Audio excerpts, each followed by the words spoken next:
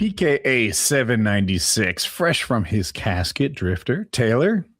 This episode of PKA is brought to you by Lock and Load, also Blue Chew and our wonderful merchandise. Hear more about all of them later. Driftor, good to have you back, looking comfy. Thank you. Thanks for inviting me again. I always try to be your most comfortable guest.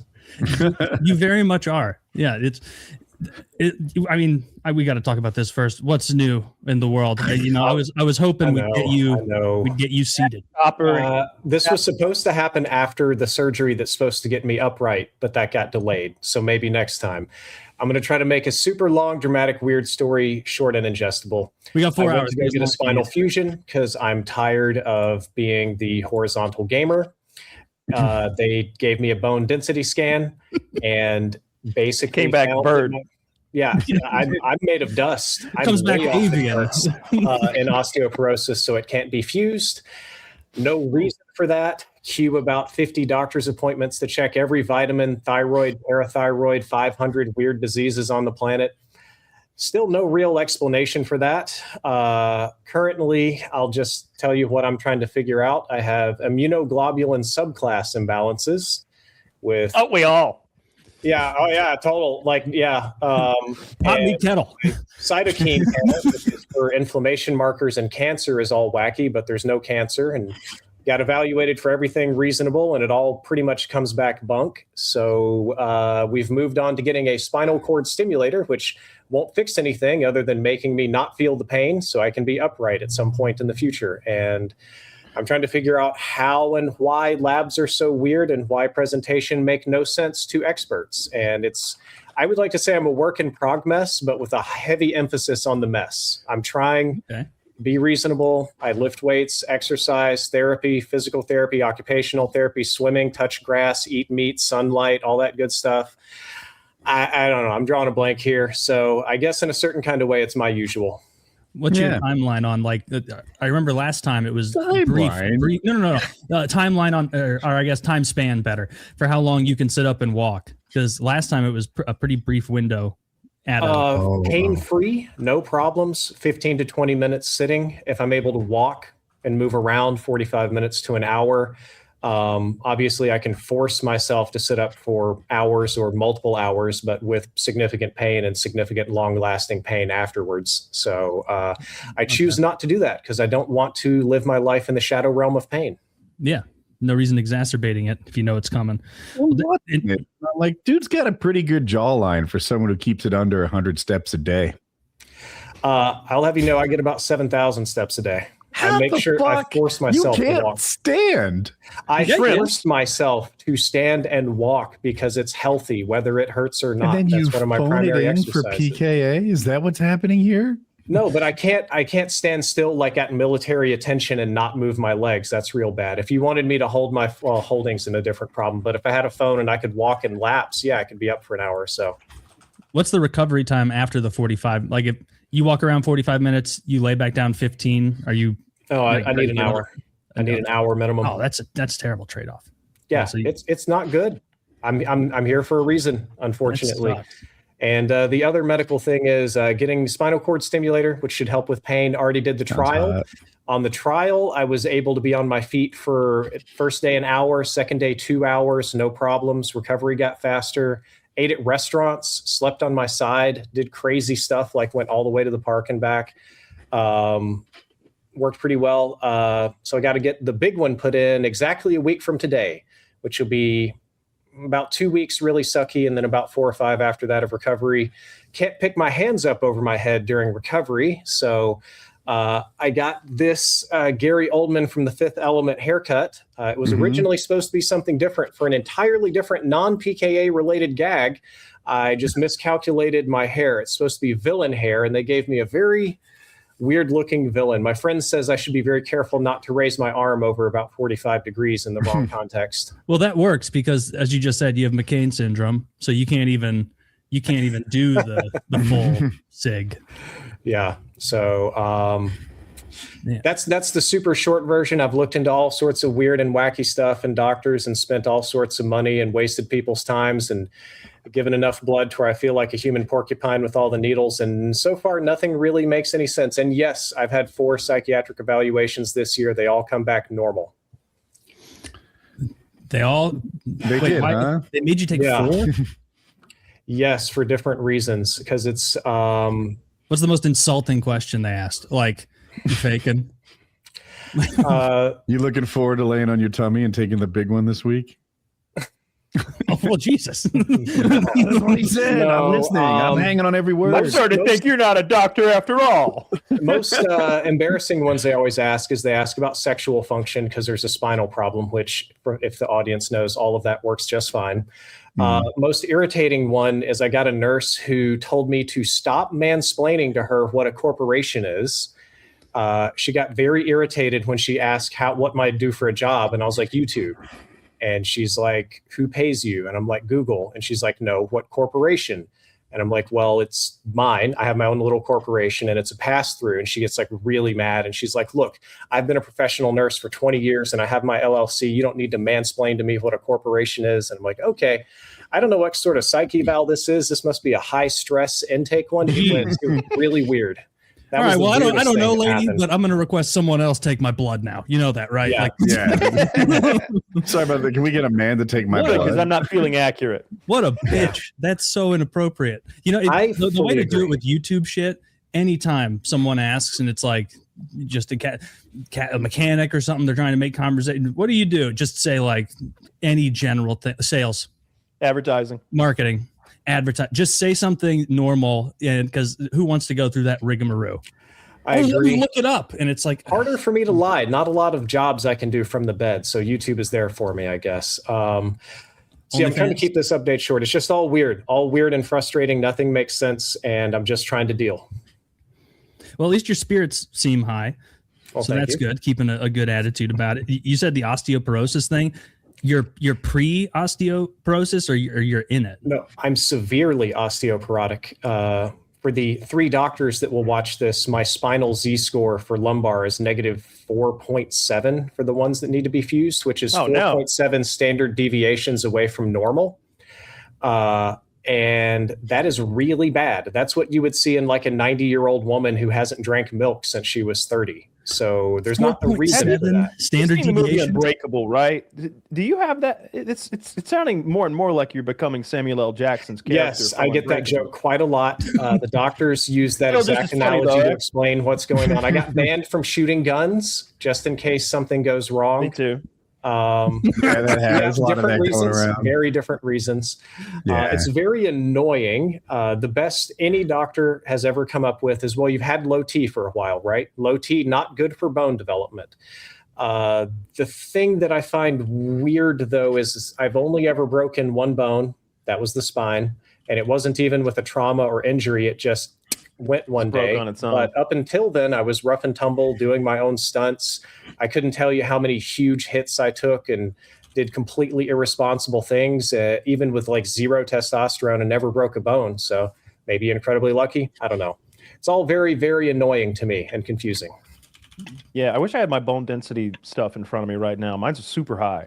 Like it's from lifting heavy and also just the testosterone, and it was already like high for white people. But I've moved into other racial categories. I'm very proud of my bone density. Wow. What's your numbers then? Let's compare. I don't. That's what I was saying. Like I don't fucking know. Like I have no idea. I don't have my like data in front of me. He can't swim. I sink right to the bottom. It just He's like a hippo. He can run quickly across the bottom, but he can't actually swim. I just checked because you said 4.7 standard deviations, and I don't know how many. Like that's so extreme. I was like, what's 4.7 standard deviations above like 1% American mean like net worth to like give it like a comparison? That's like being worth $20 million. That's the level out there. That is. I want to know on the downside. Like, how broke do you have to be 4.7 standard deviations below the mean? I think that means you've like been dead for years. You're like negative money. You're in debt. You know, probably a tremendous amount. I don't even know if they're being, that's crazy. Well, best of luck. That really fucking blows. Thanks. Having to take an hour rest after every 45-minute walk, I would be so restless all the time. Like I'd have the Do you get restless legs where you just like feel like yes. kicking and moving and restless jittering? legs, stiff, sore? I mean, let's be real. I know, y'all, it's a big joke, right? There is no world in which this is healthy or good for your body. This is not good. You shouldn't do this as long as I have to do it. No. I do it as little as possible, but it's all I've got to work with. So yeah, I've got all the stiffness, soreness, restless legs, all that kind of stuff. I mean, that sucks. But every time you blow out to the full picture, it's just so funny. Because you have such like a professional setup for it. I'm glad you think so. My Stream Deck 3D printed holder broke off, so I just stuffed it in a jar over here for now. You got a good setup. So how much of your streaming is done from that position versus sitting? 100% of streaming from here, but I honestly haven't streamed in about 6 months. I've been trying to figure all this out, and all my Steam has been going into other things. Not really even FPS games. When I do get online, it's team fight tactics, little strategy games, things that aren't particularly mechanically intense. Sometimes just watching things with people like movie nights or whatever. So streaming is way down. Content's still going though. Cranking a main channel, Open to Science channel, a media review channel, and still trying to figure out how TikTok is supposed to work. Making some money on it, but it's inconsistent and weird. And the audience on TikTok is bizarre. Does TikTok pay? I thought it was really just about promotion. TikTok? Yeah. It has ad revenue. Well, Twitter has ad revenue, but people make dozens of dollars. Like, it's bullshit. Does TikTok ad revenue like competitive with YouTube? Yes, TikTok ad revenue significantly exceeds YouTube, proportional to the amount of effort you have to put into it. Okay. Okay. I'm not going to tell you I'm the world's greatest TikToker or that I have a big channel or go viral all the time, but if I work on it, I make a couple grand a month, and it's relatively low effort and growing. Right. So there's no reason to not do that. And instead of rambling about gaming, we can talk about science, artificial neurons, electric cars, and fun little discoveries like that, like octopi that trained fish to hunt for them, just the same way we train dogs because they're similarly equivalent species. A little 2-minute fun facts video. They tend to do really well. What kind of octopus are doing that? Say that again? What kind of octopi are training fish? So this story was about 9 months ago, maybe more, so I don't really remember. Ocean octopi, don't remember the exact species. I do remember that they seemed to be training fish for competitive or cooperative hunting, much in the way ancient humans would hunt alongside wolves and then would later domesticate dogs, and they would train them a little bit. There was even video of a fish helping with a kill and then eating before the octopus, and the octopus bonks it with a tentacle to make it go away because the fish get the scraps when it's done. Had some good pictures, good video. That one did pretty well. I feel a little bit put on the spot because that was almost a year ago. I just remember it had high views, and I'm like, oh God, I have to explain this now. Not judging. That is, if there was some sort of scientific way that we could give octopi longer lives, that would be cool because they're so smart, but they cash out at like 3. They just don't get that much time. A year and a half, right? Am I wrong? Maybe even less. Like it's a probably tiny less in the amount of ocean. Yeah. Yeah, because they're getting eaten or something. But it'd be fascinating to see if we could eventually train them to recognize symbols or pictograms or anything remotely resembling language. Yeah, like you've seen that shit with chimps, where their short-term memory is fantastic. Once they learn to identify like a 1 as being first in an order, that you can just show them a flash of like 7 squares for 1 second in different spaces on the touch screen. It'll be like pop, pop, pop, pop, pop, pop, pop, pop, like consistently, just 1, 2, 3, 4, 5, 6, 7. Have you seen better those? Than a human being could do it, to be honest. It is better. Yeah. In the science videos, I also did a fun one. This one wasn't very popular, about rats that can drive. Scientists trained rats to be able to drive miniaturized cars, and they loved it. The rats eventually, they didn't even need rewards. They just liked getting in their little cars and driving around. So that was really fun. Very cute video to be able to show people too. So animal intelligence is fascinating. What you might know more about this. When was it? It was like the 50s when the CIA was trying to teach dolphins English. And so they had like an immersion therapy. That was late 60s, early 70s. It might have been part of Project MK Ultra. They built this, and I'm going purely on memory. I want to say they had an enclosure. They had scientists that lived with them. And dolphins, notoriously horny and sexually aggressive species to tourists on the beach, beware.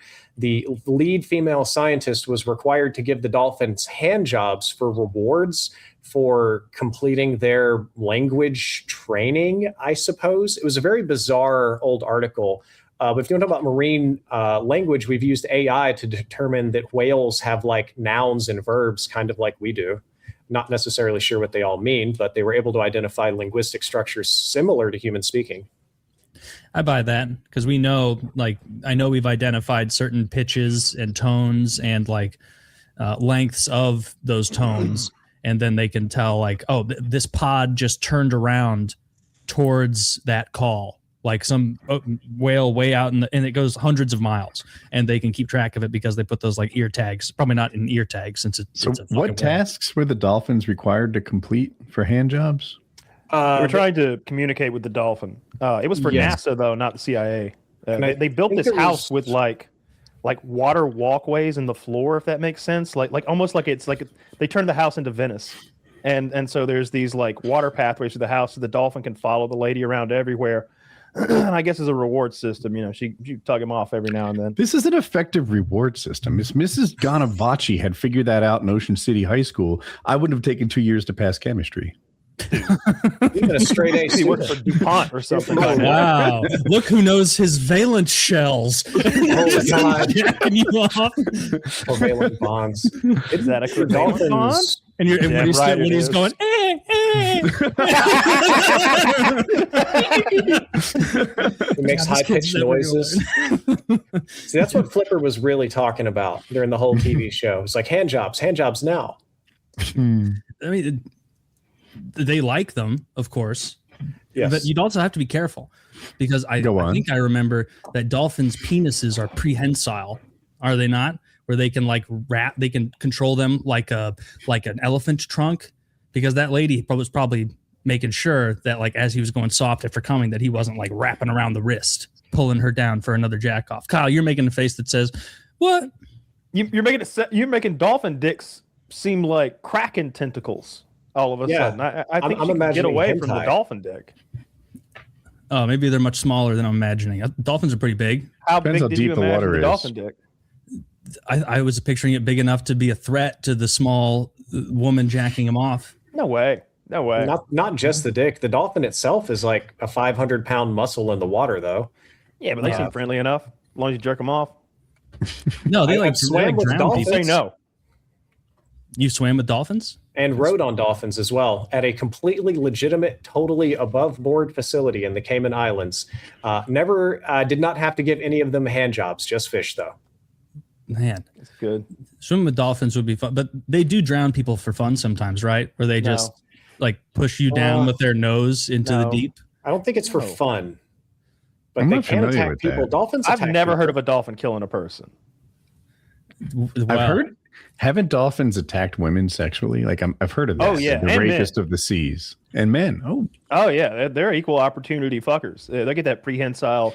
There's an episode of King of the Hill where Hank pays to like do the dolphin experience, and he's weirded out by it at first, but then he realizes like, oh my god, this thing is smart. He's having fun with me, he's squirting at me, throwing the ball, but then it gets a little horny. It's like the dolphin's cheeks get all rosy, and it starts humping Hank, and he's like, oh, and like he feels like his manhood has been like diminished because he's been sexually assaulted by a dolphin. It's great.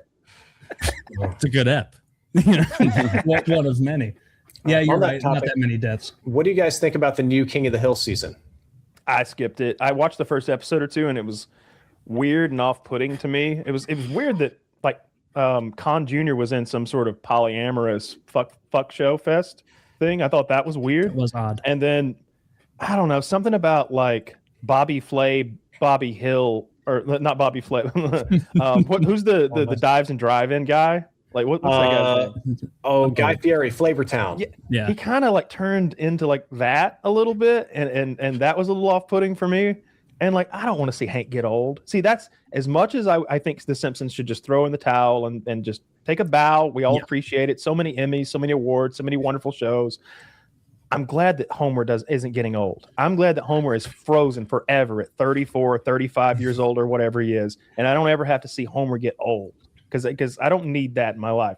When I saw Hank all kind of like old and a little broken down, I don't need to see that. You don't see that. Yeah, I mean, I'm a huge King of the Hill fan. Love that show. Have for many years. When I saw they were going to age them in like the previews, I went into it like with a bad attitude for the same reason Kyle said, where I was like, I don't want them to change all these beloved characters. And then Gribble dies. And so we know that the next season is going to have a different voice or an impersonator doing it. John Redcorn too. But I agree with you here in Austin. Yeah, and then Redcorn's out, Gribble's out. The thing I disliked the most about it, although after the season, I did not hate it. I didn't even really dislike it. It was almost fun. I did not like how they treated Connie. Like, Connie was a very likable character in the original series. Like, she's getting along with Joseph, getting along with Bobby, and they made her like shrill and annoying. She would occasionally be shrill in the original series and like just a little bit of a bitch sometimes, but overall, like, good-hearted, this and that. They really did her dirty. They made her unlikable in the new series, which I wasn't a fan of. Yeah, same. I can see that. I would say that it could be sort of like, I'm talking about a race that's not mine, like an Asian American community perspective, where like her parents probably didn't want her with Bobby and they want her in the good school, and they're trying to hook her up with the other kid who's from a rich family, and she's kind of playing into that for most of the season before rejecting it. Of course, the character is Chang Wasana-song, and they wanted her to fuck Chang Wasana-song and marry him way back then. But yeah, she was too snippy towards Bobby. In the original series, she would occasionally be snippy towards him when Bobby was acting a fool. But in this when one, he was choosing his meats and gout over like being a mobile human being. He like developed gout by eating like a 15th century tyrant. And then Hank thinks, he's like, oh, my boy's got turf toe. Look at that pig. Thinking that he's getting it from fucking football. Gout. No, he's got gout. Oh, yeah. Give me another Louis Anderson. Are you watching Invincible? I know the first episode came out. I watched it with my girlfriend, and I didn't want to watch it without her. I already did that to Goliath. I watched that without her, and I feel bad. I feel guilty, like I hide it. I need to bring it up, and I won't spoil anything. Alan the alien is the big, strong, jacked alien who can speak with his mind. Rogan. Yeah. And Omni-Man and Alan the alien are still doing a thing together, as they were from the previous season, which I'll keep vague. And we meet Alan the alien's wife. The second we meet her, she fucking jumps on him on the bed, and he's like, whoa, we're not alone here. Anyway, their mission takes a couple of days, and Omni-Man's sleeping on the couch, and you hear Alan the alien and his girlfriend just fucking banging.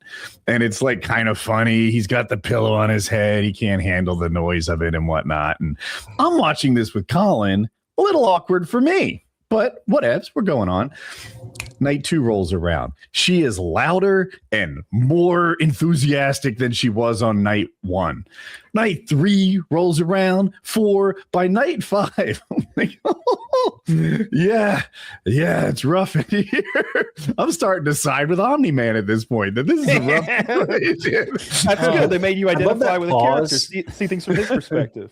You saw like one pause, like they finally stop, and he goes, oh, and he like starts falling asleep, and then they get right back at it. Yeah, then they go for round two. Yeah, Alan the alien's got it going on, and so does his girl. And the best part is Omni-Man has super hearing, so even if they were quiet, he's hearing all that. Yeah, I always imagined what it would be like to be Superman, like the problems. Like one of them would be the cacophony of sounds you constantly hear. Even you'd have to get one of those NASA sound rooms that's completely silent, like 0 decibels, one of those sound chambers or something to exist in.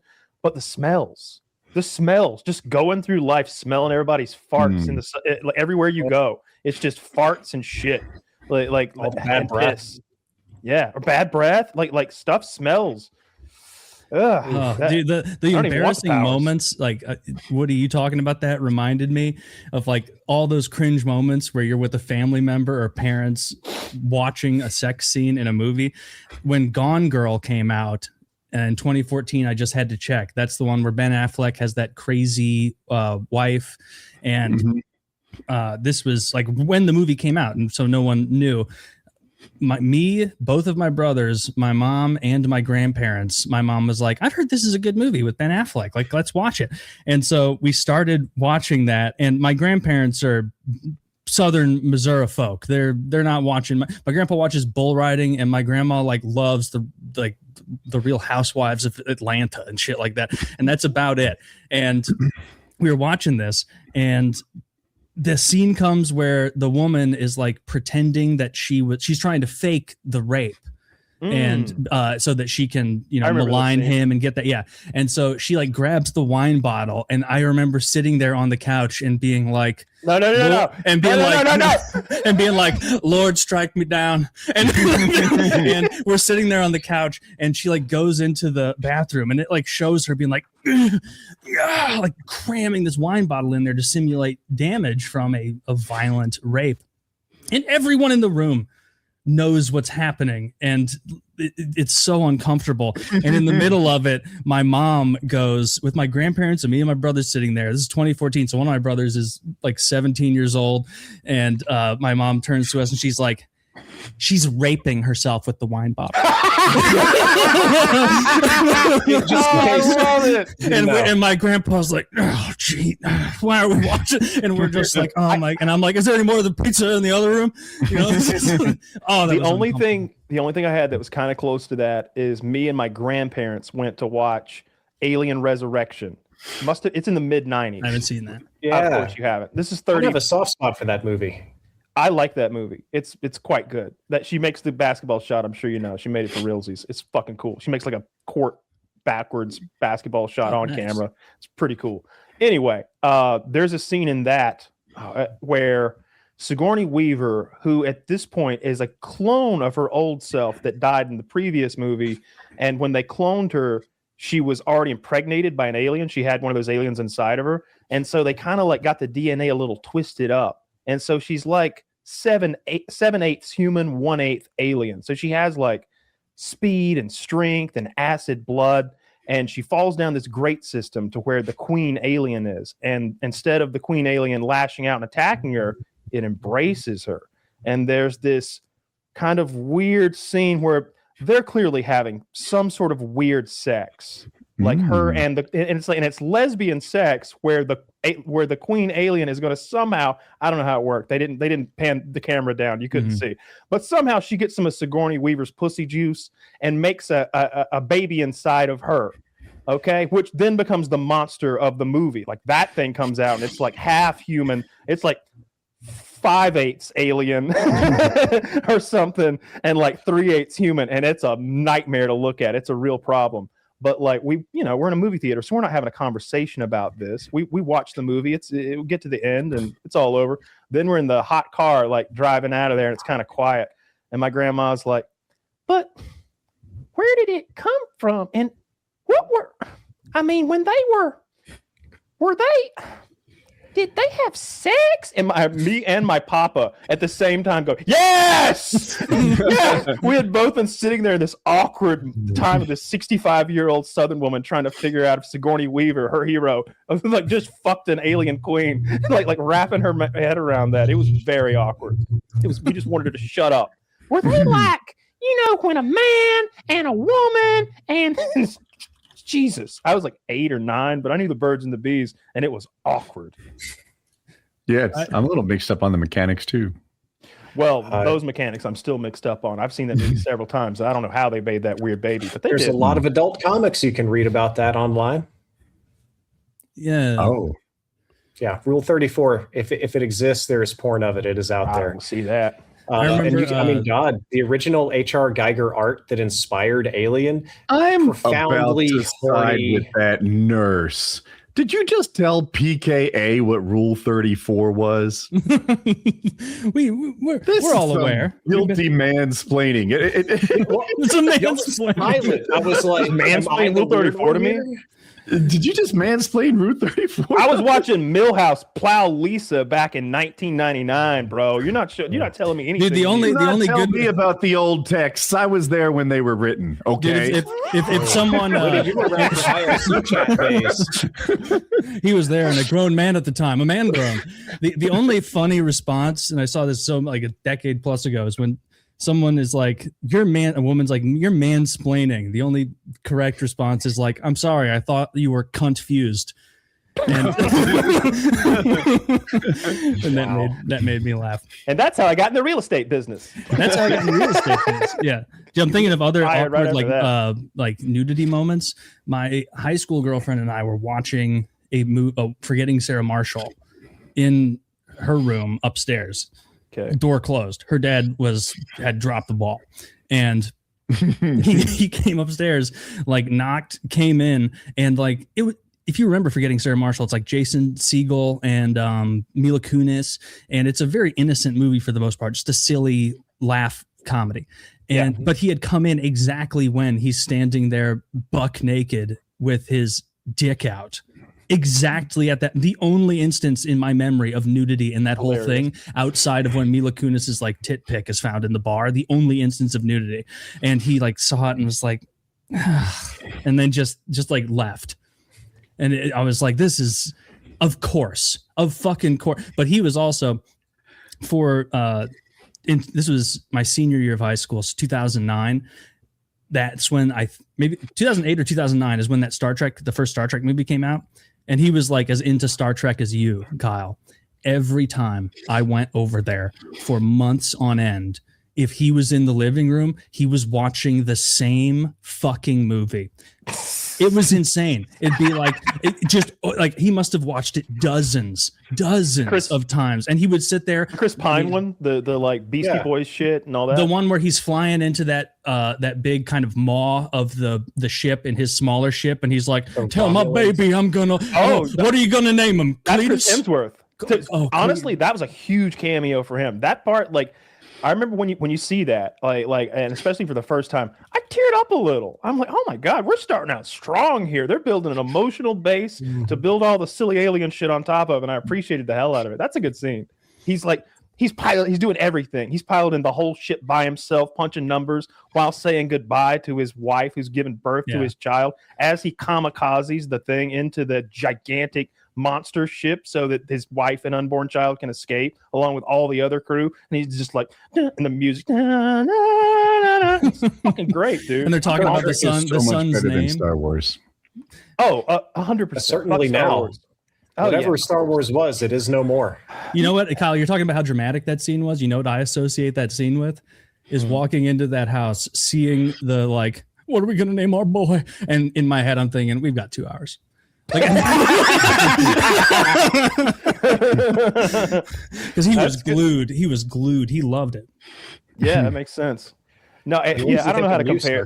It's hard to compare Star Trek and Star Wars, but I think if you compare the best of Star Trek against the best of Star Wars, Star Trek wins.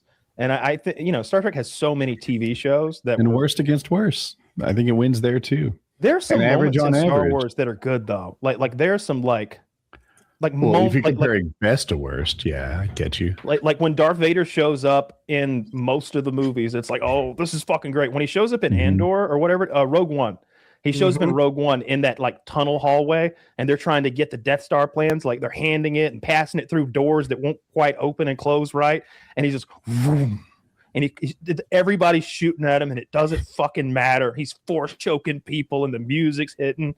That's a cool fucking moment. All of Andor is like 5 stars. Rogue One, Luke Skywalker really shows up in Mandalorian at the last Mandalorian. episode. That is what I'm going for. Yeah. I've seen fan edits to that. I watch them all the time. That gets me fucking going. They do different music to it. They do I Need a Hero. I need a hero. Oh my God! When I need a hero, that's in my workout music. I'll be about to fail, and he's gotta be strong, and he's gotta be fast, and he's gotta be fast to the fight. And I'm just like, it's great. Love that song. That is a good workout song. Final Countdown is another good workout song. Yes. Taylor has liked that song for 15 years now. It's on rules. It's like his hype song since he was complaining about the way parents raised him at 15. Yeah. Parents are gay. Final Countdown rocks. Like that's when his content was about, like, I don't know, parents being nice to their kids or something. He liked that song. I mean, it's evergreen, dude. Mm-hmm. Star Wars is no longer evergreen. I think Disney sort of Marvel-fied it. Now, there's a lot of old Star Trek episodes that are based on philosophical questions or puzzles that age really well. There's some schlocky ones for sure. But I feel like they cranked out so much Star Wars so fast, all official, expanded universe. I watched Red Letter Media. I don't know if you guys see any of that. And they tried to they've ever done. Yeah, they counted something like 48 Star Wars products since the Disney acquisition. And they're trying to make Star Wars for everybody. There's a corner of the galaxy for everybody. And I think their opinion is correct. When you make it for everybody, it's ultimately for nobody. Yeah. That's exactly the problem. What do you mean? There's a corner of the universe where people flee. Not literally physically that, but just they're making all these different properties, whether it's comics, TV shows, or films that are meant to appeal to various different subsets of the viewing audience. Okay. Some of them really are like, I mean, there was that one show that's got the black lesbian witch coven who use the Force in a different way. And it's like, sure. Yeah. It's kind of like when people are like, I just love everyone. And it's like, well, if you love like some random Nepalese tribesman the same way you love your uncle, then you're just saying you don't particularly care for anyone. Like, because that's crazy. Or you're the hive mind from Pluribus. Yeah. Don't spoil it. I haven't seen it all yet. You were talking about this movie in the last week, Kyle, and it made Final Destination, that series. And so falling asleep a few nights ago, I was scrolling in bed. I was like, oh, Final Destination 1. I'll like watch part of this and fall asleep in the middle of it. It's early in the movie, and I had forgotten this entirely. After the plane crashes, and they are at the funeral, like the mass funeral for all the kids who died. One of the survivors gets up there and does like an offensive Jewish impression as a Jewish character in the movie, where he's like, the thing about death is you never know where it's coming from or who's going to get hit by it. We all need to look inside and realize that life is fragile. And I'm like, and I was like, I was laughing and like trying to not laugh to wake up my wife. I was like, this is insane. Do you remember that? Someone should have shut that down. Someone should have got in there and been like, maybe, soften it up. You're sounding like Kyle's cousin in South Park. Elijah Wood should have stepped up. I haven't seen the first one in a really long time. I recently watched some of the later ones though, like the newest one and one or two more of them. They're great fun. If you just want to see like Rube Goldberg machines killing people essentially like randomly, and you never know who's actually going to die. They always subvert your expectations, and it's that over and over and over with ever escalating violence and gore. Lots of gore. What's your favorite kill? Or death, all right, so it's a little tacky, but there's one where the white supremacist who calls the security guard the hard R N-word, then tracks him down to his home, and he's in the process. He's a truck driver, like he's got a wrecking like a tow truck, and it's got that ball with the hook on the back. And he gets out of that. He finishes his beer. He's approaching the black man's house, who's inside wearing like white people pajamas. It was bizarre. And he starts the process of planting a cross, a crucifix in the yard. He's going to burn it. But through this weird Rube Goldberg machine setup, the truck starts rolling away and the tow hook falls down. And the guy ends up being drugged down the road by his own truck, which is, how white people drugged that black guy to death in Alabama many years ago. So they're definitely like doing that. So it's dragging him down the road, dragging him alive to death, if that makes sense. And then he catches fire. I don't remember exactly the mechanism for him catching on fire, but the black guy opens his door because he hears the hullabaloo, and he looks, and there's a truck driving down the road, dragging this white man in bib overalls who's on fire and screaming as he's drugged to death. So that is my favorite kill. That is great. The log scene on the highway in the beginning of the second movie, though, is probably the most iconic. Like so many people talk about now online and Reddit and places like that. After seeing that scene, I never like coast next to a log truck anymore. That changed my driving back or get way ahead. Dude, that hit millennials so much where like I would do the same thing where I will accelerate and speed around log trucks because I've seen it. What you seem like you have one in mind, Driftor. What's your number one death? I think there's Final Destination, I want to say 3 or 3D. There's kind of a funny one where this dude gets his ass stuck to the sump at the bottom of a pool and you think he's going to drown. And you think it's like, oh, he's going to drown, nobody's going to help, but the pressure of the water draining is so intense, it sucks his organs and insides out through his ass and into the mechanical structures underneath the pool. I found that one deeply amusing. That is a fun one. That's when I turned the movie off. That one upset me so much. I was like so afraid of having my own asshole sucked out. He looks like Voldemort, all shriveled up afterward. there's a sex scene right before it with that happened in real life. Did you guys know that? I've heard that. Yeah, I heard there's a real story. So those things, right? The drain at the bottom of this pool, I think, was like a sort of singular tube as opposed to being more spread out and dispersed. Yeah. And a child was like playing with the drain. It was on constantly because that's the filter. The drain at the bottom of the pool doesn't just drain water out. It puts it through the filter, then goes back in the sides, the jets. You get it. Yeah. Anyway, kid touches this, gets stuck to it, can't get themselves off of it, and drowns. So they hire a personal like injury lawyer. And he is like the top personal, it's in North Carolina. He's the top guy in the state, makes a big, huge case, wild victory for him. His elevated like status amongst the law community gets elevated even further. And he becomes like the guy. And he later became a presidential candidate. It was John Edwards. Oh, I didn't know that at all. Yeah. I like the end of movie ones the most. Like, when they think they're in the clear. In the first one, the guy thinks he's in the clear, and it's always them walking backwards into doom, where he's like, we're fine, it's all good. And then the lights come in and crush him. But the best one was they're like celebrating their victory over death in France. I don't know if that's the second, third, fourth movie. And the guy is like you just escaped what you think is like a harrowing supernatural experience. Literally, and he personified. He walks backwards into traffic, and then that bus just ruins the whole thing, and then everybody gets crushed and killed. I like the end of movie ones. I like the way they're never happy at the end. It wouldn't be a good fun series if any of them survived, because Tony Todd is the black guy who's in all of them. Also like Candyman. Also, he is Worf's brother in Star Trek. I didn't know that. Yeah, Star Trek. He's a reoccurring. He's in DS9. He's in TNG. Has some great episodes. That guy. He's dead now. This guy was the slave driver in the Spartacus series, was he not? No, they don't all look the same, bro. Like, Jesus, that's a faux really Taylor, I'm offended, man. Yeah, that's Morgan Freeman. Yeah, that's him. Oh, this guy was in Shawkshank, right?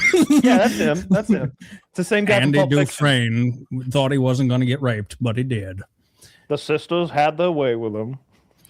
They were pretty freaky with it too. They had a long. Some people think they could only come once. Andy Dufresne learned that wasn't true. They did an extra load that day, and it wasn't laundry. Jesus Christ. That was the worst part of Shawshank. I don't care for rape scenes in movies. Like it's off-putting. There's some great movies. There's some really great movies that have rape scenes in them, and I have a hard time recommending them to my female friends because I'm like, also trigger warning, rather traumatic rape right in the middle of this film. And they always go, oh, well, fuck that then. I'm like, yeah, I get it. Like, I didn't like it either. Like Wind River with Jeremy Renner. That's like a 9 out of 10 fucking badass movie. It's written by Taylor Sheridan before he like sold out. It's very fucking good. It's there's a girl dies on an Indian reservation, and an inexperienced FBI agent played by fucking Scarlet Witch shows up, and then she needs help. She's like over her head in this thing, and she's been sent. It's sort of indicative of how not too seriously the feds are taking this dead native girl. And then Jeremy Renner, Hawkeye, is like a game agent, like wildlife and game agent in the area, and they like duo up to solve this murder, and it's great. It's harrowing thriller, always peeling back new layers. It's not slow, and it takes place in, I don't know, Alaska or like North Dakota, or like some winter wonderland wasteland. What's the most traumatizing mainstream rape scene you can think of? Irreversible. That's the one I was going to come up with. Oh God. Yeah. I've never heard of that. That's Monica Bellucci. That's my girl. Okay. Monica Bellucci also plays one of she's in a lot of roles, but a French art thriller film. It starts with a beautiful woman being raped, and then revenge has to take place, and it gets very I think that's irreversible reversed, the alternate edit. The original starts, you start with a man committing a random murder, and it goes backwards in time until you see the crime the victim original. It's one of those things where they show you like the last minute of the movie, then the second to last minute, and it's played in like sort of backwards in these. It's not backwards. It's just, the last minute, the second to last minute, the third to last minute. So it unfolds backwards. And it's like he said, it starts off with this brutal beating and murder, and you don't know anything about it. You think the murderers are the terrible people, and then you understand how they got there. It's really good. It's better to watch it the other way around. Like it's better to start with the rape. I don't know. There was another one, Memento, which was the same sort of thing where they played the movie backwards. Mm-hmm. And I'm told if you watch it forwards, it's just a really obvious. I think that's true. But in Irreversible, they make it so that you can't have no moment of like happiness in the movie, because if you start with the rape, you get the worst part out of the way. And you're like, oh my God, that's so awful. What are we going to do? And then at the end, revenge is ours. If you watch it the other way, you start off with gore and violence. And you're like, what the fuck? And like you slowly come to realize that thing you watched 90 minutes ago was justified. And it's almost like they intentionally made it so the audience couldn't have that moment of like, all right, we got him though. Revenge is ours. And I think the point of that is what happened to her is irreversible. Smashing his skull in, beating him to death with a fire extinguisher isn't going to fix what was done to her. It might make those guys feel better. Helps. I'd help a little. I'd feel a little bit better about things if I knew he got smashed. I wouldn't like that ordering of it. I would rather see a tale of, not triumph. Well, I guess it would be triumph. You start with something horrible, and then she gets the revenge, destroys the man who did something horrible to her. I got another film edit, does the same thing. Fixes the whole thing, makes it a better film. There's a Braveheart edit, begins with the death of William Wallace. It's better that way. And when does it end? Just at the end of the last battle? I think it ends in like a battle that he won or something. I don't remember. It's been so long since I watched it. But I always say, like, him being tortured and castrated to death at the end really takes the fun out of that film. But if you get it out of the way early, then you get to enjoy like his rise to power and see like all the good things. Well, not entirely, because he does inspire, because after he gets dismembered and whatnot, there is the beginning of that giant battle scene where they talk about how everyone was brought up and inspired, and all the Irish and the Scots and everyone were on board. That was kind of cool. I suppose that's just another one where they're sick anyway you slice it. I just hate that he dies. They were already like fictionalizing the hell out of a historical character. Why not just make him win like Quentin Tarantino did in Inglourious Bastards? He's like, and then he killed the King of England. What if he Undertakered his way out of the like binds, like tore them away and grabbed the executioner's axe, like chopped the torturer in half, like bisected him, like top to bottom. That's the edit I want to see. And then he's running, like jumping over people's heads, like alligator, like lily pads, as he like makes his way to the King of England. The king did have his funny moments. Do you remember when every time he throws that fruit out the window? His son's boyfriend's like, I'm trained in warfare and all sorts of things. And then he's like, yes, walk with me over to this open window as I grasp your cloak incredibly tightly. Like look over there, the new Abbey. Son, I'm going to be real. You need to get your shit together. I can't hand the kingdom to you unless you're willing to, get down and dirty in a way, not the way you're thinking, the other way.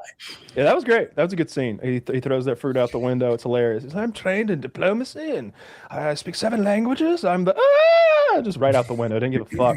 It's great. They were brutal. The English were. I don't want to go too far, but I'll call them bullies against the Scots and the Irish. I'm glad you held back. Yeah. Don't talk about my people that way. You should have seen what they did to the Indians and the Chinese. Oof. The Chinese? Yeah, was it the Fox Rebellion? And the opium trade, and that's when China found out that the Industrial Revolution had happened, and the English had cannons. Oh, these guys play for keep. They gave this massacre to bombarded the city and stuff, got their surrender. Yeah, it's the Boxer Rebellion. And then I don't know too much about what they did to the Indians. I pillaged, looted, tortured, murdered, just pure resource extraction. They might as well have been Viltrumites, you know. Is that what the Viltrumites are up to? Like, is their goal to like take to? Because I could tell you it was just explained today. Oh well, okay. Forget that then. I'll learn it tonight when I watch it with my lady. Because, but theorizing here, I've always said that if the Viltrumites showed up, I would surrender immediately and I'd become like a collaborator because they seem like they've got a good deal going. They're like, hey, they're all Superman. Okay. It's like if the Kryptonians, if there was a bunch of them and they rule the whole universe and each one of them is basically an indestructible Superman and they go from planet to planet, be like, you're part of the Empire. Oh no, then I'll like decimate your whole species. I'll end you. And so they rule all these planets. It hasn't really been explained yet, but the way that they sell it, the way that the Viltrumites sell it to when they come to Earth is like, hey, we're the greater good here. Like, sure, you're going to be like under us and part of our empire, and we will rule you, but we're space gods. We're going to lift you up to like the servants of a space god are way better off than humans are. Like the conquistadors. Yeah. It's what it seems like to me, Woody. Like they've got space god technology. They came here from another world, you know. Like I don't know what they want from us. Like maybe they want some pussy. I'm fine with that. There's enough to go around. I have never seen the Viltrumites treat any non-Viltrumite like their life had value. Oh, you guys! I've read all the comics and I want to talk so much spoilers, but I don't want to spoil because I know you guys probably don't want them. I just don't remember this little tidbit. I know they're essentially the bad guys. I know what happens in the end and all that stuff. I don't know. I'll get to it tonight. 2 episodes ahead of Kyle in the show. How does the animation look? I heard it's not as good. I'm not sensitive to it, but people who are might be frustrated. Like I talked about the scene where Omni-Man had like a pillow trying to end his hearing. It's literally a still shot. I'm like, this is a still shot for 10 seconds or something. Like, is this animated? I'll try not to spoil anything, but there's like an asteroid that goes towards a planet. And I'm like, imagine I took an asteroid picture and just sort of slid it by hand and it didn't move along the way. Like this is, there were areas that seemed so really long to do. Because they had a year and they've got tens of millions of dollars for sure. It's very popular. They're North Korean editors. There was a big scandal. So the animation studio outsourced and they didn't really check. And some of the animators were literally like working from North Korea. I didn't know and they still sucks. And it still took a long time. Like that's just what confuses use AI. me. Use AI and like, I don't know what you'd call proofreading a video, but like look at it carefully. Make sure everyone has the right amount of fingers and like you did. Just use AI and get it done faster and better. Maybe like I would be okay. Like I don't know enough about modern animation, like how they draw a cartoon like Invincible. I've seen the old documentaries about how Disney used to do like Alice in Wonderland with these. It's all hand drawn and these huge mats, and then it looked intricate as fuck. It looks more like magic than technology. The stuff they're doing, it's weird. They do this stuff with layered glass, where each layer has a different bit of like paint on it, and they get this visual effect by stacking the glass and everything. But I would imagine modern animation involves something like an iPad and a cursor or something, or maybe you're scanning pencil drawings or something. So it just seems like more bodies thrown at this could just fix it. I mean, I hear about like coding, for example, that like more bodies won't make this go faster. So yeah, if you imagine like, can more bodies solve a puzzle? Well, if the puzzle is divisible, then probably yes. If it's not, then you can't really just hand a puzzle off from one guy to the next and have him work around the clock and get it done faster. It has to be the guy picking up where he left off. So for me, the answer to me is like, let's say there's 8 episodes this season. That's what they usually do to us, something like that. Get 8 different animation studios. I don't care if the style is different. I actually enjoy that. Like if it's stylized different, like what was the show on Netflix that iRobot or something? iRobot comes with like one of them will be like a funky 3D modern animation, and then there'll be like hand drawn stuff, and then it'll be like anime style, and then it'll be like full on like photorealistic. Holy shit! that's Michael B. Jordan stuff. Mm-hmm. I would be perfectly fine if the whole season of Invincible was like that. Like, you don't have to make huge swings back and forth, like in the way that, like I said, there's that episode with Michael B. Jordan where it's photorealistic. It's clearly just him. I'm like, is it real? Like that's, I don't even know what I'm looking at. But like, just get 8 different studios. Why? I don't understand why you can't throw more bodies at it. And it's Driftor, annoying when animation takes forever. Why'd you hate the AI animation idea? I just don't like AI animations. I'm a big AI hater. I find You're the technology racist to be against wasteful. clankers. Yeah. Yeah. I It's not AI even. is I thought you rotting make a people's brains and ruining qualitative the argument. environment. Huh? I thought you make a qualitative argument, like some sort of lack soul or whatever. No. But you're like, no. When I heard it's about AI, I feel. I've said this on the show so many times. People know what I'm about to say. We're being programmed to hate AI art. It's artists who have this loud. No one is saying, oh my God, AI certified public accountants, that's terrible. I pumped in my, tax question into ChatGPT and it answered it, but it answered it with no soul. I want a real accountant to give me my tax queries. And no one says that. No one says that they hate AI code that's been written. And some people might fuss about the quality, but mostly they're okay with AI replacing every profession. But then when we get to artists, the ones who have their own voice, suddenly we're trained like, no, not AI animation. Animators are going to be out of work. Fucking put them next to the travel agents that are out of work. I don't give a shit. I just want my Invincible coming a little bit faster. And quite frankly, I'm not impressed with what the humans are doing right now. Let's give the AI a shot.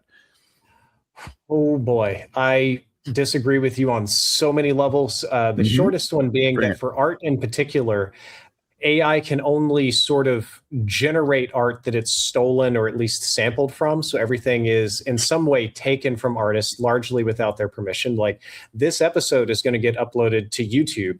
YouTube is going to scan all of us here and all of our conversations and use that to train their next $1 trillion model without our permission, which is very annoying.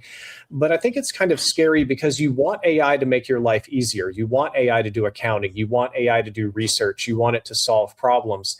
And you think about this world like, okay, if I had a lot less work to do, what would I live? What would I do? I would engage in scientific pursuits, creative endeavors, maybe something in the humanities and arts, something that's personal and enjoyable. And oops, it looks like actually AI is crushing all of that first. It's replacing artists before it's replacing accountants. And it does feel kind of perverse in a way that we're using the technology to kill our fun and our spirit instead of getting rid of menial chores. AI creates art the same way artists create art. Every single singer says that, when they were teenagers getting going, they emulated whoever, Billy Joel, Cardi B, someone. They were basically just copying that guy before they found their own voice. This is how art is done.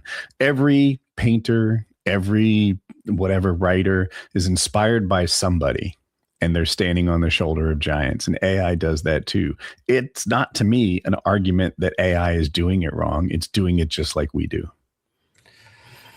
I don't necessarily agree because AI struggles to implement its own creative touches. So I fully agree with what you said, standing on the shoulders of giants, everything is a remix. But people take a remix and then they add a subversion, they add their take and their layer to it. AI currently doesn't have the sort of ingenuitive mental capacity that a person does.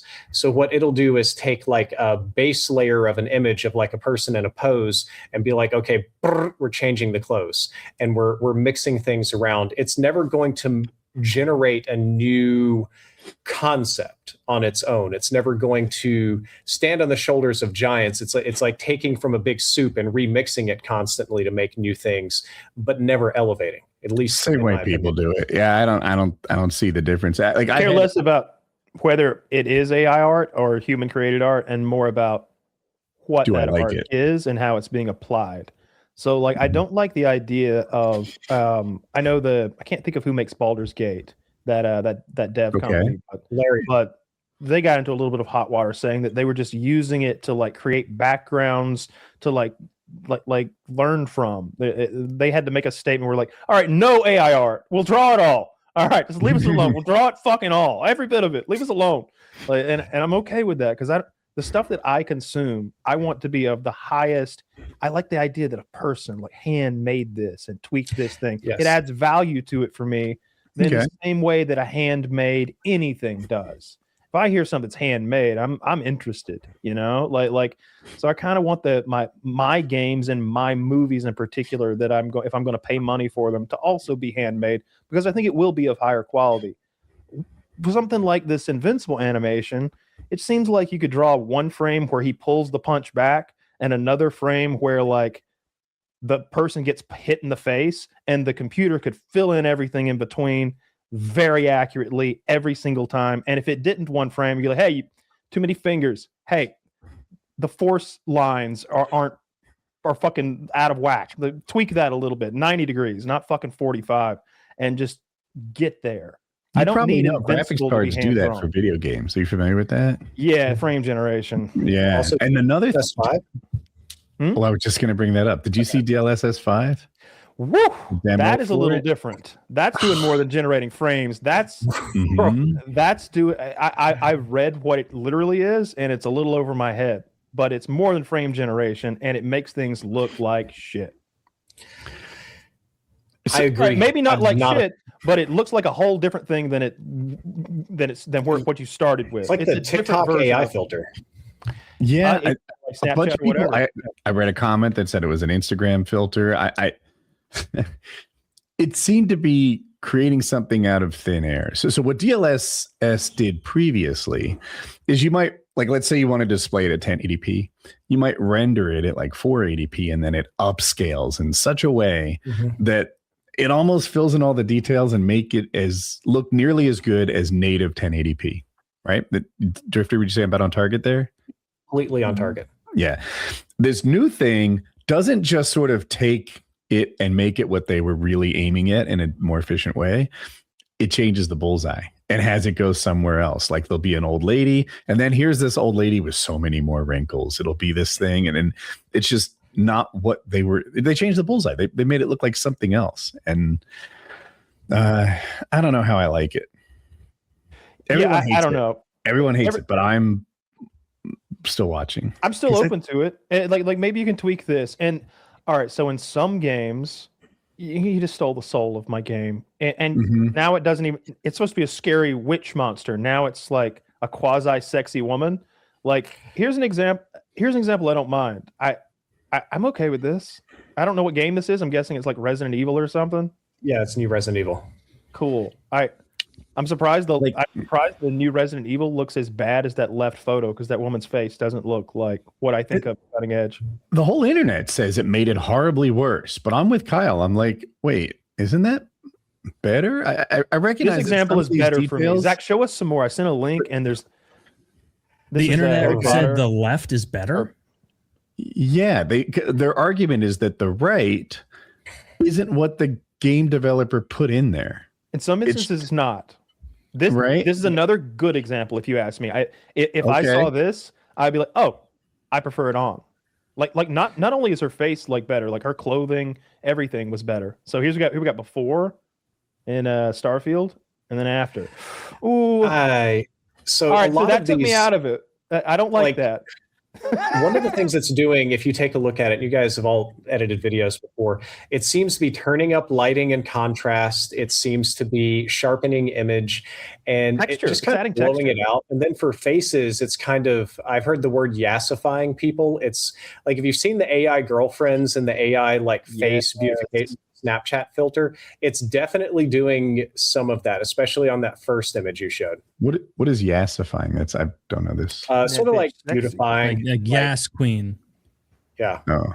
Yeah. Okay. The next one you showed, somebody's the yes her. That Hogwarts one. She got better. It looks like it made that whole scene brighter, easier to see. I like that. Yeah. Some people said it removed shadows. I'll be honest, if I were play, I would probably turn it on in most instances that you've shown me so far. Like, not only, all right, so here's a classic. Is this that's Oblivion. Oh, I need to see him speak. I need to see it move. I do like the still better, because like that's either Oblivion or yeah, it is. It's Oblivion remastered. Yeah, so it looks like shit. The faces in particular look real bad compared to modern games. That's part of the fun of Oblivion, though, is the faces are so. That's absurd. what I was gonna say. Yeah, like Yeah. if you're looking for like a retro experience, like I'm playing that bolt gun game. It's like looks like it's playing on Windows 95 or something like that. But I kind of like that. I'm looking for a retro experience. You might not care for that, but most of those instances, I kind of like it. I'd like to see them talk. I'd like to see the characters be, a video of those characters that are being DLSS 5'd talk and move around and stuff and see what the motion looks like. But I did see some instances where it turned like a troll into a quasi sexy woman. It's like, whoa, what happened here? You're ruining the game. That doesn't seem like that setting then. Was it a real example or like a I could have been fooled. Goofy? I could have been fooled. There's a lot of fake ones and a lot of like meme ones. It is a meme now. Yeah. So it's easy to be misled. Yeah, I saw some meme ones that weren't trying to trick anyone. They were so silly. And this is all on the consumer side, right? You just flip it on or off. Yes. Yeah. Well, see, people are upset because locally. Part of the argument is that the reason that RAM costs so fucking much to people who just want a new PC is it's all going to this shit. That it's all going to AI. All right. Jesus Christ. Now you got me on board, baby. Let's go. God damn it. You fixed that. You fixed that mongoloid's face. RAM prices are insane. I don't know about your guys' setups. The computer that I bought, I upgraded my wife and I's computer about a year and a half ago. Like right when Trump got elected, I was like, oh no, tariffs, let's just buy a new thing. And lo and behold, it's AI that drove the RAM prices. Our old computers, 18 months old, are worth more now than when we bought them new. That's nice. What card did you get for it? I've got a 4090 in mine and I think a 4070 Ti in hers. Pretty fat NVMe's. We got her computer, I think, has 6 solid state drives. I've got 64 gigs of RAM. I think she's got 32. So that's a lot of RAM. What's NVMe? I don't know what I'm talking about. That's a solid state drive that you plug directly into your motherboard so it can communicate faster. It looks like actually looks like a RAM stick.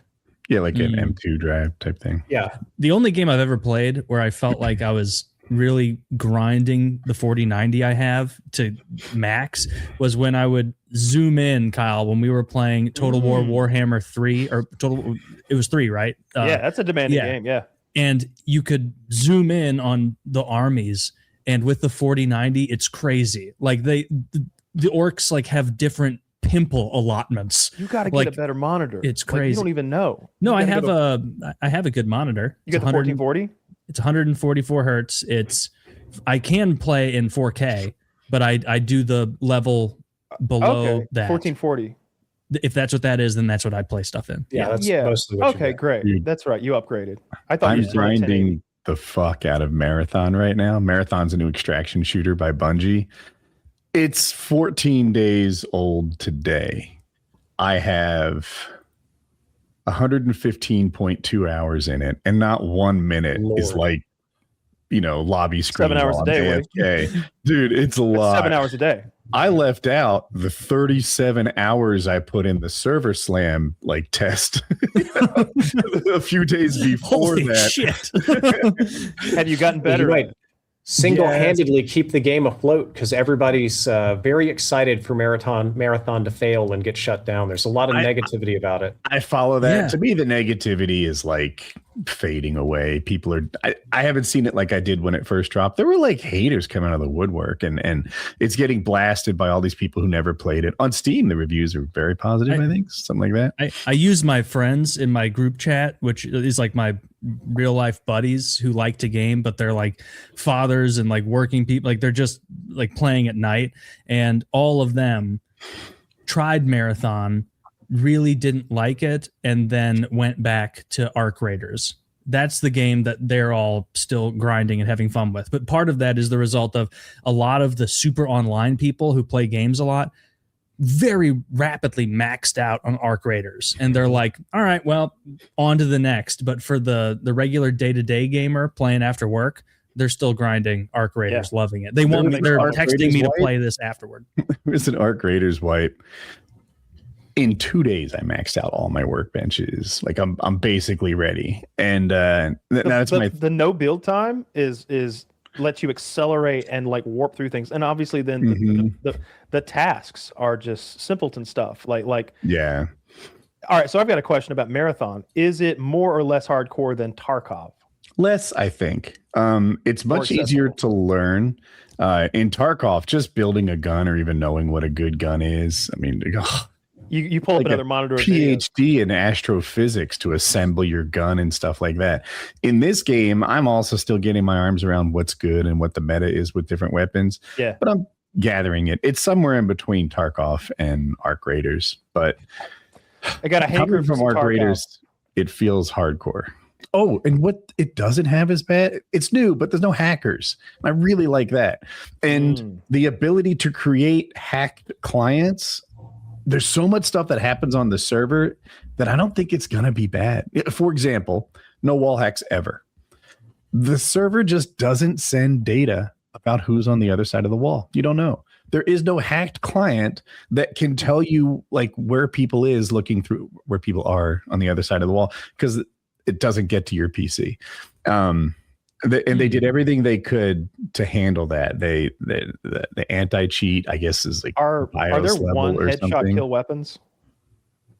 Yes, there's a sniper I know that can headshot in one kill, which I think is a little OP right now. The time to kill is pretty fast. If you're used to Arc Raiders, it's like, what? I didn't even get a chance to fight back. Yeah. But if you're like Tarkov, then you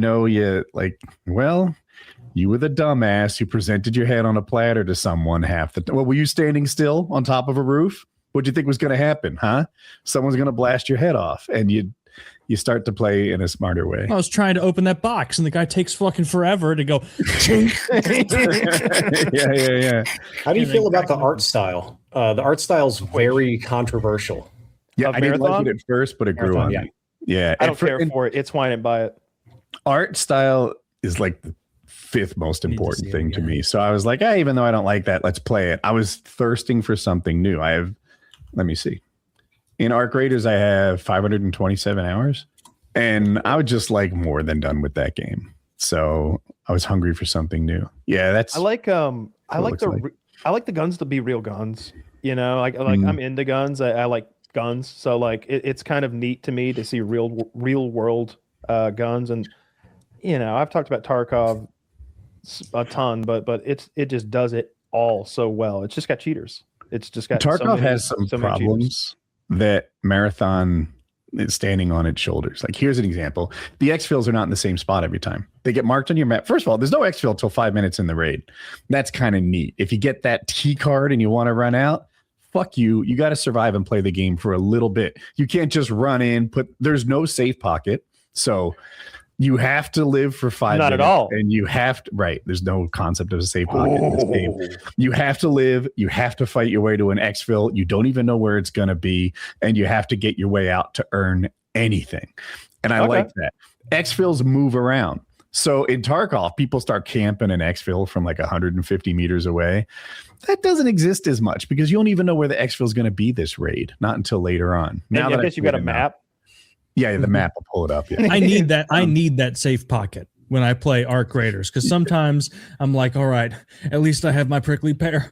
Like, yes. Right. And then I just because I know for a fact that I am so woefully unequipped in FPS to compete with a lot of these guys that I need to know there's something to keep me going. Mm-hmm. I get it. I got a thing today. I did get out with it, but I was like, man, I'd kill for a safe pocket right now. I have 115 hours in my game, and this is the fourth time I found one of these, and I need 3 more after this. Like, it's really big to me. I was trying to think of the other mechanics. I love that there's really they kind of you can't give things to your friend, or if you can, it's just for that raid. So let's say that your shield is crap and I'm like, your rich uncle. I give you that shield, but either you die and we lose it, or you exfil and it comes back to me. Oh. So the whole economy of Chinese hackers, like hacking into the game, getting loot and selling it on eBay doesn't exist. You can't give me stuff that I use for more than a raid. And that's another way that they've kind of combated hacking. It's still tour guide. Why can't the other games do this shit you talked about where they just don't feed information about who's behind the wall? Because you guys have talked about that for Tarkov. It's baked in. It's already part of the pudding. There's no getting it out. There's no going the back. same way like Tarkov is like a 16 hertz game. It's only pinging the server 16 times a second. Marathon's a 60 hertz game. You won't get shot like going like, you shuffle back and forth at the edge of a doorway or something. You're peeking and shooting and popping, and you go back into cover and then you fall over dead. It's infuriating. Clearly what he saw on his screen was not what was going on your screen. Like he got some sort of peaking advantage, maybe because he's in Slovakia and he chose a North American server. like that literally happens. So it's kind of nice to have I've always dreamed of a game with a 60 hertz server. I don't know how many do. There aren't many. It must be. I don't know of any others. There's Counter-Strike. I know that I want to say that for certain levels of either ranked online or matches, I think they have 120 hertz or maybe 240 server, some absurdly high number. There's a handful of very competitive games that have high tick rate servers. Maybe Halo. And Kyle, what you I could was imagine the 20 Valorant, years right? of Call of Duty special. Getting shot around corners by magic bullets. So they kind of did a lot to fix exfil camping, although it still exists a little bit. They did a lot to prevent hacking from happening, both in the removing the real money trading and just not sending information to the PC that hackers would need to write their clients. And I'm excited. Look, I'm addicted to the game. And the thing is about Marathon, everyone, including me, hates it on day one. And it has an onboarding problem. Maybe your character needs a little more stamina for day one. Let me tell you what extraction shooters need. I agree. In the second game mode, this would go bonkers. This would be one of those examples of the way that zombies outgrew like regular Call of Duty and became a secondary studio. Do you remember wager matches back in like Black Ops? Yeah, that was fun. Imagine you're playing Tarkov wager matches where it costs $100,000 for each player to enter, and then you pay first, second, and third. Like third gets their money back, second doubles it, and then however you want to break it up. Marathon has it starts on Friday. They're doing wager matches? Well, they're doing a ranked mode. And when you get in there, you need to bring a certain kind of card. And depending on your rank, bronze, silver, diamond, I don't know all the ranks, that card is more valuable to extract with, like a higher ranked dog tag. Okay. Also, the gear you bring in has to be worth 5,000 space bucks, which is a pretty considerable loadout. I might call that 120,000 rubles, something like that. And, so not like a really high loadout might be 250,000 rubles, right? Yeah.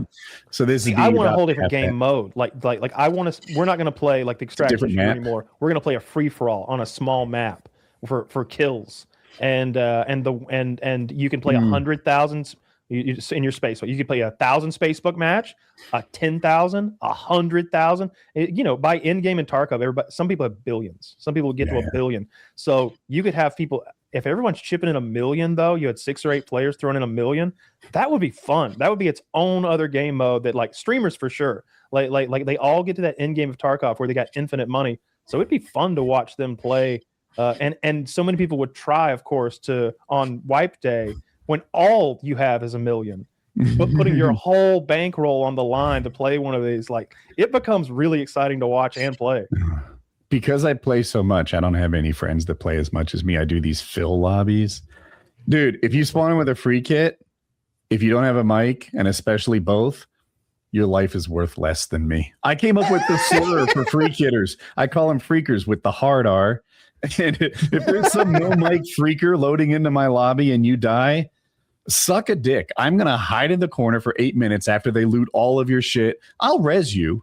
Because I'm kind that way, and you'll come up with what you come up. I'm not risking my actual gear when you freakered in here, you fucking scumbag. Did you want me to put my $10,000 kit in a 1v3 because you're garbage ass free kit in here with no mic? You're worthless. You're less human. You're ruthless. Subhuman freakers. That's how Pol Pot would play. Well, one thing you brought up earlier, the stamina thing. So I haven't been able to play a lot of Marathon, but I've played some of it. And I noticed that when you load in initially and you're broke and you don't have any, that stamina is the most depressing thing. It's like they don't want you to run on the map, just walk. Jumping might as well be a crime. Sliding is like a war crime. Yes, you do like all 2 true. things and you just overheat. And I'm like, do I have the most unfit runner on the planet? I like that. Does he get better? Like at least marginally better. You'll be able to upgrade that by like a third in your first couple hours. Yeah, that's even a little faster than I like. I always go back to Tarkov because that's my goat. But I'm the guy who puts in that 100 hours in 2 weeks or whatever, and suddenly my character, I feel like, should be a little fitter than yours. He's been running a lot, like 50 miles a fucking hour or something like that sometimes. So like, make my guy a little fitter, give him a little more stamina. That's one of the gaps faster. Between Marathon and Arc Raiders. Like in Arc Raiders, by day 2, you're pretty well set. Your character, you've got the running down and the mantling's a little quicker. In Marathon and Tarkov, like some guy that's been grinding this for the last 6 weeks has a noteworthy advantage over the guy who's been grinding it for 4 days. Yeah, I appreciate that a lot, but I definitely recognize that these are different games for different groups of people. Like Taylor hit it on the head with like Ark is the perfect dad game. The perfect game for like the 40-year-old dude who gets to game 5 hours a week, not 5 hours a day. Yeah, listen to you subhuman freakers. Stay out of Marathon. You don't even belong here. Not on my team anyway. On the other team, you're welcome. Every time I play Arc Raiders with them, because they're all way higher level than me, like they're texting me to play after this, and I'll probably play with them. But it's funny where they'll like, look over there. See that giant spider beast? That giant spider robot? And I'm like, wow, we probably couldn't take that yet. And they're like, well, it's not part of the game yet, but it's coming. It's coming. I'm like, okay, like, yeah, neat. They're getting to the point now they've played enough that like they're talking shit, which I don't like being in groups that talk shit because I am useless. I am so unhelpful in first. I would chime in and be like, hey, I'm with them, but I would never talk shit to you, gentlemen. I like the way you move. I like the cut of your jib over there. If they go down, maybe I go my separate way. I'll immediately collaborate. Like I'm getting out of here alive. I'm there on a free loadout. They just kill me for fun. They steal my that one gun that has like the tube underneath. Like that piece of shit, like light ammo gun. The kettle? The kettle. They steal my, and I'm like, you're not getting, like, I'm like down and my guy's crawling, and then some guy comes over with a hammer, and I'm like, you're not gonna get anything from this. Fuck you. And then they kill me, and I can never tell. I think that's just what they're getting off as, and I'm not even mad at them because I'm picturing myself in their position where it's like, yeah, that would be fun. Like that's just pub stomping. Pub stomping in all the CODs was awesome. It was creme de la creme in COD 4 when you got put in a noob lobby and you go, oh, this is a noob lobby. Red dot class on the M16. Let's just cause mayhem now. Just kill. Host advantage in COD 4 was so big. Like I played a lot of COD and got above average, but when I was host, now it's Woody time. It's Woody time right now. On host, the gun sounds different. Yeah, it does. OnlyUseMeBlade used to do this thing where when it was searching for a host, he'd upload a video to YouTube. Nothing would be suitable, right? His pings were terrible across the board. So it'd make him host, then he'd cancel the upload and play. Yep. Wow. I also did that thing. Speaking of Blade, have you guys seen the OnlyUseMeBlade update recently? Yeah. He lost his toes. Yes. It's sad. Well, he didn't lose them. He knows where they are, but well, they're no longer attached to the way they How much of his foot did he my lose? Toes, Morty. They put them in a jar. Morty, I don't. They're putting my toes in Gwyneth Paltrow's candles. Morty. Does he have a prosthetic foot to help with walking and shoe fitting? He's got enough foot left that he can walk, I believe, just not with great dexterity. Not that was happening before anyway. Yeah. But it's a real shame because I didn't meet Blade a whole bunch of times, but the times I did meet him, he was affable, friendly. I had a great time hanging out with Blade. There was no like red flags or anything. And it's just very sad to see the path that his life has taken him down. That's true. Yeah. In 2015, he was a great guy. I think he's made some pretty big mistakes along the way. It's hard to stand up for those. Some of them are unproven, but yeah, still sad to see. Regardless. Same exact thoughts, Woody. Like, it seemed like he made some poor decisions along the way. Clearly, like, drank way too much, and he'd just get blasted. Some of those streams are hilarious. Like, if you go back to when they're on that motorhome, and they paint his face like Pepe the Frog, but they don't use face paint. They use fucking spray paint. And he wakes up and he's been spray painted, and it's like, dude, people are graffitiing you. You've got to pull back on the alcohol. But whenever I met him, like I went on 2 or 3 trips, and he'd be there at like PAX Prime or something in Seattle. Just ton of fun, very chill, very friendly, like not a mean bone in his body. Just wants to hang out, get fucking drunk, get high, and just have a good time. That's every experience I've ever had with him. I can think of one that's perhaps less good, if you would like for me to share. It involves Blade sharing pictures of other people's private parts without their consent. Well, you can't do that. Shouldn't have done that. That's largely frowned upon. Yeah, I've seen like a few. There's a whole montage online of like bad things he's done. I'm not gonna stand up for any of that. All I can speak to is like every time I was with him, he was fucking barrel laughs. Super charismatic dude. Yeah. The room was more fun with him in it. Drinks a lot on camera, I worry for them, because to me, OnlyUseMeBlade paved this road. And now, like, if your content involves like drinking every night, I hope this works out for you. So Driftor, last week we did our by decade drinking episode. Not even that common. Not even that. Our 3 times a century drinking episode. And I think Taylor drank like 14? I think I had 15 or 16 beers. Full Coors Bankies. 5% alcohol, 12-ounce beers. I drank a pitiful 8 or 9.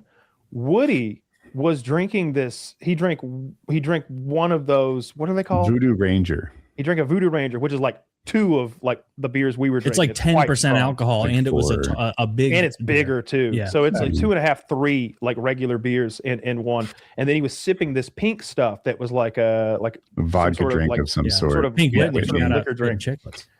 So afterwards, I was okay. Like I was a little dizzy after the show, and I usually don't drink that much at all. I maybe have 1 or 2 beers occasionally, like for dinner, and so I didn't feel great. I went straight to bed. Taylor very hungover for like the next day, and even a little more the day after that. It was rough. Woody shat blood. That can't be healthy. Yeah. Can't be good. Who are you talking, huh? You throwing shit over here? Crypt Keeper, huh? You're looking at the guy who never drank alcohol. This is what years of not drinking will get you. Maybe that's the missing link. Grab yourself a Banky. See if that seals things up for you. My doctor's like, we're looking at your labs. God damn. Get this guy a vodka martini stat. Yeah. Yeah. I said it on PKN for people, but my wife the morning afterward was like, or I guess after, the afternoon after when she got home was like, oh, how you feeling from that fall? And I'm like, what? I fell? And she was like, yeah, in the middle of the night, you like aggressively rolled out of bed and like hit the ground hard. And I was like, I have no memory, but I'm not sore. And then before I showered after working out, I was looking around, big old bruise on my hip. I guess I hit the ground hard. Dude, and the next you didn't hurt yourself badly. I'm very fortunate for that. But then also the next night, after that, obviously, we were going to bed, and I was like, "Where's the remote?" Because I want to put on one of my falling asleep shows, and I was like, I wouldn't have misplaced the remote for my TV in the bedroom. It was cast all the way into the corner of the room. Yeah. There was a bowl of popcorn upturned. At some point, I must have also made popcorn. I was hoping the remote looked like a what are those things? A steamroller went across. You just flattened it with your hip. No, just everything, just mayhem over there. Upturned popcorn. I have no recollection. I thought I made as soon as the show ended, I made oven pretzels, drank my coconut water, drank my body armor. I'm like, you're being responsible. You're eating snacks. You're filling it up. You're preparing yourself for the next day. I'd be up pissing all night. I had no memory of making popcorn. I must have though, because the bowl was there and it was completely empty. Of course. I'm curious though. So you say you noticed this the next night. So the bowl of popcorn set upturned in your bedroom just for a day and you didn't notice?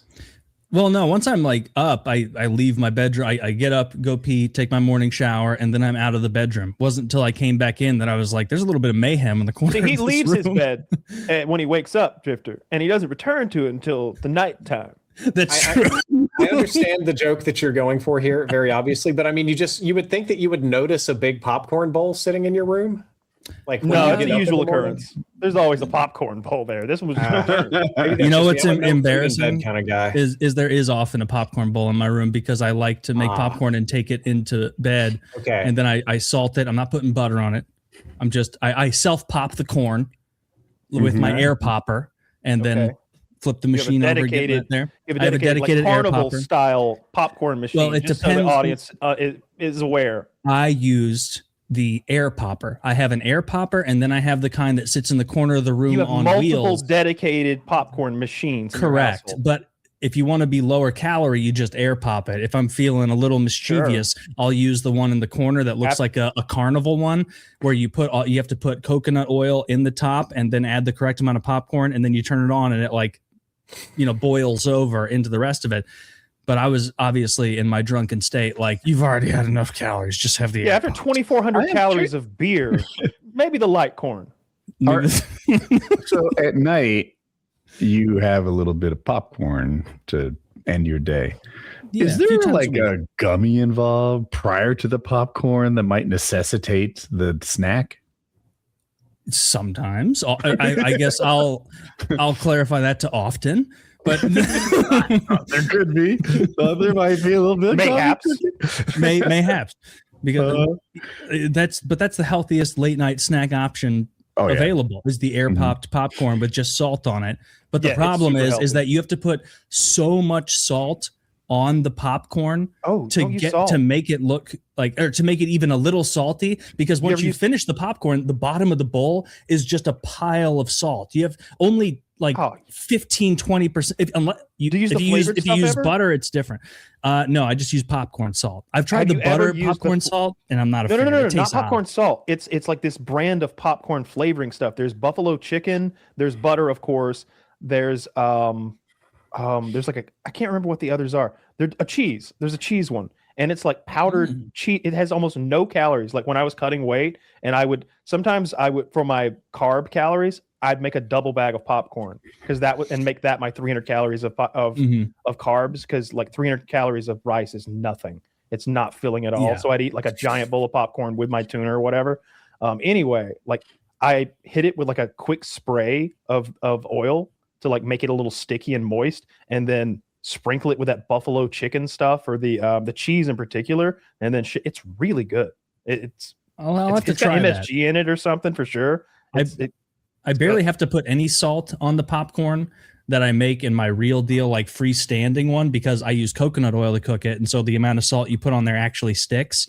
But when you're making air popped popcorn, no oil, no butter, 15% of the salt you pour actually sticks. At the end of it, there's just a literal pile of salt at the bottom of the bowl, because none of it will stick.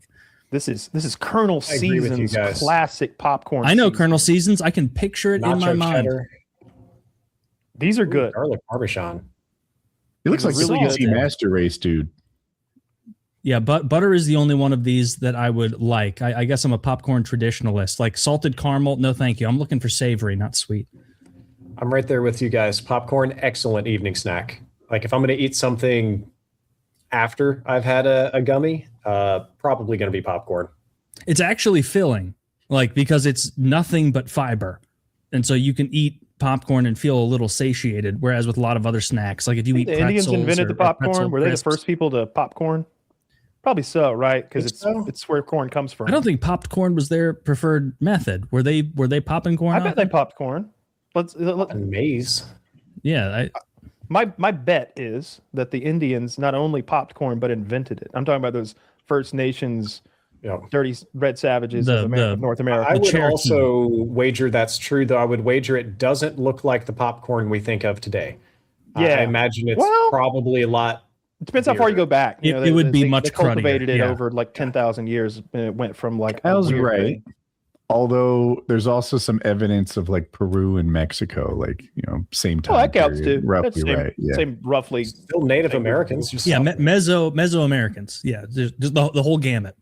Cool. Like they were doing it, but it wasn't making good popcorn because we've got this like maybe they were now genetically they're improved corn that's just for popping. I'm imagining them like frying it in like bison fat or something like that, and it having like a meaty kind of thing to it. Maybe even like mushing it up then and like making some sort of a paste. I don't know. I bet they did some fun stuff with it. A little caramel. Nobody what if their civilizations collapsed because they could never figure out how to make good enough popcorn? No, that wasn't it. It was the smallpox. Probably. And those guys showing up with their fucking conquistador helmets and guns. That didn't help. That's another one. That didn't help one bit. Well, that helped some of them. The ones that didn't like the Aztecs helped them. Yeah, for a little while, I guess it helped them. And then they're all Mexicans now, so we know how they got helped. All right, like. Well, there's varying degrees of Mexicans. You can see the difference in like you look at like Antonio Banderas, who looks very European to me, and then you look at like that guy I hired to haul away my garbage last summer. Yeah, he looks like Proudfoot from Apocalypto. Well, that's just who has more. That's just who has more Spanish admixture, right, or European admixture. You got my papa was Honduran. The Antonio Banderas. You got the AOCs, who are way more European than like Mesoamerican. Oh, and then yeah. you got like the Guatemalans, who are more, I think, Amerindian. So they're like shorter, much shorter. Yeah, my papa's was from Honduras, and he was like 5'4", 5'5", and like very brown and like sturdy. Yeah, they're a thick folk. Yeah, not a lot of European in him, for sure. He talked about like catching tarantulas as a child to sell at the market. They were so poor. I'm like, who's buying tarantulas? I was about to say, who's just buying tarantulas? What do you do with a tarantula? That's horrid. You take that's the stick, too hairy. You put a little bubble gum on the stick, Kyle, and you put it down the hole and you stick to the tarantula. What are you doing with the tarantula? Oh, you sell him at the market. Selling it to white tourists? I don't know. I guess so. He was a tarantula salesman back in the day. I don't know who. Then he became a cook on a fishing vessel that made its rounds through the Gulf of America. And he was like, the captain was so mean to me, Kyle. He was so racist. He called me name, but I make his coffee every night. I piss in the coffee.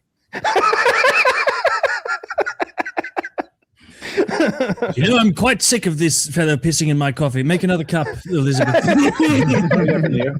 Oh God, it's got a little salt in it. The problem is he's doing way too much. It's obviously not coffee. Yeah, well, mostly piss. Papa.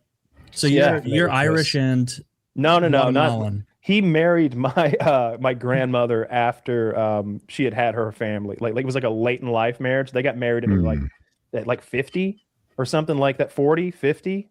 Something like that. They got married, and like she had two husbands prior to that who were white dudes, and they were both like very abusive. Like she was forever deaf in her left ear because one of her husbands slapped her in the head so hard it ruptured her eardrum. No, that's a big slap.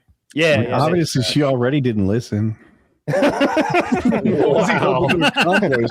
didn't help things one bit. So like her two prior husbands were these like abusive alcoholic white dudes, so she got her a brown man she could bully. Like, she was definitely the boss in that relationship. Like she dictated everything. Kyle, I think this is once again you hating your heritage. You call the Mesoamericans you call them savages, which I mean they were Stone Age when people showed up. They were cannibals, but you rip on the Irish, the old luck of the Irish. You're largely Irish. I hate the Irish. I can't help that I am Irish. Like it's like 60-70% Irish and like that's so Irish. The way you say it, I can't help it. Like I can't help it. If there was something you could do, you could just go and get the Irish DNA pulled out and replaced with something else. I absolutely would. I'd want more of the English and maybe the a little English. Have you seen the English? They look worse than me. Oh, the English are solid. They had that empire. Pretty cool.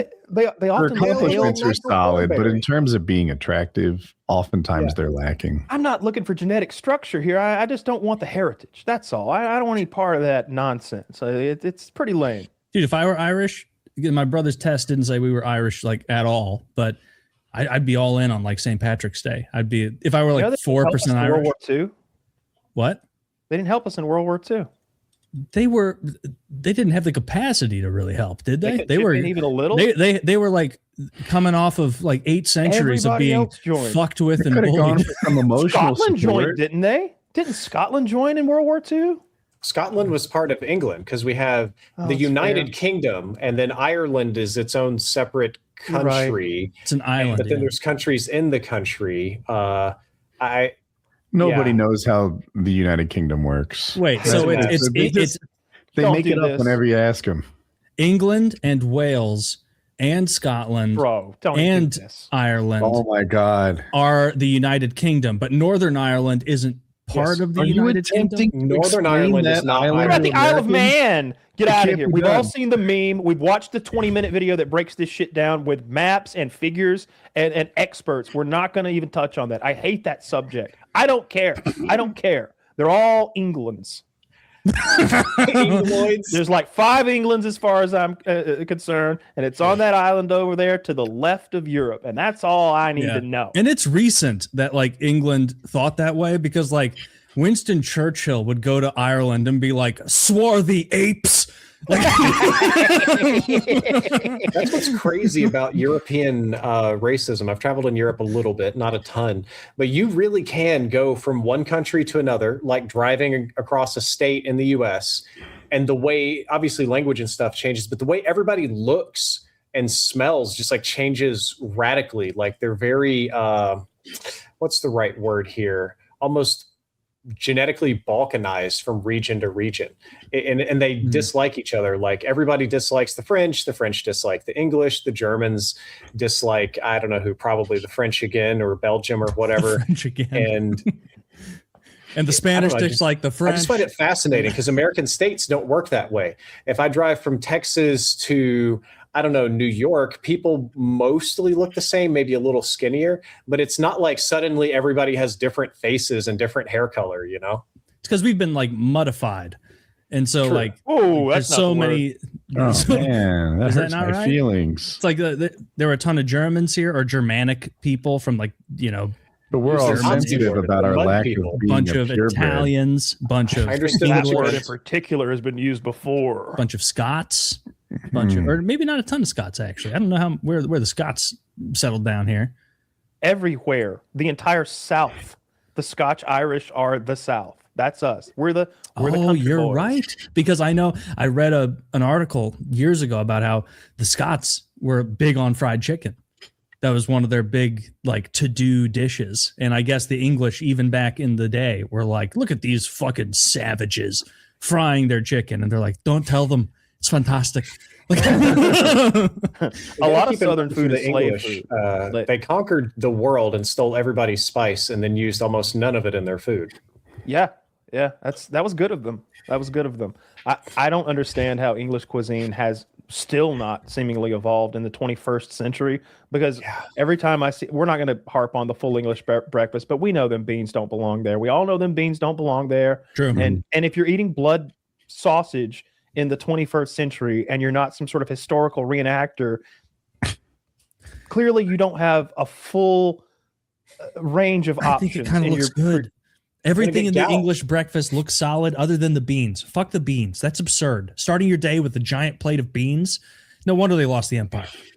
Like that. I just imagine like everybody at work at 10 a.m. is just farting it up in the office. But the mushroom part, I like the mushrooms. You know what? The meat, the eggs. As you think about like an American breakfast, though, it's kind of dessert sometimes. Yeah, like that's pancakes, waffles. You can literally put ice cream on waffles or whipped cream. It doesn't seem like real food sometimes. I'm anti-sweets for breakfast. It does not set you up for a productive day. No, like, you want eggs and bacon and toast and maybe a biscuit and gravy. That's oatmeal. Solid. But even then, oatmeal sometimes. Don't throw the gravy on like the Deep South does, because they put a ridiculous amount of gravy on there. I like that sausage gravy now. Certainly, we all have a little oatmeal to get the blood out of our schools, right, boys? Right, a little steel cut, huh? What's your go-to oatmeal? I'm a blueberry oatmeal kind of guy. Jackie makes it for me, and she crunches up some nuts in it, like pecans and cashews, and I don't know, almonds or something. And there's craisins in it. I've never been big on oatmeal at all. It just doesn't taste like a lot. The way I like oatmeal, Stevia. I turn it into a pudding. Like I put so much butter, brown sugar, and cinnamon in there that now I'm eating pudding. That's how I like my oatmeal. I like it to be a candied, buttery, like soupy, delicious thing. You remember the Quaker Oat Insta oatmeal packages that would have cinnamon or caramel or apple? And that was breakfast. Banana dessert. nut bread was the good one. Banana nut oatmeal. No. That I would always claim those. I'm a big banana guy. Cinnamon was the good one, dude. Anything banana nut bread, anything like that, I'm all in. That's banana. Cinnamon. Everyone's going to agree with that. Cinnamon cereals are a dime a dozen, sir.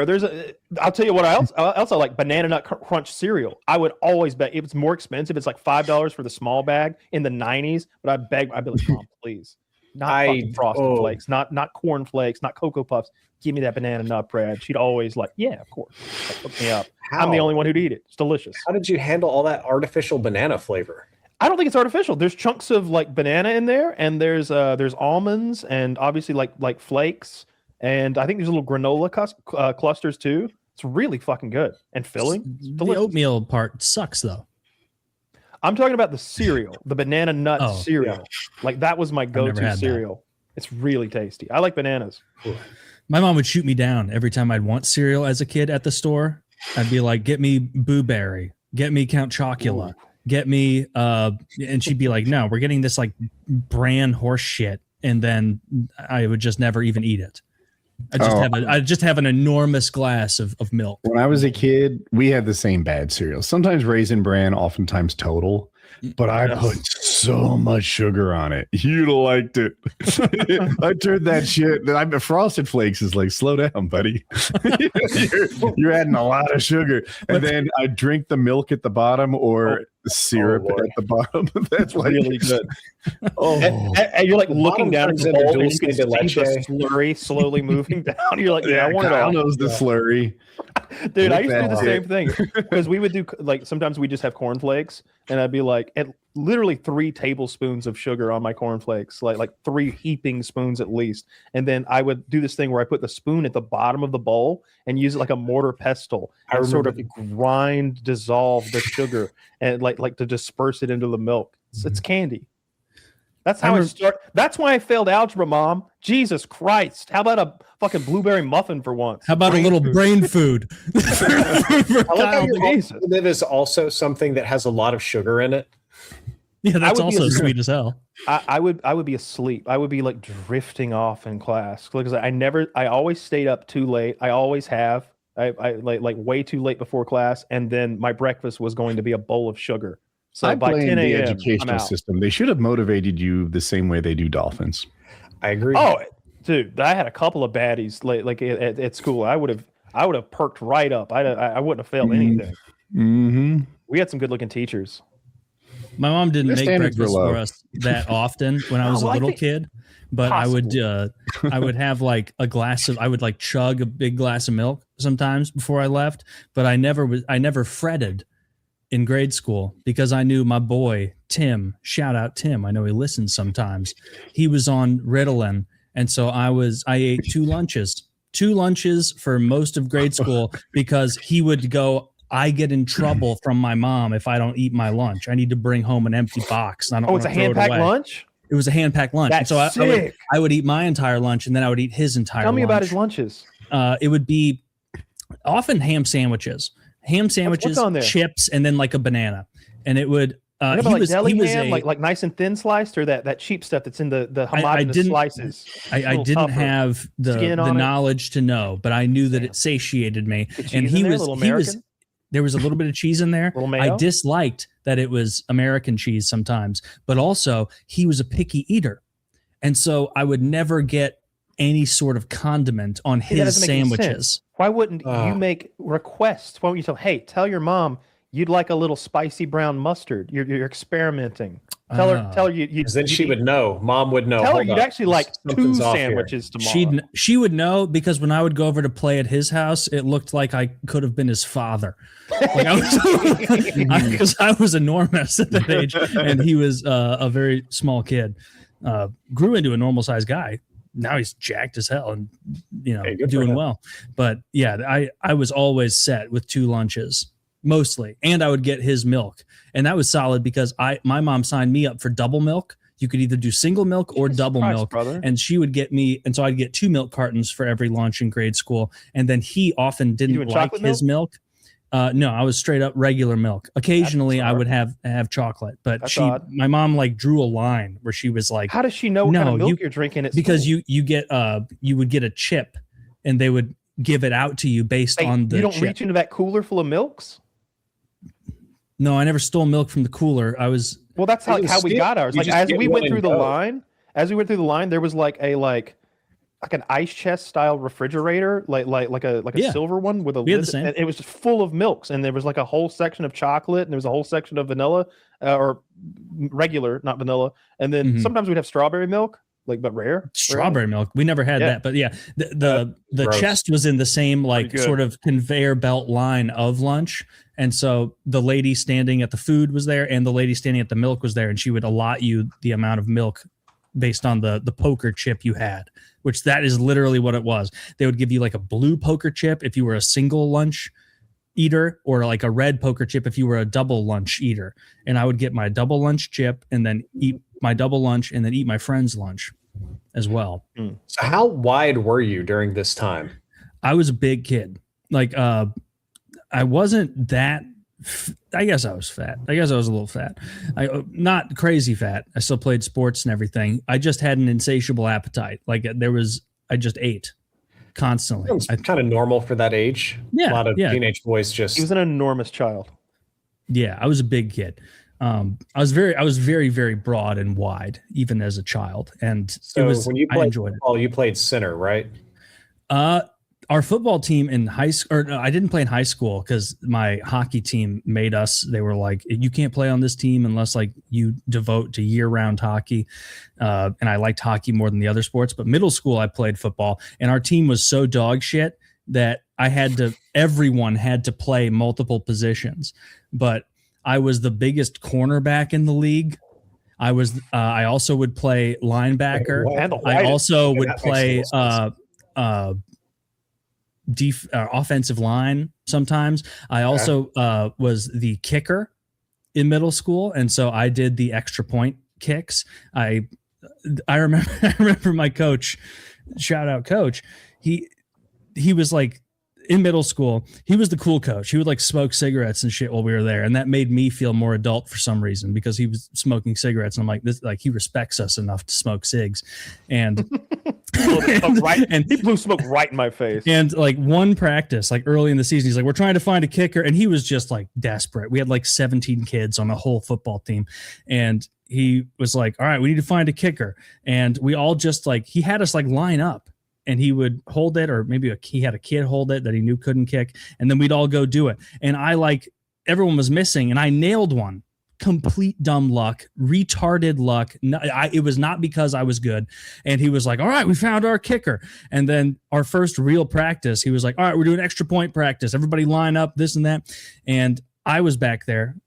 He explained to me that you take this number of steps back, this number of steps to the left, and then you run and plant your foot kick. And I was like, okay, I'm athletic enough. I can do this. And I missed so many kicks in a row that he came up to me, and I will never forget his distinct exasperation when he looked at me, and I'm like a kid, and he was a big guy. He comes up to me and he goes, after 11 missed kicks, he's like, Taylor, what are you doing? And I was like, I've never done this before. I don't know what I'm doing. Do you want me to be this or a guard or a wide receiver? I played wide receiver also. I got 1 touchdown in my whole middle school career. That's impressive. And it's because especially at your size. I was so big that the kid across from me was easily, even in helmets, a head smaller than me. And I just caught it, and I felt him on my leg. And I was like, not a problem. He was just a little kid. So I just kept running. I got 1 touchdown ever. I'm so proud of it to this day. Shout out Alex, our quarterback. And he was only given the duty of quarterback in middle school because he was like 6'3" in middle school. It was astounding. He started balding when he was 14. Have you ever been part of an activity where just no one explained to you like what was going on? And, yes, and that. You just, yeah. That's my entire football experience in middle school. I've told the story before, but my coach was literally retarded. He was a mentally impaired man. He had been hit in the head with a baseball bat in an assault/accident that went too far. Like a year before, they thought he was going to die. He like had massive head trauma, and then he came back out of it, and he went back to coaching way too quick. He would forget things and say odd things and just be strange. And like the assistant coach would kind of like he mostly just blew the whistle and like told us to hustle a lot. And I'm not kidding, Taylor. My dad doesn't watch sports, so I had no sports. I never watched a football game before. I don't know what this sport is. Like I'm basing it on like the Looney Tunes cartoon. You're going blind. I have no idea what I'm doing out there. I think I was on like the defensive line, and I remember like one day being like, shouldn't I try to get the ball from him? And they're like, yeah, that'd be great. I'm like, oh, well, that'd be easy. I just move past this guy. Like, he can't stop me. Like, no one had explained the rules or how to keep score or like what to do. I was just there.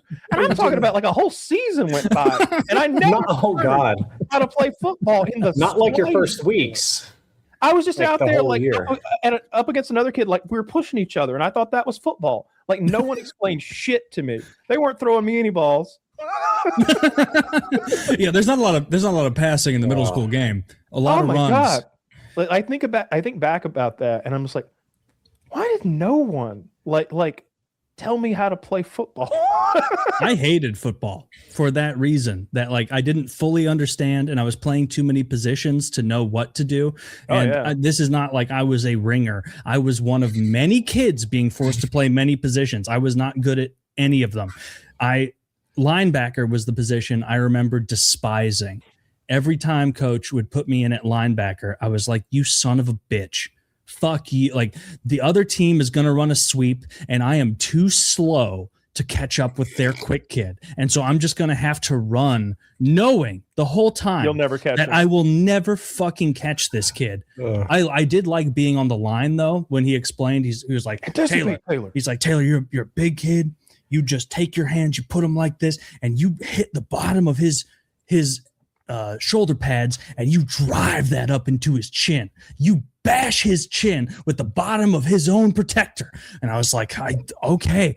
I loved the line. I would occasionally run over a kid and then not know what to do. Where I was like, what's next? Like, and then it was like, after you run that kid over, you run after their fast kid. And it's like, all right, well, the play's already over for me because there's no chance I can catch the fast kids. I'm slow as fuck. Football sucked. And every time you felt like you were getting in the groove and you were grinding, whistle, end of the play, everybody slow down, go back.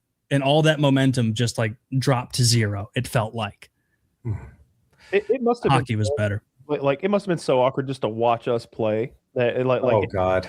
Like, there's no way because I didn't know where to go. Someone must have been pointing where to stand because like I had. Did you ever get to watch tapes of your own games? Oh, they never made us do that in middle school. No. We only documented things that were that like wouldn't be embarrassing in the future. We've taped my baseball games; those are on VHS somewhere. Dude, I botched big time kicks like in big games for extra points or field goals because he'd be like, "You're the best we have, Taylor," and I'm like, "That can't possibly be true," and like. I'm like hitting it off the helmet of someone on the defensive. I'm just so ill-equipped. It was so embarrassing. My kicks were getting returned. Yeah, and I would just want to run off to the side and hide, and then he'd be like, "No, you're linebacker now." And it's like, wow, I can get humiliated again because I guarantee they're going to hand it to that black kid, and he's going to burn me. I'm way too fucking slow. Sorry, Driftor, go ahead. Yeah, that's all. I played football for middle school and throughout high school, though it was for the Mississippi Private School Association, which, so you could just say it's the rich white boy league, so it's a little bit different. Believe it or not, I was the most aggressive player and earned the nickname Killer, and they would play me on defensive line or end. Hell yeah, dude. I never learned hardly anything about football with the exception of you smash the guy with the ball. And that's all that I did. I was a little skinny guy. I wasn't super big or strong, but they would put me at like nose guard, like right in front of the center. And they trained me to just get faster and faster. So when he would snap, I would just try to like zip in between all the big guys and like sack the quarterback or whatever it is I could do. And it probably was not good for my health. Fun topic, but I played super aggressively. I clotheslined people, headbutted people, just smashed as much as I could from 7th grade to high school. Very weird times. I remember the biggest hit I ever got was on my own teammate. So the fattest guy on the team, defensive lineman, he had grabbed the quarterback, and somehow this little skinny quarterback must have had legs like tree trunks, would not go down. Big guy could not knock him down. So I'm coming around from defensive end, and I can see this happening, and this is my opportunity. My name is Killer. My job is kill guy with ball. I am going to hit this quarterback as hard as humanly possible. So as much steam as I can, full like head and shoulders down. We are going to slam jam this guy. Quarterback somehow, tree trunk legs, manages to move just enough to pull my obese teammate in front of me. So instead of hitting the quarterback, I nail a 300-pound friend of mine and literally send him like helicopter, like legs and arms out flying. We watched the tape back the next day. The joke was it's proof that pigs can fly. The coach had awards for people, and he gave me an award. There was a heavy hitter award you could get for hit of the game. They gave me hit of a game on my own teammate. And it was one of the most embarrassing hits I've ever done in my entire life. I mean, at least you were called Killer. I didn't have a nickname. I remember I'll do the ads after this, but we in middle school, because I didn't play in high school. I only did hockey in high school, but we had this big fat black kid named Marquise be our center sometimes. And before we ever played, I always assumed like he's big and fat, he must be strong as well. No, he was not a good center. And he was also like the worst guy for morale on the team. Like if we ever lined up, like we'd be in the huddle and he'd be like, man, we losing. Like he would just say shit like that and like rip on us as a team. And I always wanted to be like, Marquise, like, come on, man. Like, I thought his name was Marquis for a while, but he corrected everyone. He goes, no, because it was spelled like Marquis, but he's like, no, it's Marquise. He had a horrible burn. He was burned sometime as a child. His ear was like melted to the side of to his face on one side. That upsetted me. I didn't like seeing it. I don't know what it was, but it was great. But he was very funny, and I enjoyed him as like a verbal guy. He was a good locker room guy, but on the field, man, just useless. We had a melted kid too. Was it greased, I guess? Yeah, it was greased. So yeah. Somebody spilt a pan of hot grease on it and melted him. Oh, my uncle was like that. It looked like Sloth from the Goonies. His head was all sunken and burnt. Yeah, it's pretty rough. His ear was all like it was still there and all, but you could tell like not as much as should have been. And you know, it's the side of his face was all melted. That was a real sad kid. I felt sorry for him. He had that's a huge downer. But you know what's a huge upper? Blue Chew. Meth. BlueChew.com, folks. This episode is sponsored by Blue Chew. Let's talk about sex. Guys, shouldn't you always be at your best? 2026 is the year to maximize your performance in the bedroom. Listen up, BlueChew.com. Blue Chew is a unique online service that delivers the same active ingredients as Viagra, Cialis, and Levitra, but in chewable tablets and at a fraction of the cost. You can take them anytime, day or night, so you can plan ahead or be ready whenever an opportunity arises. The process is simple. Sign up at BlueChew.com, consult with one of their licensed medical providers, and once you're approved, you'll receive your prescription within days. The best part? It's all done online. So no visit to the doctor's office, no awkward conversation, and no waiting in line at the pharmacy. Blue Chew's tablets are made in the USA and prepared and shipped direct to your door in a discreet package. Blue Chew wants to help you have better sex. Discover your options at bluechew.com. Chew it and do it. Also, we've got a special deal for our listeners. Try Blue Chew free when you use our promo code PKA at checkout. Just pay the $5 in shipping. That's bluechew.com, BLUECHEW.com. Promo code PKA to receive your first month free. Visit bluechew.com for more details and important safety information. And we thank Blue Chew for sponsoring the show. Again, that is bluechew.com, BLUECHEW.com. Promo code PKA. Get that first month free. Just pay the $5 in shipping. And as always, Kyle has never led us astray with this. Try the Tadalafil. Works for me, works for Woody, works for Kyle. Seems to be the creme de la creme of the offerings. You'd be very impressed with my penis. I've even asked you to stop sending pictures of it. And so he calls it the Intimidator. He doesn't mean that. It's turgid. It's veiny. That's what you need. Also, check out Lock and Load, folks. The premium ejaculation increasing supplements taking the world by storm.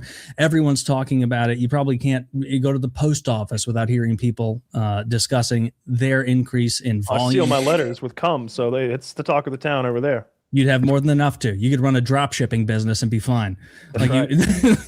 Busting hard.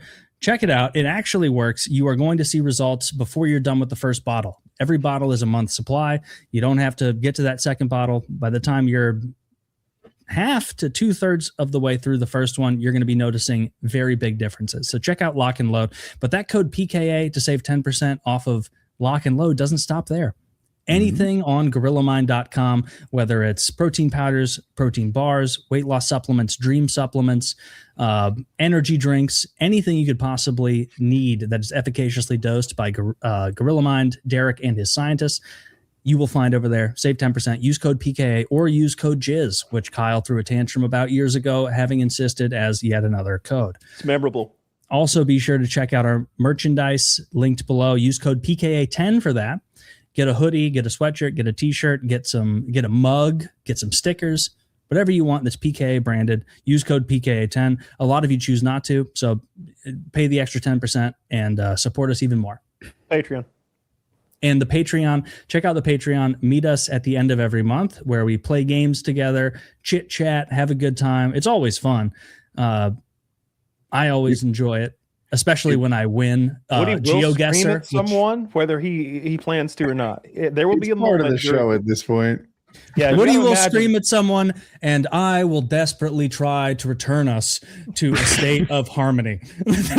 You got to imagine there's 25 people. Yeah, 25 fans are in this room. We do multiple rooms because there's more than 25 total. It's a thing. A lot. And for 4 hours, we're sitting in this room with 25 video cameras, and everybody wants to, especially if you're new and you just paid $50 for this thing, you want to chat to your Taylor or Kyle or Woody or whoever, and people talk over each other, and that's fine.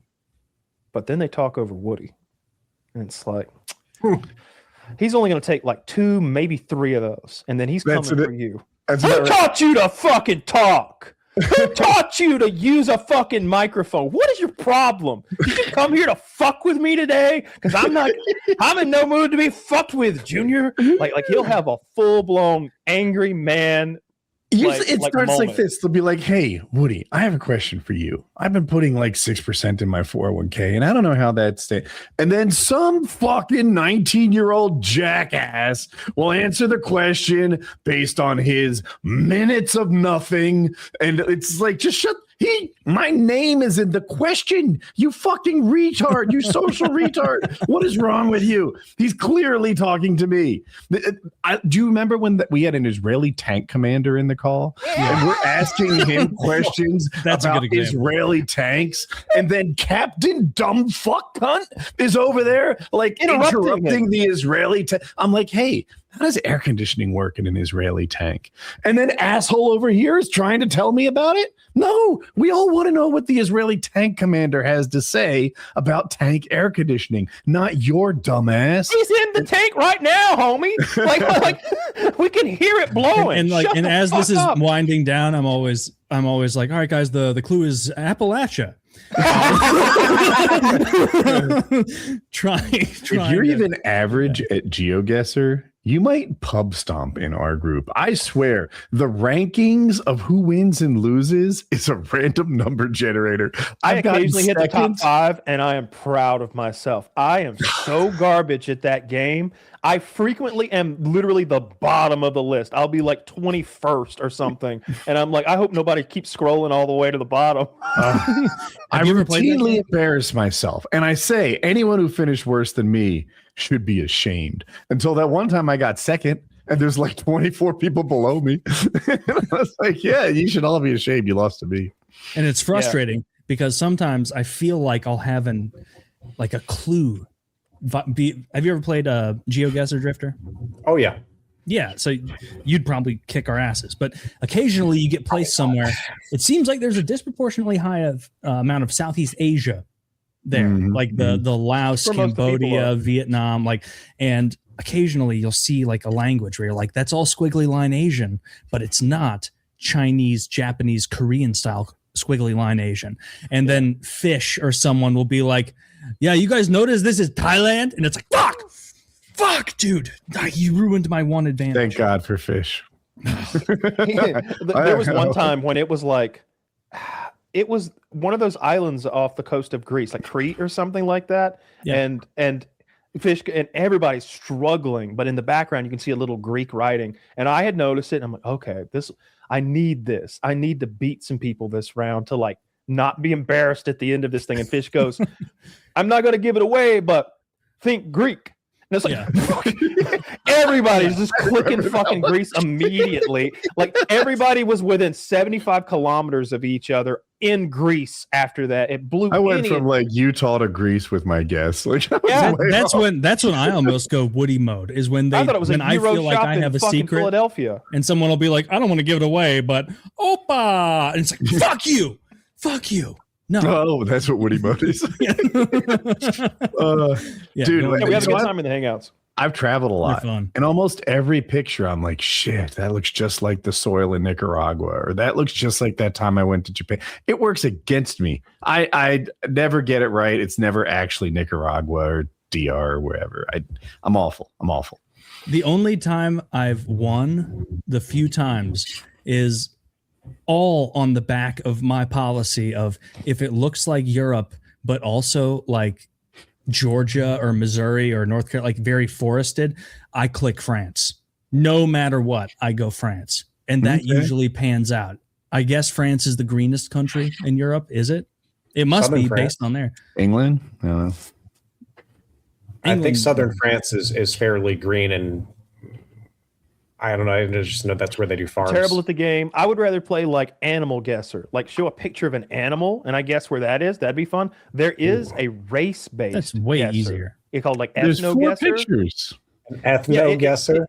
It's not well developed, but they show a picture of just some dirty brown person on the side of the road, and you have to figure out, oh my God, that doesn't help at all. Like that could be anywhere. I'm worse at that than GeoGuessr. Wow. I'd rather have Cotton Hill up in there doing that cool, advanced scan. You know, they'd show like a penguin. It'd be in the fucking Philadelphia Zoo. Like, I'd like that. Show me animals. Dude, showing animals in a zoo would be the hardest thing to guess of all time, unless it says like, that'd be like the a city of brotherly love next to it. Zoo. Yeah, be a little curveball. Do you remember that? I took a picture of an animal for you on like during the eclipse, and you got it. Do you remember what that animal was? Oh, it was one of those weird African antelope, like a kidney or something. I had never heard of it. I was shocked you knew it, but you nailed it. If there's a goofy animal, you can kind of narrow down, like less developed. They're still allowed to hang out, do their thing. Maybe Africa, maybe a less developed area of South America, Southeast Asia, but you're never going to click. Yeah, Australia.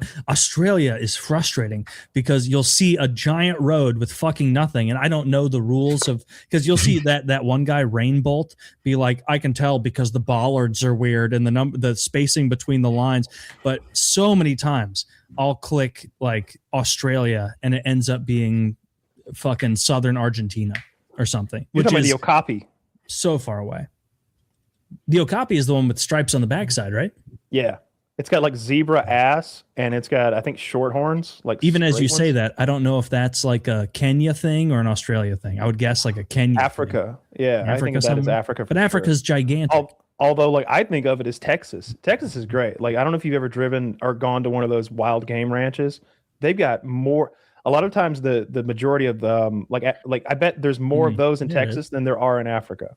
Like there's so many.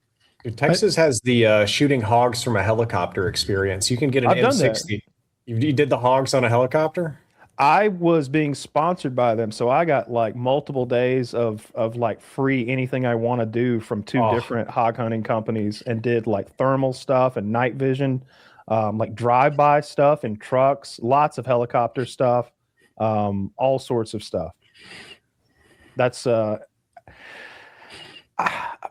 saw deer in my backyard yesterday. I sent you guys a video, and I was like, I wouldn't want to kill those deer. Like those things are beautiful. I really had I didn't want to kill them at all. When I was a kid, I'd have been like, I would want to kill those things. But with those pigs, they show you a video like before you go out in the helicopter that's about how evil wild boars are in Texas. They go over the economic damage to neighborhoods. They go over the disease. They go over the damage to agriculture. They explain that it's an invasive species that's a crossbreed between Russian black boar and domesticated American pigs, and they got out into the wild. And pigs do this weird thing when they go into the wild. They very quickly like feralize. They kind of de-evolve. They get like much bigger, toothier, hairier, and much more aggressive within just a single or two generations. This pig that started pink is now black and hairy and mean. And so like by the end of that video, I was like, let's go fucking kill him. Let's go fucking kill some of these bastards. I didn't want you to feel bad about shooting little piglets. Didn't feel bad a bit. Like they were the enemy by the end of that video. I was speaking down. Of pigs, I want to pull this in a different direction.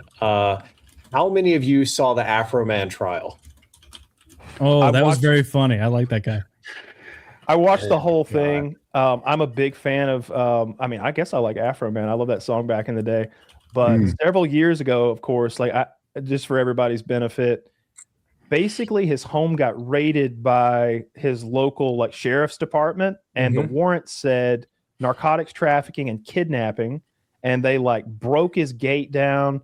They knocked his door completely off the hinges, and he's got a full home surveillance system. So this is all recorded, and they don't know about it at first. The officers going into his house, and they stole money out of his suit jacket pockets. They're like going through his CDs and all the pockets in his clothing, and like going through all of his shit. And then they cut off the cameras. They like disconnect all the cameras. So he makes a rap video about them. I can't remember what it's called. It's like, are you gonna pay for my gate or something like that? Are you gonna fix my door? I think it is something like that. It gets millions of views, and it's the footage of them raiding his house. And like one of the fat cops is like clearly eyeing his pound cake that's on the counter. He's like, "Do you want a slice of lemon pound cake? It looks like you want my lemon pound cake." and he's just going through like showing them stealing money and just like making fun of and mocking them the whole time. Well, I don't know. Were they at the wrong address? Is that how that happened? No. They're at the right address. They find nothing because he doesn't have anything bad in his house. He didn't kidnap anybody, but they've done all this property damage. They've robbed him of his money. And so he makes a rap video mocking them. They sue him for defamation. He makes more rap videos. One of them is called Lick 'em Low Lisa. And it's the member of the sheriff's department, this female cop. She was the one who disconnected the cameras. She is a big husky gal with an incredibly deep voice. Like Dr. Girlfriend voice. When you hear her voice, you're like, whoa, that's new to me. I've never seen a woman with a voice that low who wasn't like a steroid freak or something like that. Like China, the wrestler, she got a weird voice toward the end. So it's Lick 'em Low Lisa, and the whole music video, he has a woman who looks enough like her in it, and he's fucking her and dressing her up in lingerie, and she's eating another woman's pussy, and he's saying that she's got a dick bigger than his, and it's 13 minutes of mockery of a music video, like a slice of pizza. Yeah, all sorts of shit, and like I said, he's accusing her of being a lesbian, having a dick, and having a sex change. And so she's in court in the deposition and in the in court, and they're playing that video for the court, and she's crying. She's bawling as this video plays, and she's talking about like, people, I drive through my own town that I police, and they holler at me, lick 'em low, Lisa, lick 'em low. Yes. And they call me a dyke. And she's going on and on about how mean this has been. And then there's another cop, and he's the one who stole the money. His name is Randy Walters. Mental. The deposition, especially when it came to his brother and sex crimes. Yeah. So Afroman accused this guy of being a PDF file and had some things to say that I initially was going to say, hey, maybe that's actually defamation. You probably just can't call people PDF files, right? And then it seems like his family has a serious problem with touching kids. The attorney keeps asking him, so was your brother ever convicted of a crime? He's like, I'm not sure. I think so. I know he had some legal problems and we kind of went our separate ways. It was like, do you know if the charges involved minor children? He's like, maybe. It's not really my business. And he's like, and ask him, well, was your brother's crime posted on the front page of the town newspaper? And it's like, well, yes, it was. And the same guy said that he was slandered by being accused of being a thief. And then on cross-examination, the other lawyer says, so in this other area where you worked, didn't you get accused of stealing money from traffic stops? Didn't you get accused of like stealing people's drugs when you pulled them over? And all of the stuff that Afroman was saying that you would think is like real slander was seemingly true. And I loved the fucking the guy's wife. It was like, what is it? So can I interject a little? So it's the line goes, Randy Walters is a son of a bitch. That's why I fucked his wife and got filthy rich. Yes. And so it's slander unless he might have fucked this guy's wife.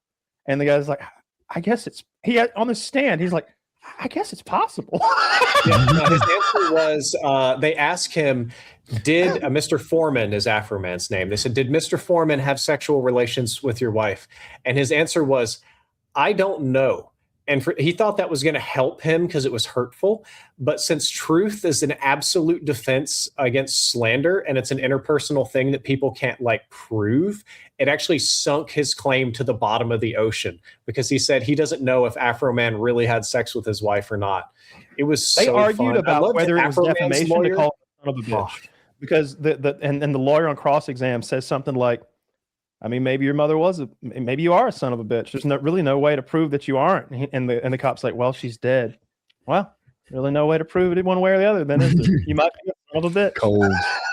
Dude, Afroman's so did Afroman get paid for this? Because it sounds like he's been wronged. And I'm hearing he won a defamation suit, but that doesn't give him It was against money. him for they wanted $4 million from him. Right. He could count. I don't know if he countersued or not. He's the victim. Well, he's getting tons of views. I highly recommend y'all go to his YouTube channel. The Lick 'em Low Lisa video, like he has this woman, like this actress, I guess I'll call her, impersonating Lick 'em Low Lisa. Yeah, and she is a big gal. Okay, but she's big in the right places. She's got a big old belly. Look, don't make that face, Woody. I just hang with me for just a moment here. Just Alex Honnold with me here. Just free range. Okay. She's got a big old ass. Like it's not for me. It's too much for me. There's too much of her for me. She probably weighs 250, 270 even, maybe. No, that's a 300. I got a timestamp here. See, hang on. Let me make sure I do it right. So like you get a real good look at her. Can we show this? Is it her butt? I mean, this is on his YouTube.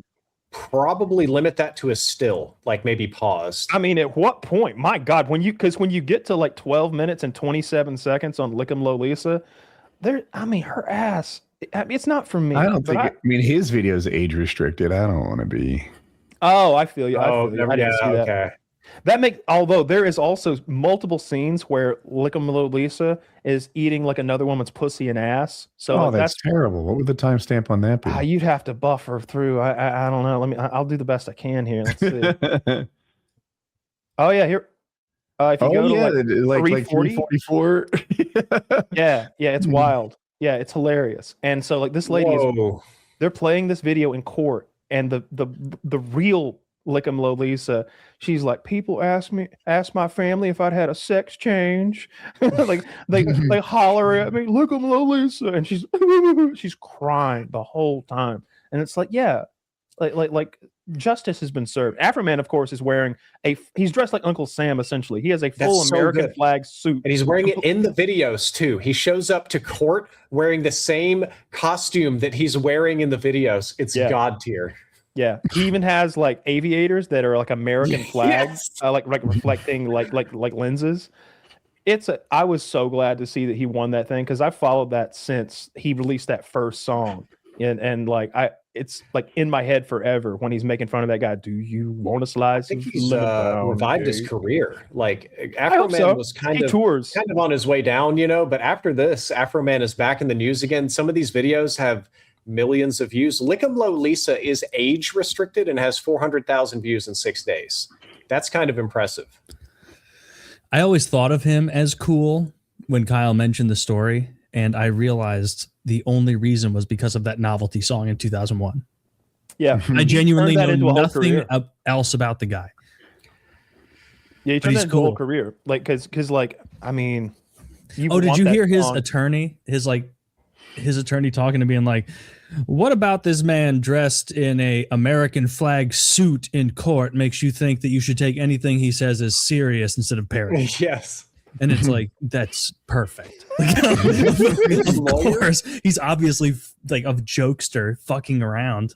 And that's awesome. His lawyer scared me. I started watching some of this trial, and I saw the regular. I was scared for Afroman. I saw the lawyer, the plaintiff's lawyer, making the claim. That was pretty normal. Afroman's lawyer comes up. This dude looks like he walked off of a Louisiana swamp boat, threw off his overalls, and put on a lawyer outfit, like the most big, like redneck beard you've ever seen in your life. And I'm like, oh Lord, oh no, this is not going to end well for Afroman. And suddenly he's articulate and smart and eviscerating people in bigoted much? Yeah, right. Yeah, bigoted. He looked just like a big redneck, but he's a big redneck with a big brain. A lot of rednecks are very smart.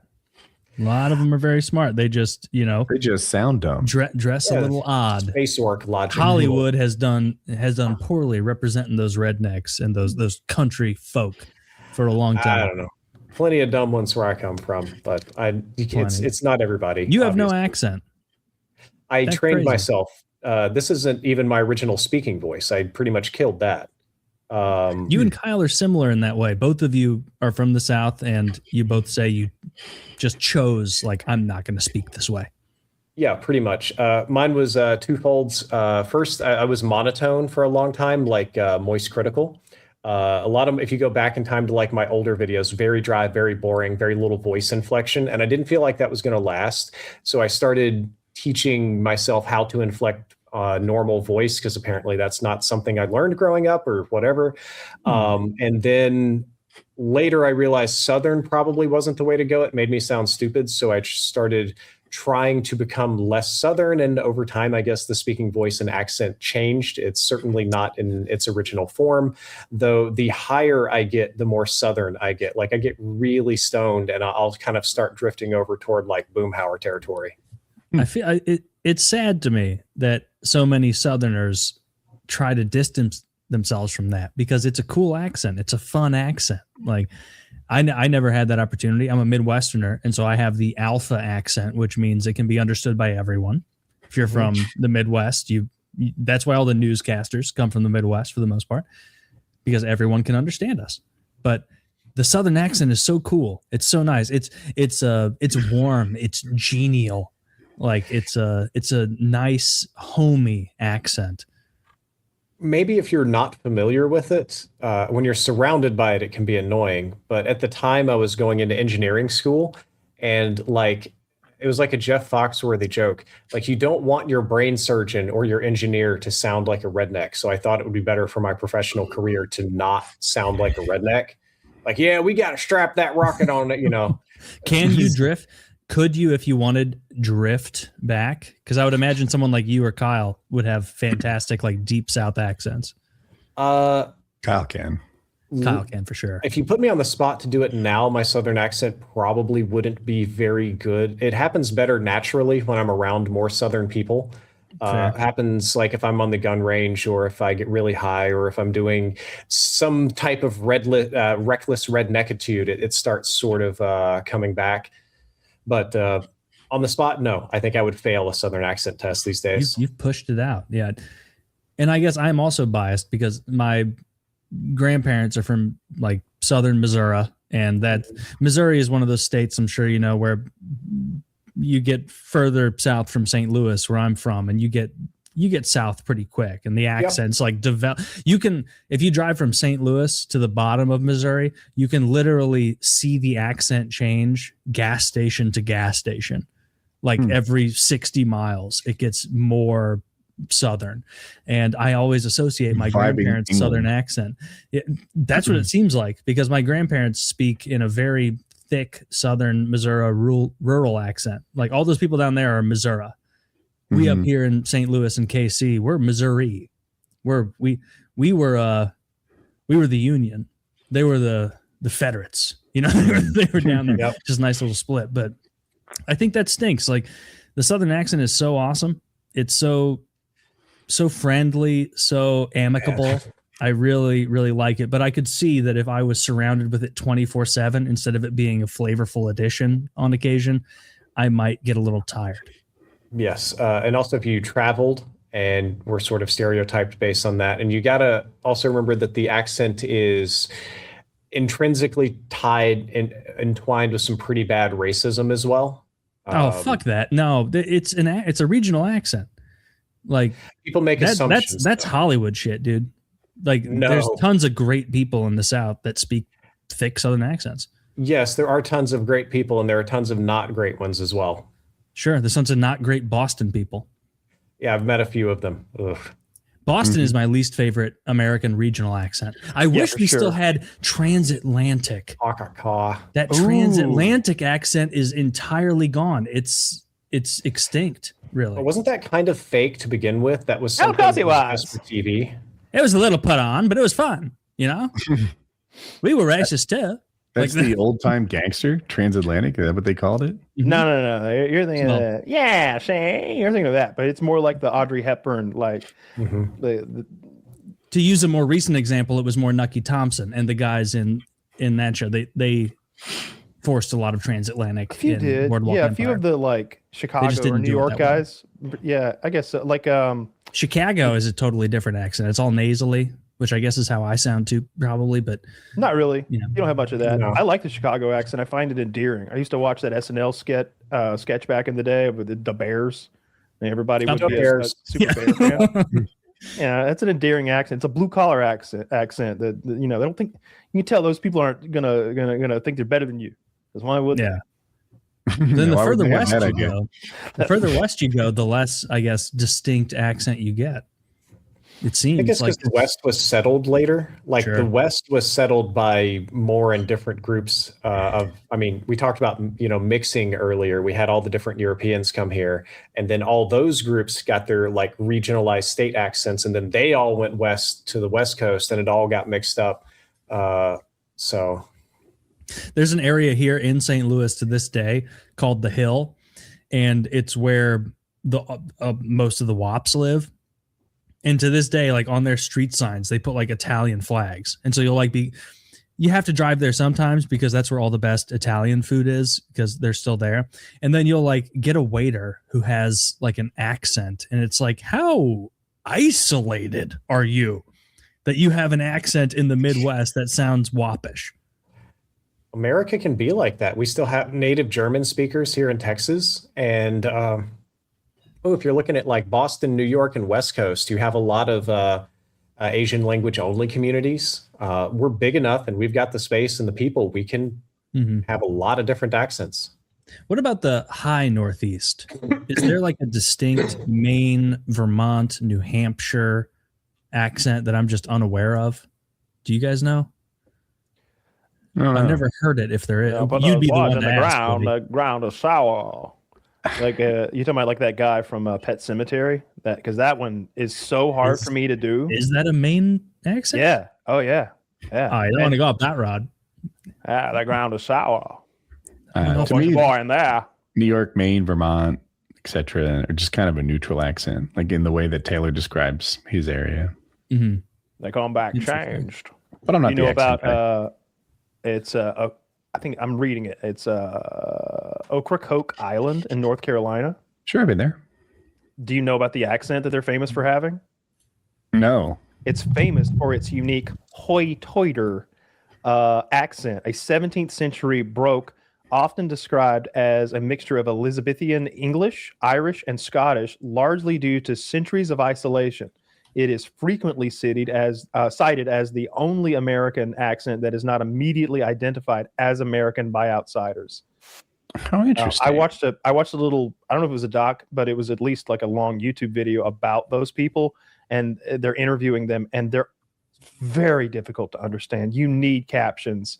And right off the coast of North Carolina, and they talk about how they don't want their accent to die out, and it's one of those island communities where like you don't want people to leave and you don't want new people to come in necessarily. They really want to preserve that hoity-toity accent they've got. When you hear them and you're like, are you sure this is North Carolina? Because it sounds like, I don't know, Welsh or something. It sounds weird, funky, English, Scottish, Irish. Well, like they said, it's bizarre. This is an awesome accent. We got to keep these guys around in North Carolina. Wow.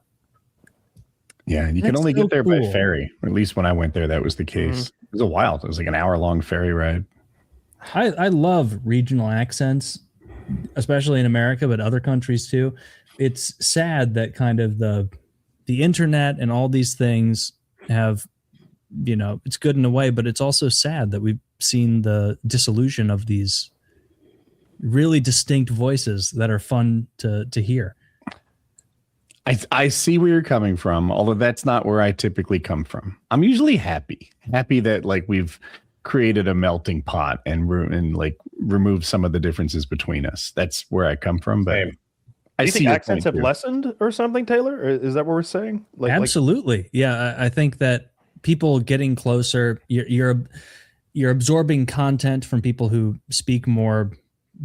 Everything seems to be more Midwestern now, more homogenized. It's a good word, but it's more coming to this like newspeak Midwesterner talk, and even that like Southern Midwesterner, not even like that Minnesota where they kind of like, you know, Fargo style talk, like a little sillier, which is a fun accent as well. It's sad to see the regional accents go. I don't like that. I remember the first time I met a Yankee. And we were all like it like sounded so weird to my ear that it was like, it sounded effeminate. It sounded weak. It sounded like I don't know. We were all just like, our ears perk up when we heard this guy from Maryland. Yet they still curb stomped you in the Great Civil War. Oh, dude! You just first of all, the war of northern aggression it has been greatly altered in the history books. As they say, history is written by the victor, or as I like to say, the cheater, the loser, the filthy Union, the blue bellies who stormed their southern brothers' land and raped, pillaged, and murdered. You know what you Southerners typically call me, sir? Oh well, that's just polite.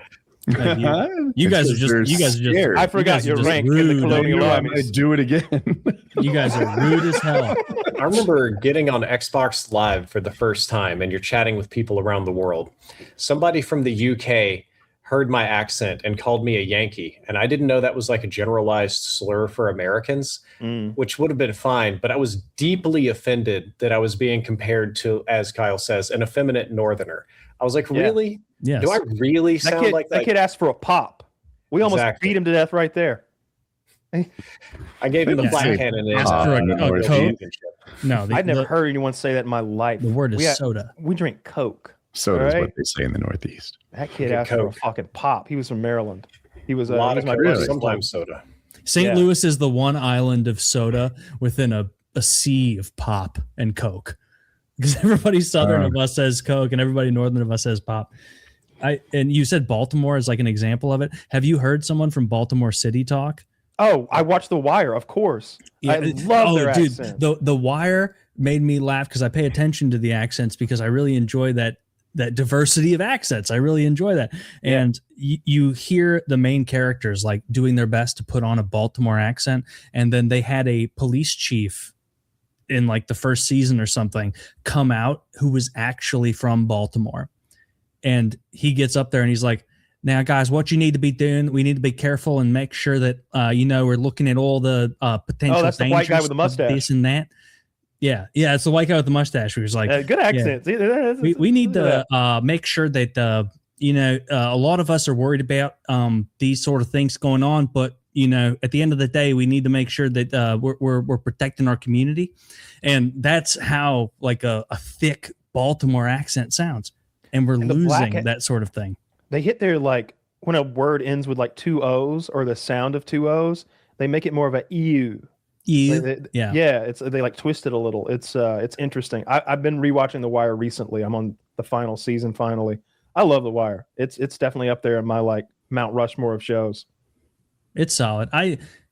It's not. People always say Wire is better than Sopranos, or at least on the same tier. I don't see it that way. I think it's more Sopranos is better. So, it depends on whether you like season 2 or not. Because if you like season 2, then I think The Wire is more consistent than The Sopranos. And more, I was not a fan of season 2, so I think your theory is correct. Yeah. A lot of people aren't. On rewatches, it grows on you. I really like that Sabaka guy. I like all the Polacks and stuff. I like Iggy or whatever his name is, the like skinny guy who thinks he's tough and cool, but he's just a loser and like blows his life. He died recently. I like that whole storyline. I think it's neat. And you get your first inroads with the Greek mafia or whatever they are.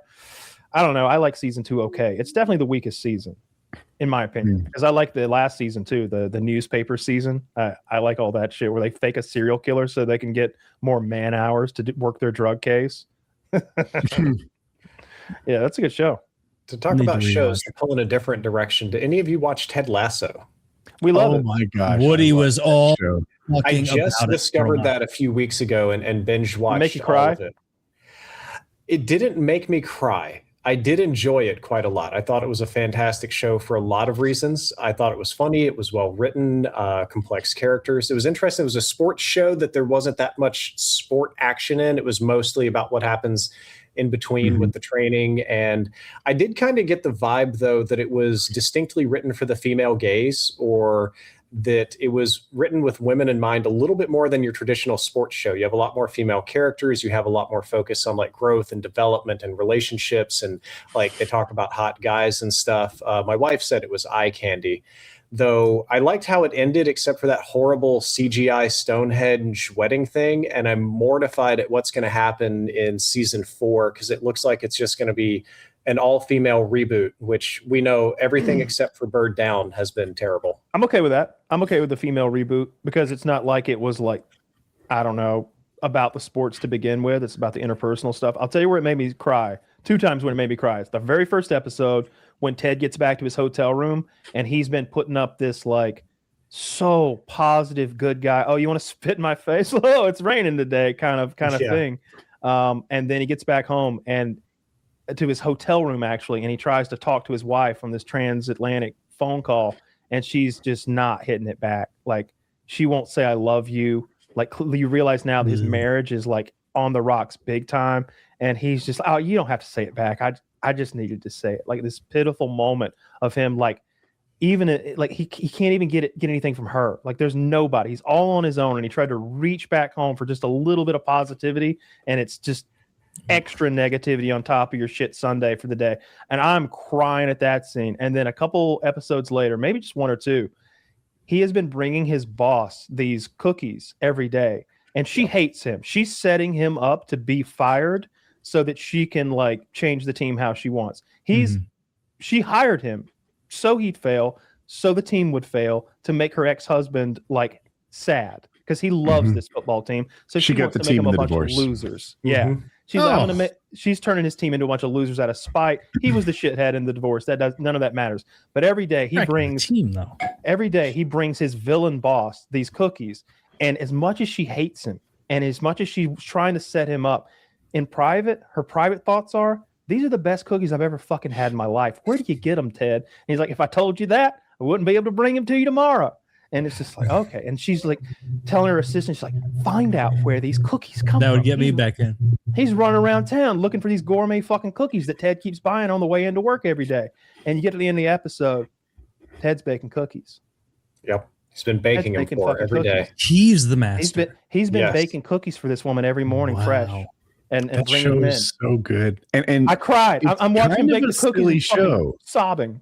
And like Jackie and I are like, this show is so much better than it has any right to be. I am so attached to these characters. Their victories mean so much to me. And that's what makes me cry. Like it's usually about things going right. You know, they get a win, something goes well, and they get their little moment of triumph. It gets me. It gets me. When dude tore up the sign, I was so mad. Is it based on a real team? No. This is a full fictional thing. So the premise of the show, Taylor, is that Ted Lasso had like a big ESPN moment when his like quadruple A Division II football team won the big game, and they had like been a shit team the year before, and they called it like the Lasso system or like he turned Lasso way. He had turned the Lasso way. And like there had been this viral dance where he's like dancing and doing silly stuff in the huddle with his whole team celebrating the win. And it's so enthusiastic. It goes big time viral. And so to take down her European soccer team, she's like, let's hire that guy. Let's hire an American football coach. And that's the gag that he doesn't even know how to play the game. He doesn't know the rules. What a bitch. Yeah, well, she's she's played by the nun from Game of Thrones. The shame, yes. That big bitch. She's pretty hot in real life. She's actually got big tits. I found out. She's like 6. I don't know. Yeah, they're on display in the show. She's statuesque. She's a very good looking lady. I'm into her big time. Her big tits come out in the show. No, not nipples and such, but there's a lot of bra and a lot of. She wears like tight skirts and tight blouses every day. Okay. Yeah. I'm telling you, it's the most heartwarming, genuinely pure show I've watched in forever. Maybe it's just goodness, and you'll come away at least at the end of each season with this like positive vibe that I carry on for hours or even days after I watch that show. He's so good that it makes me want to be gooder for him and be a little bit more like Ted Lasso. Is it Andy from The Office? No. It's Dukakis or what? Guy. What's his name? It can't be Michael Dukakis. It's Jason Sudeikis. His assistant coach has kind of a serious talk with another assistant coach about when Ted Lasso gave him a second chance in life. And we don't know this backstory. I think this happens at the last season. And it is heavy and it is wonderful. And it was another one of those moments where it was like, how is this comedy so good, so impactful? It made me buy a dartboard. Like after that dartboard, okay. I watched that dart scene. I don't want to spoil that dart scene because it's fucking good. I rewatch it. It's on YouTube. It's fucking good. And I'm like, I want to play darts like Ted Lasso. I'll be a better man if I played darts like Ted Lasso and I'm just a little bit more like him. He's the best man you can imagine. So they tried to make him a fool, and then against all odds, he is not. He doesn't mind being made a fool of because he's so self-confident and so positive, but not in that frou-frou kind of way, in more of a like perseverance through anything. I'm here to do this kind of way. It'll all turn out for the best because I'll give my best. And it vibed to me that he didn't mind being a fool because it was never about him. It was about everybody else. And it's like, yeah, I don't really care if you think I'm a wanker. I'm here to make him not a wanker.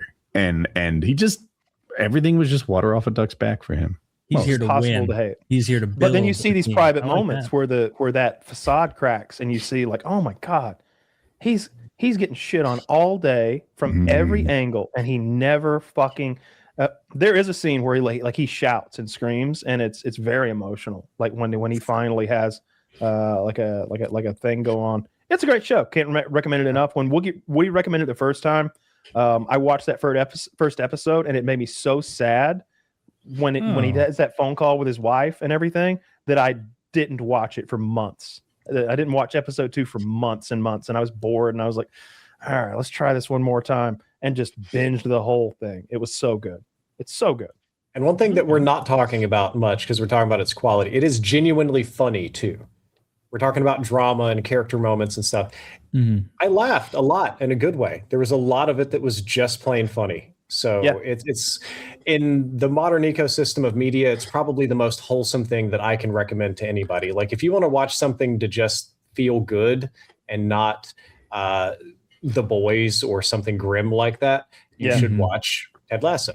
That is a very good before for me. But I love this fact. There's one character, his name's Roy Kent, and he plays like a big, tough, almost like a soccer enforcer, if such a thing exists.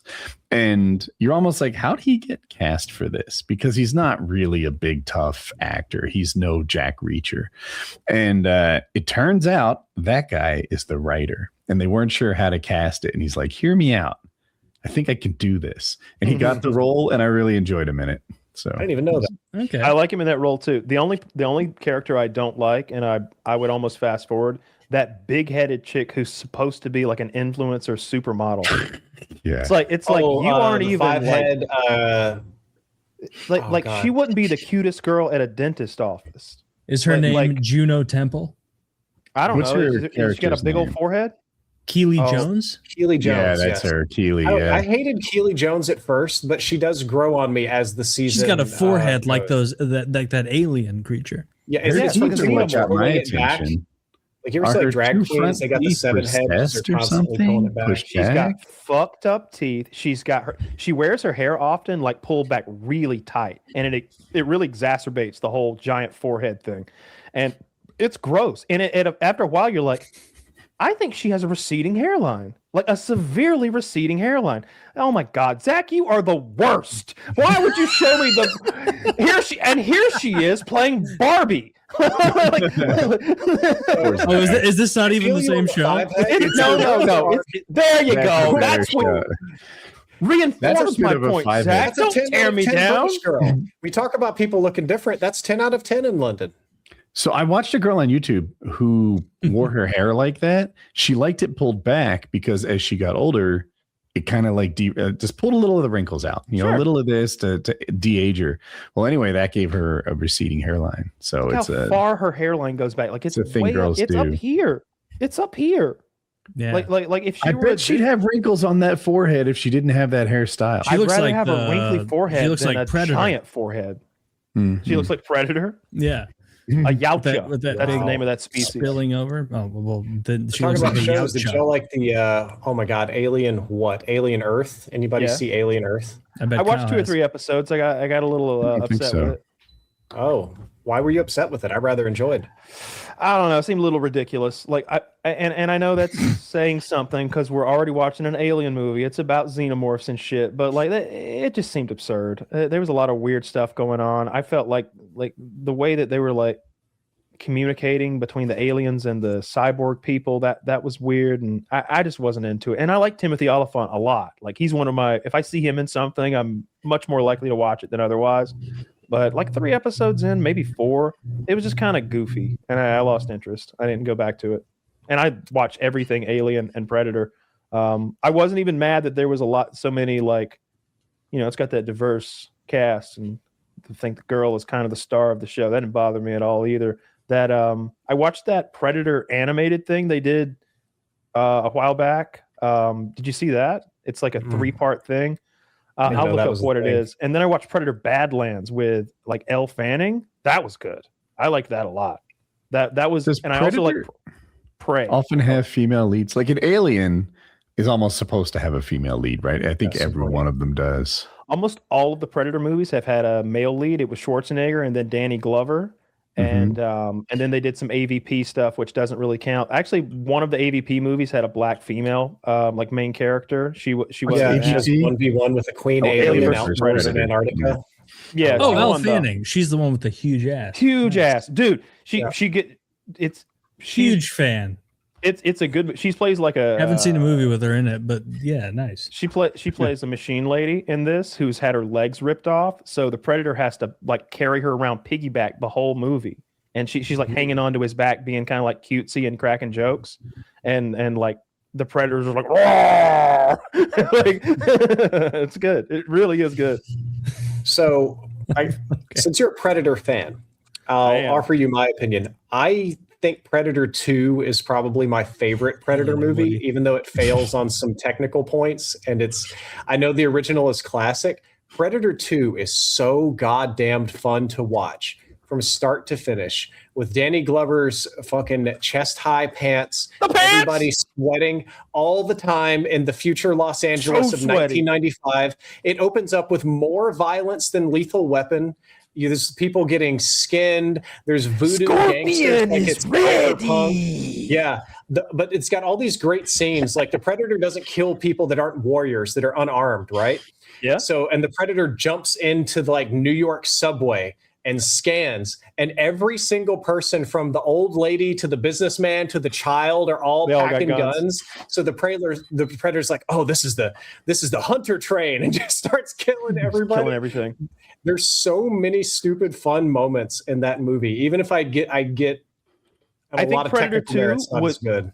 Predator 2 stands on its own really well. It is my second favorite Predator movie. The first one is just such a classic. You got Jessie the Body Ventura. Mm-hmm. You got Arnold Schwarzenegger, of course. Two governors right there on our like quasi A team. Shane Black's on there too, and then Apollo Creed, based on his Carl Weathers is there. Carl Weathers is so fucking jacked, and the behind the scenes stories are really good. Arnold was such a big star at that point, like 91 or whatever it was, that he would make the studio like bring his full gym with him.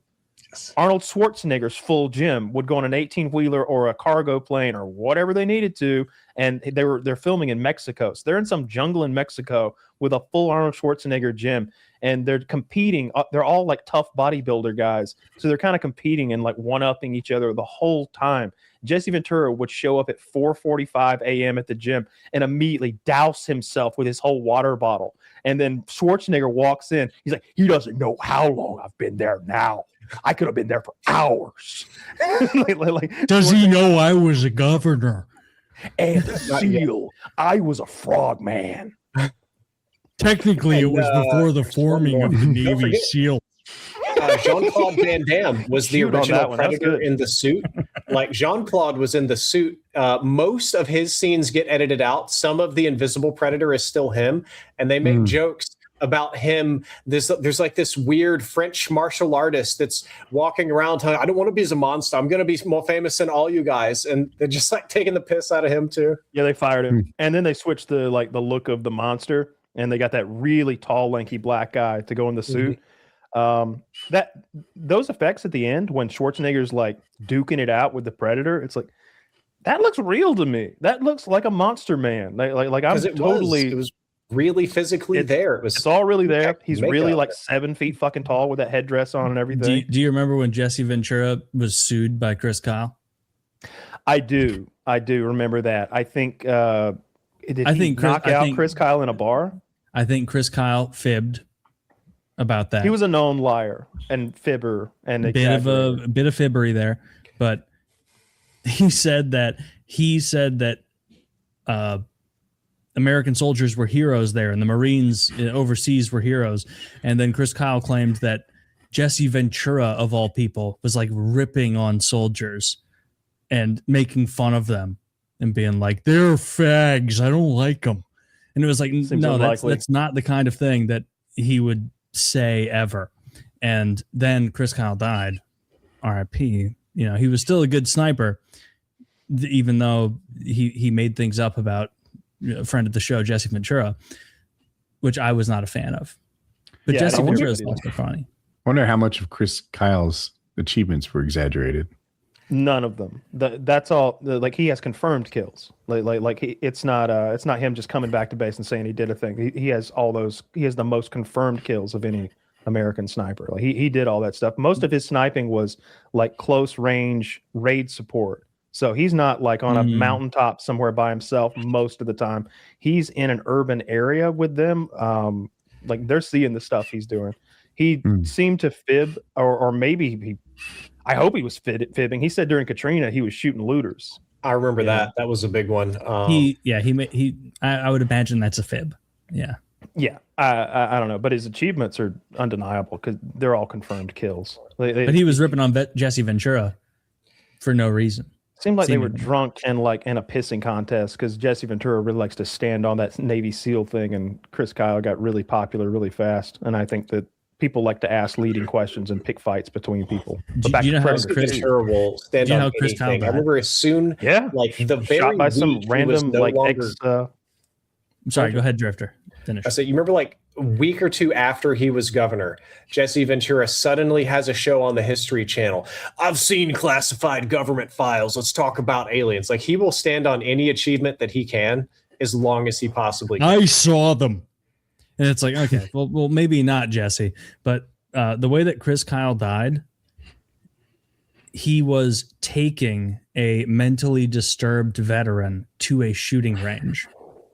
And it was him and another one of his, Chris Kyle's friends in the front seat. And it was this guy in the back seat who was mentally disturbed. They were trying to like cheer up a fellow veteran. It was like a thing he did. It was for a charity type thing where like these were all PTSD vets and they were meeting like a hero. You know, like Chris Kyle was a real celebrity. For sure. Like it's a good cause to do that. But there were also text messages from Chris Kyle to his friend in the passenger seat where he said like, this guy's crazy, watch my six. About the guy in the back. Yeah. And apparently there was no six watching because that same guy got a gun and then killed Chris Kyle at the they're all at the shooting range, right? Like all you gotta do is turn to your left. Yeah, but like that's a pretty horrible way to die. Oh, it's horrible. I just don't blame the guy watching his six. Like I could have pulled that off and I'm not special. I think that guy got shot too, but I don't know if he died. I don't recall. I do want to say that one of my local friends here was friends with that group. Oh. And that was a shooting trip that for whatever reason he opted not to go on. So I guess he picked a good day to not go to the range. That's the extent of the story. Just friend of a friend, apparently. Hey, that link I sent is that Predator show. It's called Killer of Killers. It's animated. It's really fucking good. Like I want more of it. Like it tells more of the like Yautja like clan stuff, and it focuses on 3 different groups. Oh, this is animated. Yes, it is. It is animated. It's quite good. If you're going to be a Predator fan, like you should see that. I like the Badlands movie. At the end of it was a little goofy, but the story on the whole was like cool, and I liked the stuff it showed off. And I liked Prey. I like Prey where they went back and the Predator fought the Native American chick. I like all those movies. But yeah, the Predator 2 is definitely my second favorite one. I like I was gonna say Danny Glover. I like Danny Glover in action roles. I would have loved to see Danny DeVito in Predator 2. That would have made it so much better. Instead of Bill, what's his name? Bill Pullman. No, not Bill Pullman. Bill Pullman's the president in Independence Day. We're talking about the God. He was in Aliens. He was in Terminator. He's the only guy to be killed by an alien, a predator, and a Terminator. I know. I always space out on his name. Bill Paxton. Bill Paxton. Yeah, the Bill Paxton's character. That could have been Danny DeVito. That'd been funny. He's all sweaty and he's hitting on the Latina chick, and she's like grabbing him by the nuts. Like he'd have played that character well. There's like a crazy weird like sex scene where there's a prostitute fucking the guy before the like voodoo posse comes to gut them all and skin them. It's a good movie. The voodoo posse is fucking cool. Which movie? Predator 2. Is Independence Day a good movie, or do we just have fond memories of it? I think we have fond memories. We have fond memories of it. That's a good question. We have fond memories of it. Now, there are moments in it that are quite good. I think that whole scene of Will Smith like pissing and being like, neighbors are leaving town. They can't take a little quake. And he's like shaking his piss off. And then he goes outside to get the paper and he looks up and he sees that big ass city size ship. That's a cool scene. But man, that Jewish father character is so cartoonishly over the top, and then the gay character, I gotta call my lawyer and I gotta call my mother. Only Firesteins, who you're talking about. But the Jewish guy where he's like, you would have been dead without my son David. if you're talking about your wars or your things, my son David comes in. He solves this for you. And it's like, dude, this is somehow offensive. Like, I find very that the presidential speech, about it's no longer the 4th of July. It's no longer American independence. It's the old world. And I forget. I'm going to mess it up. Good. Yeah. That is one of the better speeches in cinematic history. The 4th of July will no longer be an American holiday. And at first you're like, oh, it'll be the day that mankind stood up. And you're like, oh. And they pan the camera around, and it's a bunch of guys who look like Vietnam vets with like American flag bandanas and shit like that. Everybody's the ragtag army. That you've got the guy that is flying a crop duster is now flying like a MiG or something. My son David. Randy Quaid. Good old Randy Quaid. My son David showed you that the aliens, they're USB compatible. That's the whole reason. The dog jumps away from the fire in slow motion. It's so cornball. Corny, but when you're like 10, all that's amazing. I saw it in theaters. I remember specifically like seeing that in theaters in Toccoa, fucking Georgia, and being blown away. I don't know how old I was, 8, 10 years old or something. I definitely remember at that time, like us going outside, maybe like, and me telling my dad, like, that's the best movie I've ever seen. That's my favorite movie now. I loved every bit of it. When Will Smith punches that alien and says, "Welcome to Earth," and like we've been getting our ass kicked for the last 35 minutes, and Will Smith just got one. He crashed that fucker. He's like, "Yeah, that's right. I'm gonna pile all your friends up right next to you too." He goes in there, cracks that capsule open, and the thing comes out. Wow! He punches it. It's so silly to punch it that you laugh and cheer at the same time. And he says, "Welcome to Earth." And then the next time you see him, he's dragging it through the desert, dragging your sticky ass through the desert. He brings his own alien to Area 51. No cursing. Saying, "Welcome to Earth." Welcome to Earth. Fucking welcome to Earth. I think that's why Will Smith is a superstar. Like he rap career's doing great. Fresh Prince is popular. Independence Day just took him to the next level, and then following up with Bad Boys was pretty great as well. Yeah, Taylor's never seen Bad Boys. It's quite good. I've seen Bad Boys, but I've seen his Fresh Prince, and I liked him more in Fresh Prince than Independence Day. He was good in Fresh Prince. There were some like heartfelt episodes, and we always talk about. Awesome show. It's a pretty good show. I watched a lot of black TV growing up. It was slightly worse than Family Matters. Family Matters was the creme de la creme of black sitcoms. Family Matters gets bizarre in later seasons because it becomes the Urkel show. Like the Key and Peele skit where they make fun of it, like it is really so on point. Yeah, I haven't seen every episode of Family Matters, but that was the show that I remember looking forward to. I'm like, all right, I just got to grind through this Full House, and then I get Family Matters. Whatever happened to predictability? The milkman, the paper boy, and evening TV. That shit rocked. It was awesome. Yeah, I know. Yeah, they're all programmed in my brain forever now. They'll never leave. I was too old for it. Urkel, he was quite silly. Oh, Urkel was my. What I didn't like is when Urkel like insisted that he had to come back as Stefan. I like Stefan more. Cool. Oh, God. Stefan was a baller. He could play. I didn't like that. I liked finger my man banging fucking. Urkel. What's the sister name? What's her name? The big sister that like Urkel was like always after. That was going after the busty one? Finger bang that sister? Like no, definitely not. I'm just. I don't think they had an episode. It wasn't a show that had finger banged the. I remember there was an episode.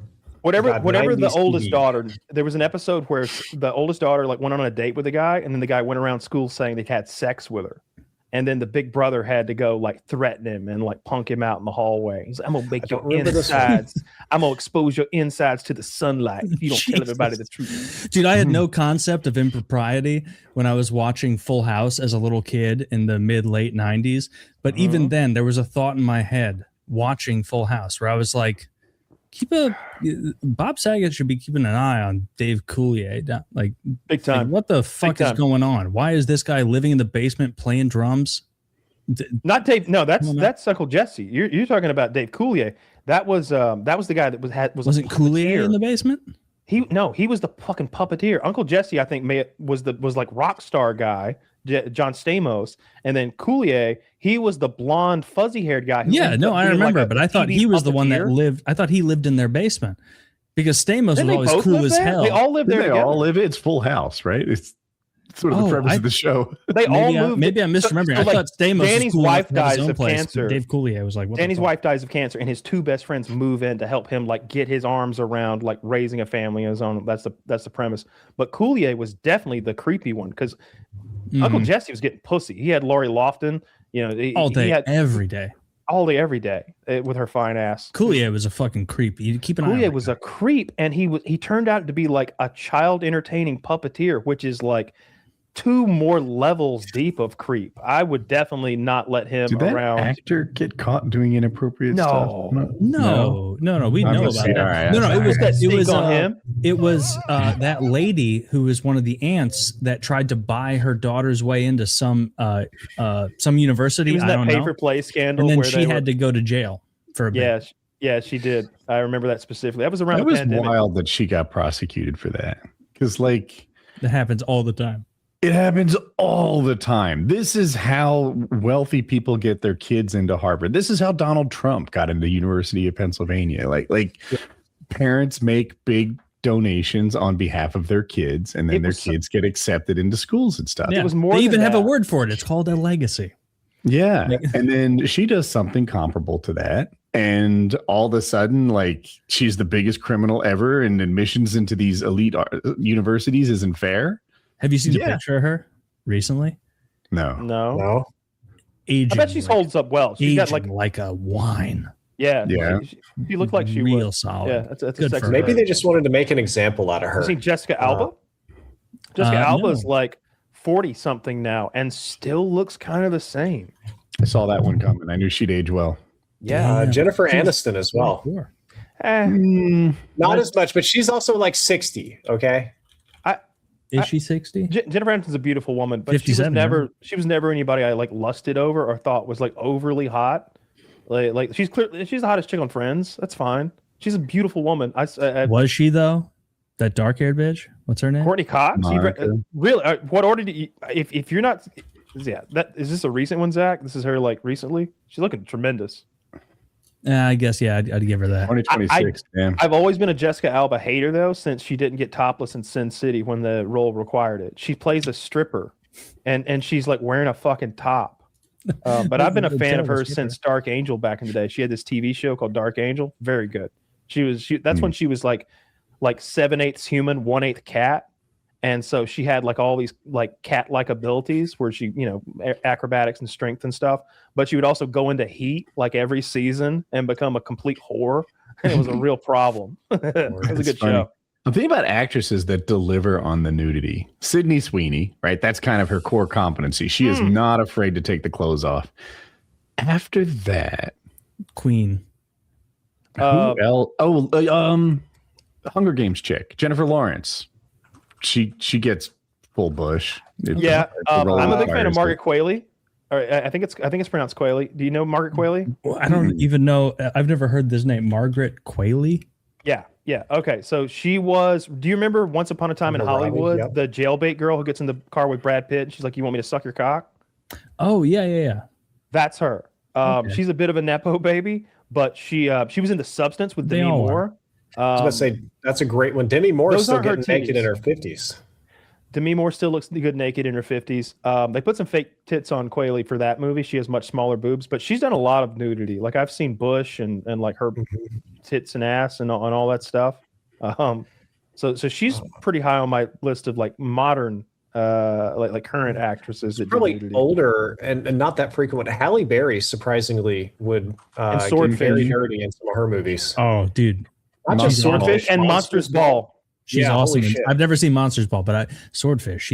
I've seen about 30 seconds of Monsters Ball, and it's when Billy Bob Thornton's balls are adhering to Halle Berry's ass while she rides. They're his going dick at it in that movie. They actually fuck. That's one of those where they did. They fucked. Oh yeah. Dude, Billy Bob rules. That's famous. Man. Extra Mile is what they call that when the actress has actual sex in a mainstream movie. Great subreddit. And Monster. I thought it's Monsters Ball. It's I don't towards know. the top of the list on that one where there's genuine sex happening. I Yeah, always it's thought good that if stuff. you had actual sex, like they had to exclude, like they couldn't put that in the film. Why not? Is that So what the things that'll get you like an NC-17 or X rating are things like erect penises and Sure. visual penetration. So like you don't see penetration. It's there's a moment where the camera swings around, and again, it's not like it's going before a board of people who view it and then make an opinion on it, and then they go back and if it's like sometimes with gory horror, especially, there's a back and forth negotiation that can be ridiculously pedantic where they just go line by like, hey, maybe like instead of 7 seconds of brains on the floor, there's only 3 seconds of the brains, and like you can have one more fuck if you remove her titty being forcibly exposed there at like 56 minutes in. Yeah, like it's literally like the South Park 6 minutes or 6 days to air. Yes, where you see that woman trying to communicate the episode where she's like, well, we're going to see the human centipede. There will be no fecal matter visible, but they will be talking into each other's ass. And they're like, well, we can't do this and that. And she's like, all right, well, I need to give this report back to the boys, which has to be the funniest job ever. I think maybe when they rate it, they watch it. But then the internet detectives like zoom in, fix the lighting, and you see like the scrotum bang against the clit. And they're like, bro, this is dynamite. But it got past the censors. I mean, that happened we were talking about other movies, like some of the like 4K upscales of like Terminator and stuff. You can see way more Arnold cock than was originally intended. Oh, yeah. And Robert Patrick cock too. And is it his penis or is it he hangs dong put on him? He hangs dong in Terminator 1 and 2. Okay. I don't know how like the Terrifier films, I know they're literally unrated and they have like a unique distribution. They can do whatever they want. They are wild. Unrated means unrated. You can do whatever you want. But nobody can. Can you put that in theaters? As unrated. Made $100 million as unrated in theaters. Wow. I didn't know that. Those are too gory for me. Like I really like horror. I've been on a horror binge this whole month. I've watched at least 2 horror movies a day. That's not for me. Terrifier's not for me. Terrifier, I'm not a fan of. I've been on a horror book binge recently. Ooh. I've been reading tons of Richard Matheson, Clive Barker. Very good. Today, I just got a bunch of books from Algernon Blackwood, who is a horror author who was like late 19th century to mid 20th century. I'm excited to read some of his shit because he's one of those guys that you look at a Stephen King, a Matheson, a Barker, and they all talk about him as like, this was one of my guys, like one of my influences. I've got one on my bedside table. I'm going to read it. I'm excited. Good reading ahead of you. Magica? For horror books, yes. Did There Is No Anti-Memetics Division show up on your radar?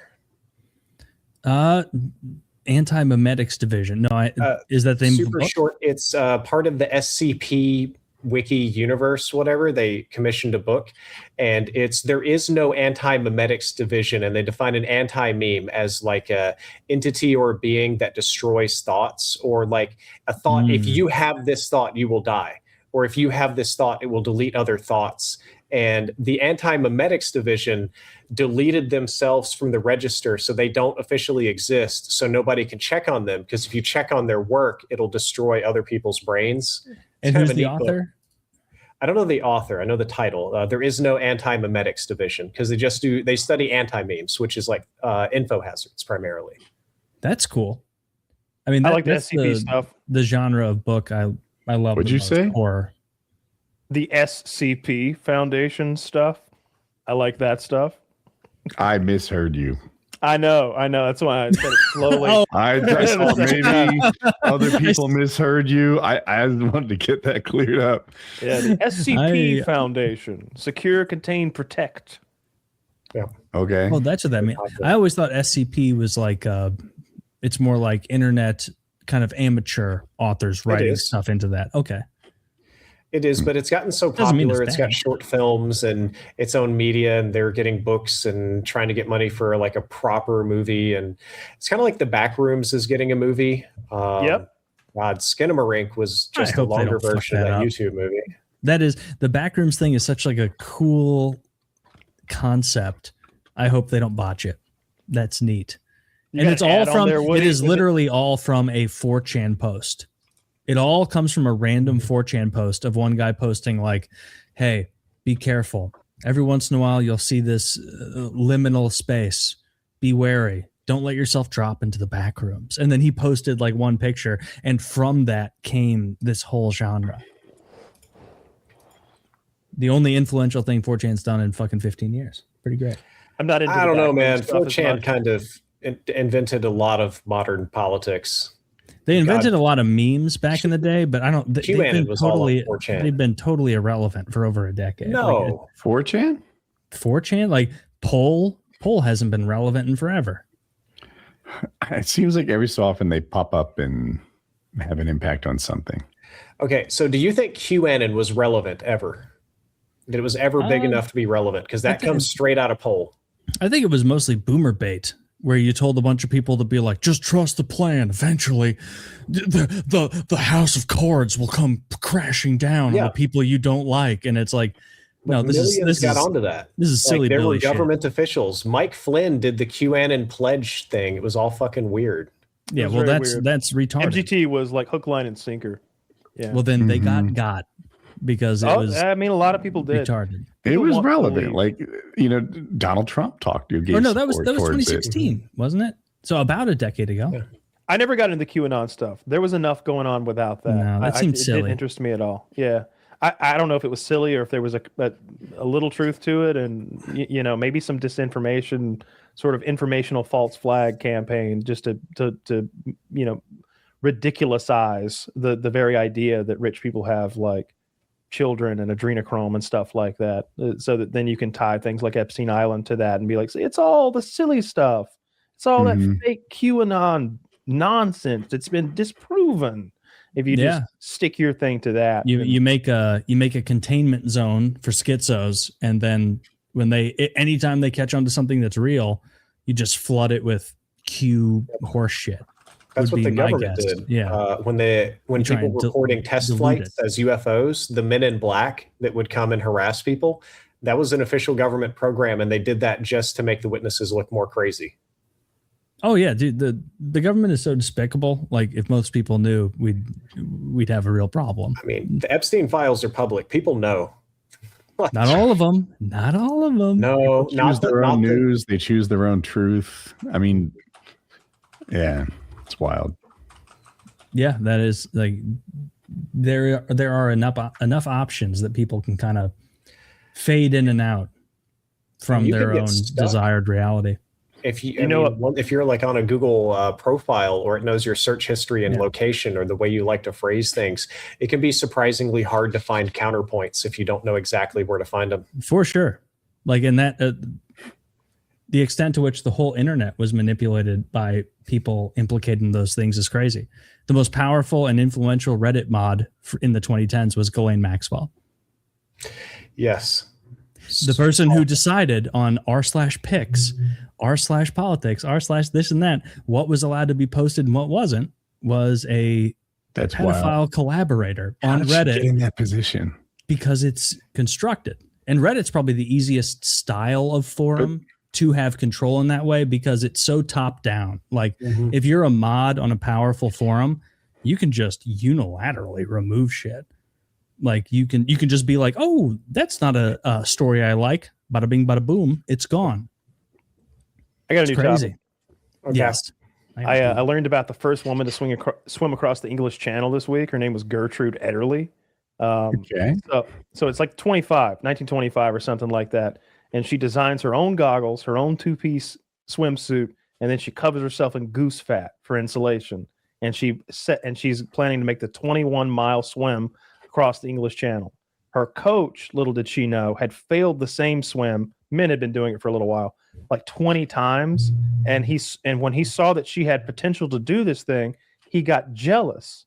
And so they're like 10 hours into the swim. He's following along by boat, and he's offering her an apple, but he's intentionally trying to touch her. If she touches his skin, she's disqualified. So she kind of sees something's up and like doesn't take the apple, basically. And it's like weird. The apple falls in the ocean. She loses it. Then later on, he offers her some tea in like a bottle, like He drugs the tea. No. Drugs her when she's close to like being the first woman to swim across the English Channel. She gets lethargic, almost loses consciousness. They have to take her out of the water. She gets a new swim team, comes back the next year, 1926, and swims the English Channel successfully. At one point, she had to swim through jellyfish for like an hour, covered in stings to the point where she has to lay in the salt water for a while on her back and like recover from being all stung up all over her body. Nighttime falls, and on the other shore, they have to make fires for her to like see where to even go. But she was the first woman to swim across the English Channel. That's amazing. That's a cool story. I used to surf in jellyfish like that all the time. They'd be so thick you'd hear them like as they hit the skegs on your board. Like tons of jellyfish, and it was usually just a zone, like where you sat to catch the waves wasn't bad, and where you finished wasn't bad, but like in the middle as you paddled back out, it was that. Obviously it varies. Obviously it varies, but like because I know there's like deadly jellyfish, like a box jellyfish. What does it feel like to be stung by like these casual seeming like New Jersey jellyfish? I don't even know I'm stung. Instead, I'm itchy, and it's an itch that's like hard to solve. And if you wear a wetsuit, I don't know. Did she have a wetsuit in that? They get inside your wetsuit, and you don't really get any relief. I don't think they existed yet. She came up with her own 2-piece bathing suit. Like they didn't exist at the time. And then this was like old timey beachwear of like 25. Women's distance, or I should say distance swimming, I think is like the sport, physical sport anyway, that women have the smallest gap in performance. Like they're more buoyant. Oh, you knew that too? Yeah, they have a couple of legs.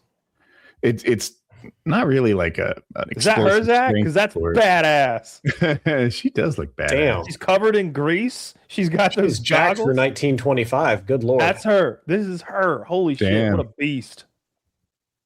Good girl. Yeah, like she has traps and makes sense. She came up with her own goggles, her own swimsuit, and then it's probably like the thing at the time to do for insulation, but covering yourself in goose fat, like I was like, that's kind of badass. I want to be your grease boy. You just like greasing up muscular women. I mean, I'd be down. Yeah, I'd grease up some muscular women. I mean, it's not exactly my kink or anything, but like if called upon, I will show up. Glad to hear. You made it sound so Kyle bad. Doesn't discriminate. Kyle likes putting grease on hot athletic women. What a fag. Ew. Bet you fuck them too. Oh, dude, if you were two good legs and your spine and your mammalian bone density, damn you. Your mammalian bone density. What would a bird's be? Is it ortho? Avian. Avian, that's what I'm going for. Yeah.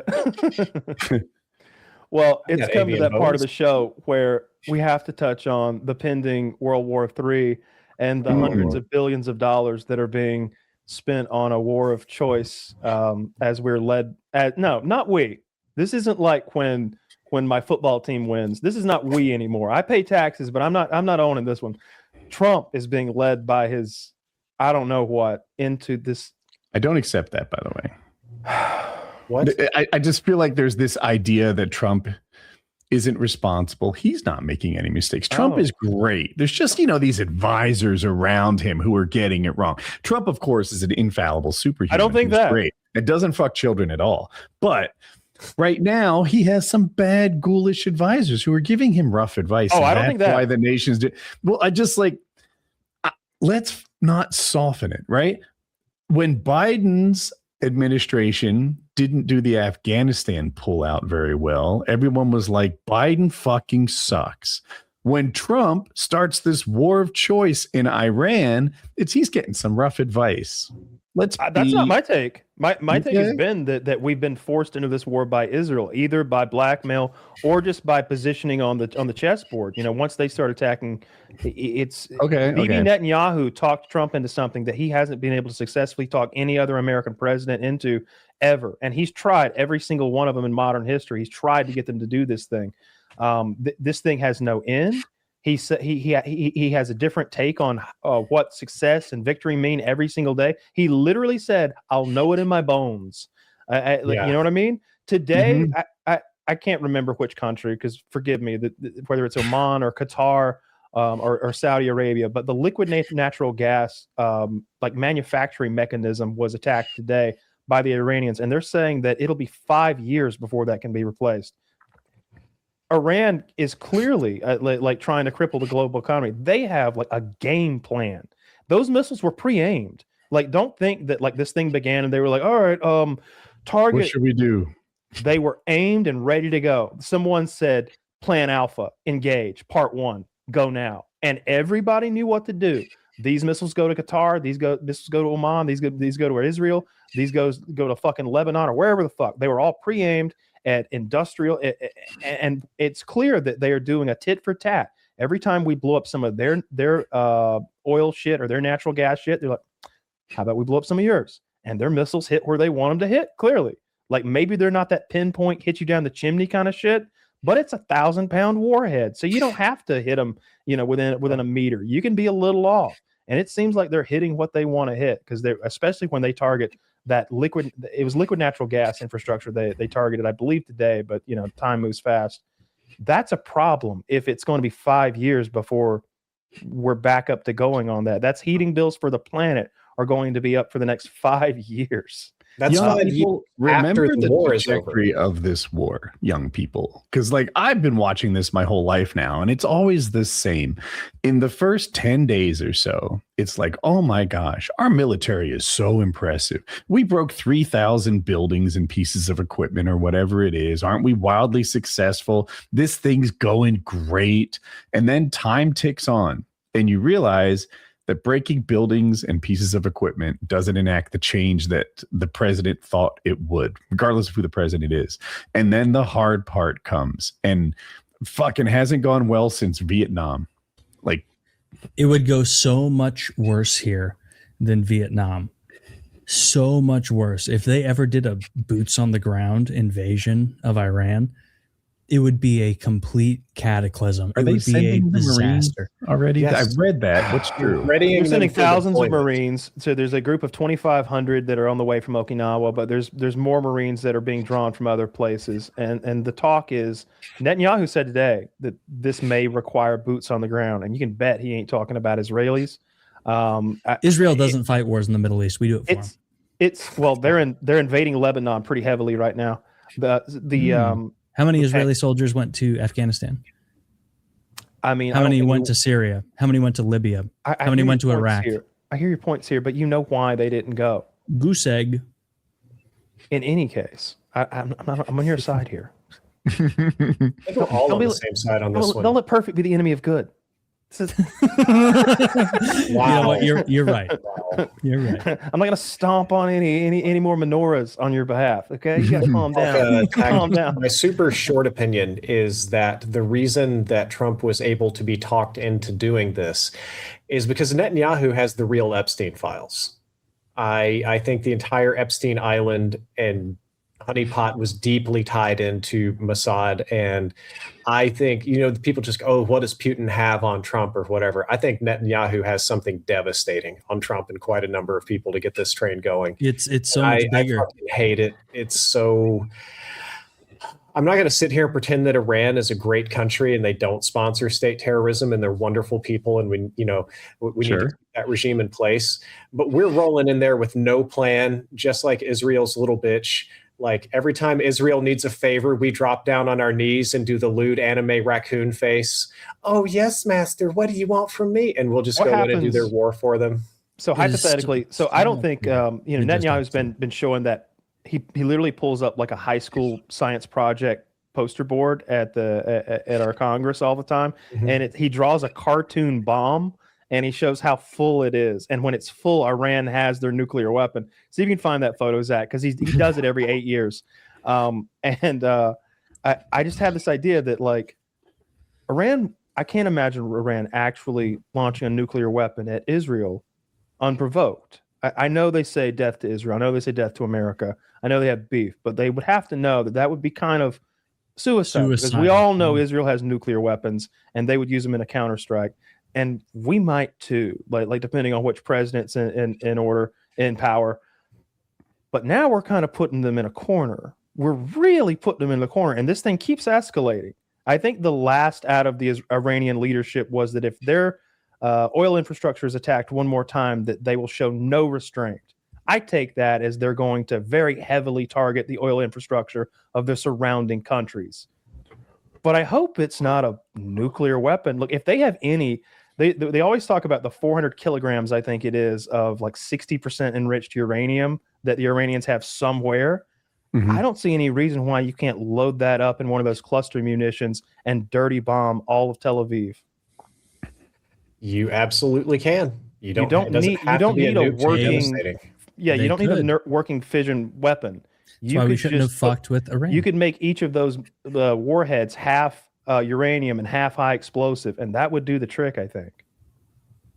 I don't know if uranium would be the best material for that. Probably something. It's pathetic how much we are Israel's dog. Israel's militaristic dog. Every battle in the Middle East, and everyone pretends that, or the neocons and the neolibs, and on CNN, Fox, MSNBC, CBS, they're all talking about this like, oh, this is a good thing to get rid of them. No, this doesn't benefit Americans, doesn't benefit the American people. It's so expensive. I don't give a fuck about Iran. I don't care. It's so expensive. It's a fucking joke. They said they dropped like 12 billion in munitions the first week, but that doesn't even come close to telling the tale of the tape. With just the fuel that's being burned by all those aircraft, and just the maintenance required when you put that many flight hours on $100 million aircraft, not just one or two, but hundreds of them. Not to consider the lives that were lost. And I don't know if it was true, but they said $1 billion radar installation was destroyed by Iran, like a THAAD radar. That thing covers like a quarter of a hemisphere on its own. Yeah, I don't doubt it, because all these fucking lost retards. Like a dozen Reaper drones. I don't know if it was a dozen or 16 Reaper drones that have been shot down over Iran. I think those are 20 or 30 or $40 million a pop or something. I think 20. Iran is the golden something goose. Like that. Iran is the golden goose for Israel. They made us depose Syria, Libya, Afghanistan, Iraq, all of these regional influences in order to increase Israel's regional hegemony. Divide and conquer. Yeah. And now their game board over, they're completely disorganized. So many of these glib retards like Glenn Beck or Ben Shapiro or all these people who are Israel first instead of America first, they act like Iran is just another Iraq. It's not. Everyone who knows the war games the U.S. has run thousands of war games in Iran, and it's a disaster to put boots on the ground. The IRGC has 200,000 men. The Iranian military has 400,000. This is not Iraq. This is not Afghanistan. This is a real country. Saddam had the biggest army in the world, to be fair. But the real issue is geography, because 100%. Iraq was this big open desert. We did that. Schwarzkopf did that big left hook using GPS technology, which was cutting edge, and moved entire divisions of tanks and APCs around the core of the Iraqi army, flanked them and destroyed them and just chewed them apart. Not to mention the Apaches that could hit that were shooting them over the horizon. Sure, like it was a technological advantage that was a big deal. That was 1990. The Iranians have caught up to 1990 tech. I don't think the F-35 got shot today and had to land. It was damaged by Iranian anti-air of some kind. They've been pretty vague about it.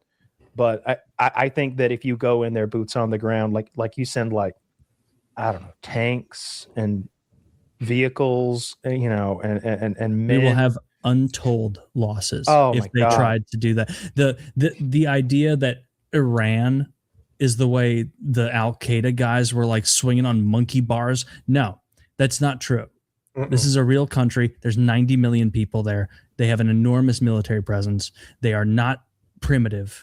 They are advanced in their military because they have been anticipating this attack from Israel / the U.S. for decades. Israel has been pushing for it since the early 1970s. It's absurd that we continue to attack. They're not going to open the Strait of Hormuz. Presence. No. to this country that does nothing but weaken us. No, what I mean is we can't open it. Like they only have to be right once. It's that sort of thing, and then nobody will insure the ships. That's all that matters. It doesn't matter what the success rate is. If the insurance companies won't insure the shipping, then the ships won't move. And the Iranians have cruise missiles that they haven't used yet. They haven't used any. Where are they? Cruise missiles are the best. I thought they did use a couple. No, they haven't used cruise missiles. They've used drones. They haven't even hit their full escalation. We're bombing the shit out of them, and they've still got cards in their pocket. I don't know what they've got left. It's hard to say at this point. They said something like 70,000. There's no way to know, but they said tens of thousands of launchers and drones, like in the less than 100,000, but more than 50,000 of each, or something like that. Who knows how many have been destroyed? Who knows how many have been fired? But the cruise missiles, which are apparently around the Strait of Hormuz, would be the way they would target most effectively an American warship. It is pathetic the extent to which we weaken ourselves globally at the behest of this country that does nothing but take advantage of us, take money from us with both hands, steal uranium from us, stage false get him flags, started on the uranium. Stage false flags against us. We do fucking everything for Israel, and it's fucking pathetic. It's embarrassing. It really is embarrassing. We do not have sovereignty. As far as geopolitics, baby, we love foreign lobbying here in this country. That'll never be illegal. We certainly do. Just look at war is, I think, an asymmetrical economic war. If you think about what we are spending, it's the same thing that kind of Russia did with Ukraine. Now, to be fair, Ukraine got Western powers backing them up. Russia pissed away so much of their resources for very little. We're doing the same. We've bombed Iranian targets. We've killed people. We've weakened things. If you look at it instead of human lives, you want to go like dollar value. We are outspending them maybe 100 to 1 at a time where our economy is already on life support in this weird transition into AI phase. Sure. We're doing things like all those missiles and ships and things that are getting blown up. All of those use RAM and electronic components that are increasingly short. So all of us gamers are going to get fucked by that because they're just literally blowing it up. I got plenty of that. It's pathetic that we continue to just be cowed by them to this extent. I just think that so not only is it crude oil, liquid natural gas, all that stuff, it's also fertilizer. Apparently like a huge amount of the world's fertilizer comes out of there. Everything is going to be more expensive because of this. Like when the price of diesel goes up and suddenly trucking costs and shipping costs go up and farming costs go up, especially with the fertilizer, everything is going to be even more expensive because of this. While we get poorer, like they asked for 200 more billion. Did you see that? Today they asked for 200. They need 200 billion more. 200 billion more. Where you could house all the homeless. You could build some like super universities. Yeah. You could go to the moon. Like socialized medicine thing, whatever. Oh, that covers socialized medicine for a year or two, right? We would have a Mars base if not for how much we've given to Israel over the past 65 years. I want a Venus base. I agree. Venus is much better than Mars. Base. Floating cloud cities? Hell yeah. Cloud cities. You know what I'm talking about. I know exactly what you're talking about. Venus seems scary. You have to live in a floating cloud. Not being such a sissy. Go to Venus. You're right. Don't be a bitch. Soviets went to Venus. That's all it took. Yeah, don't be a fag. Two things about Venus that make it better is that its gravity is 92% of Earth's, whereas Mars is like 38. And the other thing is, since it has a thick atmosphere, it will shield you from solar radiation, whereas even Mars really doesn't, and you just cook. Problem is, the surface is uninhabitable, but if you build a floating cloud city and you put it at the right elevation so that it blocks radiation and isn't overly bright and whatever, it's nearly Earth-like. If we go to Mars, everyone will have your bone density. Yes. True. That's actually about right. To be honest, I have... Yeah. And hold on. So if you build this cloud city, it would be like an enormous, like what we have here, a space station, just an enormous space station. No, you have like airships in the atmosphere. You'd be able to go outside and like the temperature is livable. Like there's an altitude where you could just go outside. You don't need a spaceship. You'd be in an air. Really? You in the sky though. You would have like bladders of gas. That would like hot air balloon kind of things.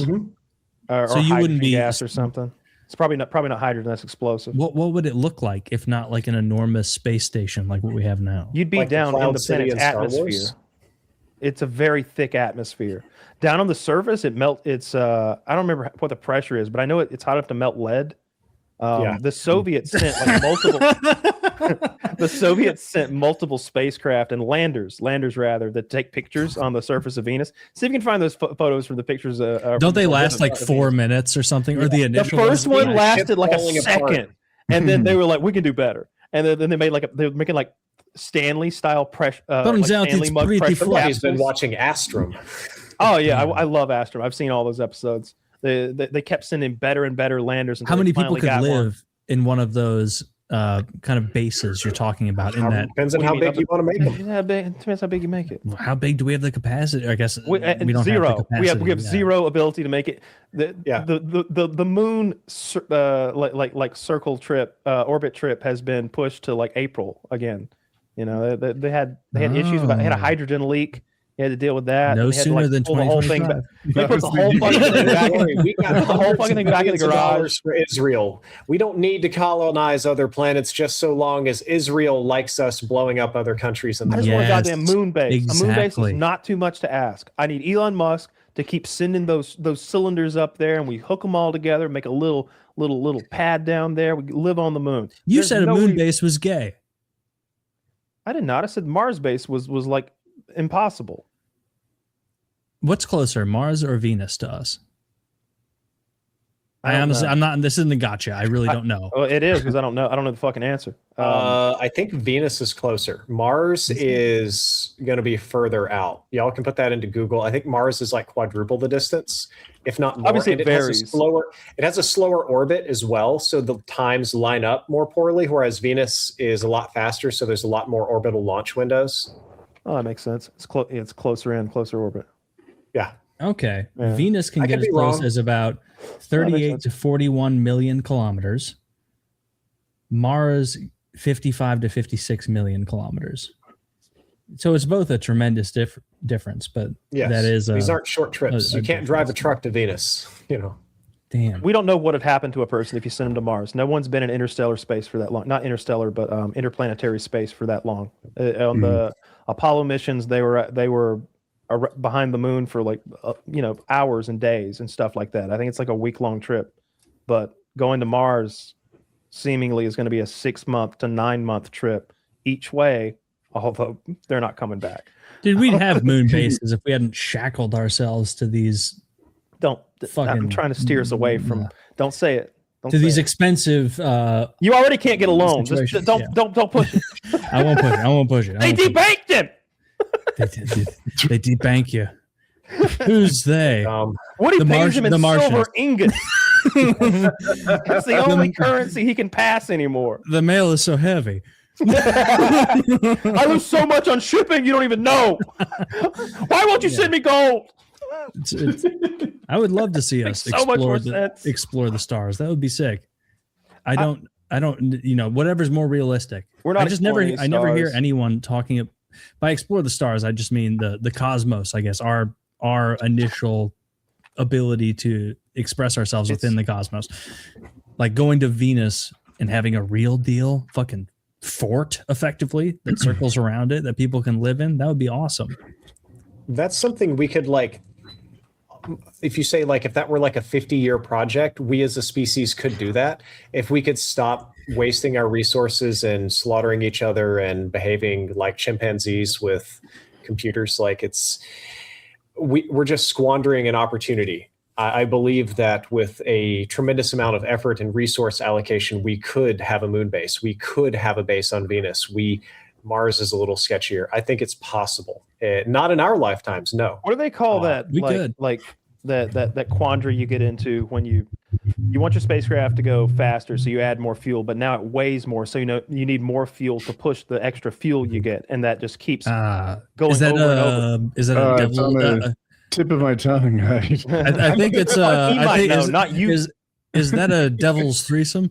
That is not. That's 22. I don't know. Oh shit! Never mind. Anyway, that's the case you get into whenever you try to go fast and take something somewhere in the solar system that isn't right next fucking to us. It would take, unless we build a space elevator. I mean, it's how would that work? It's an elevator that goes to space. You need some graphene fucking tubes made at a rate that we can't make them, to make a rope that's taut enough to carry its own weight as it goes into space, and then you counterweight it with a big thing that's sort of orbiting at the escape velocity, and then you're able to just elevate people up through it, and presumably you could pump fuel up to it, because when a spacecraft takes off, it burns a huge amount of fuel just to get to escape velocity and get into orbit around the Earth. All the fuel's gone. All the fuel that you would like to use to accelerate, off into the distance somewhere. Are those our only two options, Venus or Mars? Those aren't even options. What? I guess our eventual options. If we find some way to go like 5 times faster than we've ever gone before, which other planets are nearby? Because I thought you would have known. So there's some asteroids. Well, I know Mercury's kind of a shithole, and then after you get past Mars, you start getting in those gas giants. Well, it's the asteroid belt that would have interesting stuff. Just like in the TV show The Expanse, like there are some asteroids that have gravity, and you could create like a hollow spot in the center of them and create like fill it up with air, seal it off and create like an internal cavern inside of. They're very big asteroids. They're like almost like minor planets. Some of them. The moons of Jupiter or Saturn are interesting. That's what I was kind of alluding to. Is like, are the moons there more? Would the cost of turning those moons of Saturn or Jupiter be less than the total terraforming that would be necessary in these other places? Terraforming's not even a possibility. It's nowhere near something that I saw Matt Damon growing fucking spuds. That's not terraforming. Terraforming is altering, is turning a planet more like Earth. Terra is Latin for Earth. It's turning something into the Earth. We can't even control our own weather right now. We can't lower our temperature by 1 degree. And what you would need on Mars is you would need to create a magnetosphere. You need to create a magnetosphere so that as soon as you do get some atmosphere, it's not immediately scorched away by solar winds and cosmic rays and stuff. God, what a difficult one. And if we set up a nice base on Mars with rivers and shit, a million years in the future when we can terraform, we got to keep the Indians and Bangladeshis out because they're going to throw fucking Coke cans in it immediately. They can't come. For All Mankind is, do you watch For All Mankind, Drifter? No. Oh, you'd love it. So For All Mankind is an alternate reality. It's on Apple TV. Alternate reality where the Soviets beat us to the moon by like a week. Like we were close, but they beat us. And America says, never again. America says, we need more funding and we're going to do it. And they push. The space race doesn't end at the moon landing. It begins at the moon landing. And so this space race that never ends because the finish line keeps getting pushed forward. It's eventually going to be Mars, obviously. So by like the late 80s, early 90s, we have like tablet computers and video conferencing. FaceTime, yeah. We're FaceTiming and stuff like that. So it looks like the 80s in a lot of ways. You'd recognize the cars. You'd recognize the clothing. I was trying to get away from costumes. The culture. Yeah. But, little things peek through because of the space race. Like, shit, that's like Apple's FaceTime.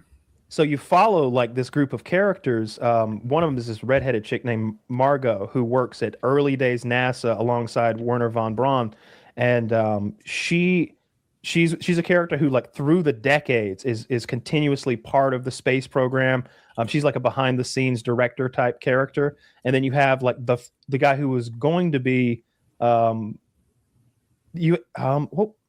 main astronaut guy. I can't remember what his claim to fame was. But he's one of the main astronauts in the space program. And you follow him. At the beginning, he's a hotshot astronaut. Like, he lands on the moon eventually. His buddy does too. We're in like the 4th season, about to be the 5th, I think. He's an old man now. Like, we started out in the 60s, and now we're like, I think in the 2015s, roughly, is the new season. Mm-hmm. And like, he's like an old space cowboy now. Like, we're on Mars. We're lassoing asteroids and competing over who gets the resources. Like sounds like a better future than what we got now.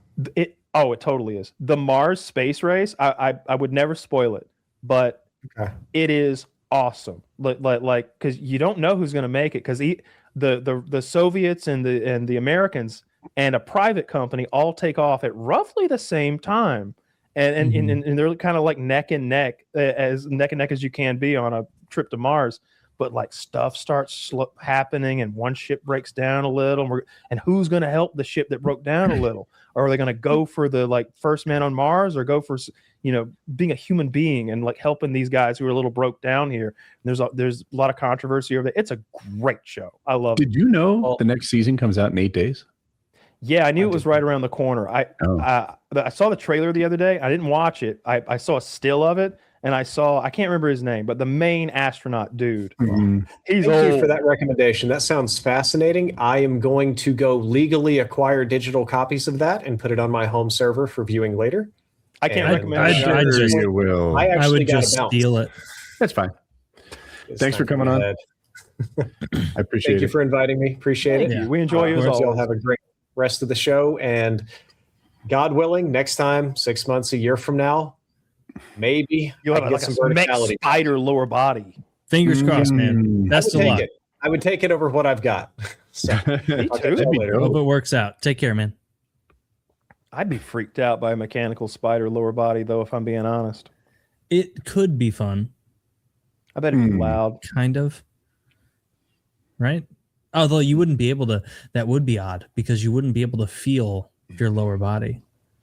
I'm imagining there's some sort, they're like plugging my nerve endings into some sort of, who's he, what's it, and I could feel that stuff because I know there are prosthetic arms that somehow feed hot and cold signals to your nerve endings that are in the stump or whatever, and so that's the person, crazy. Yeah, that's. If we're gonna replace our legs with a mechanical spider, I want a bunch of choices, right? Yeah. I want to like take my upper torso and plug me into a motorcycle, plug me into a Segway, plug me into a spider, depending on the situation. Oh, you could be like that, that progressive commercial where the black man's lower half of his body is a motorcycle. He's a motor. I have no idea. Oh, let me. But I feel like Oscar Pistorius is a good little motivation there. You put those blade legs on, that would be a good placeholder for something else, because you're obviously quick as hell.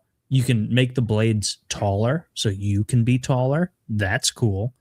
Throw some blades on me. I'm 6'7". Sick.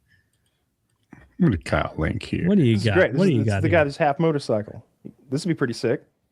He's half motor. Oh, well, he is half motorcycle. He's just. That's true. It's like instead of a dick, he has a gas tank.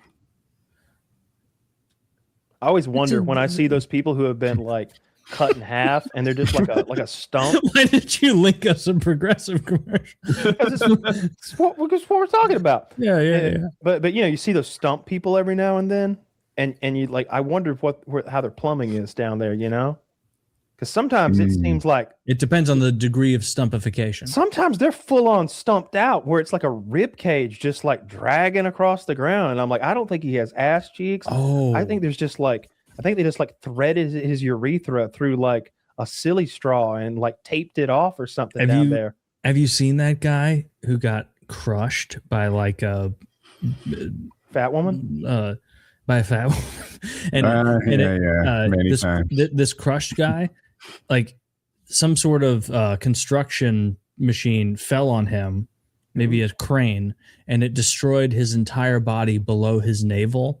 And then they RoboCop. Sewed him up. Have you seen this guy?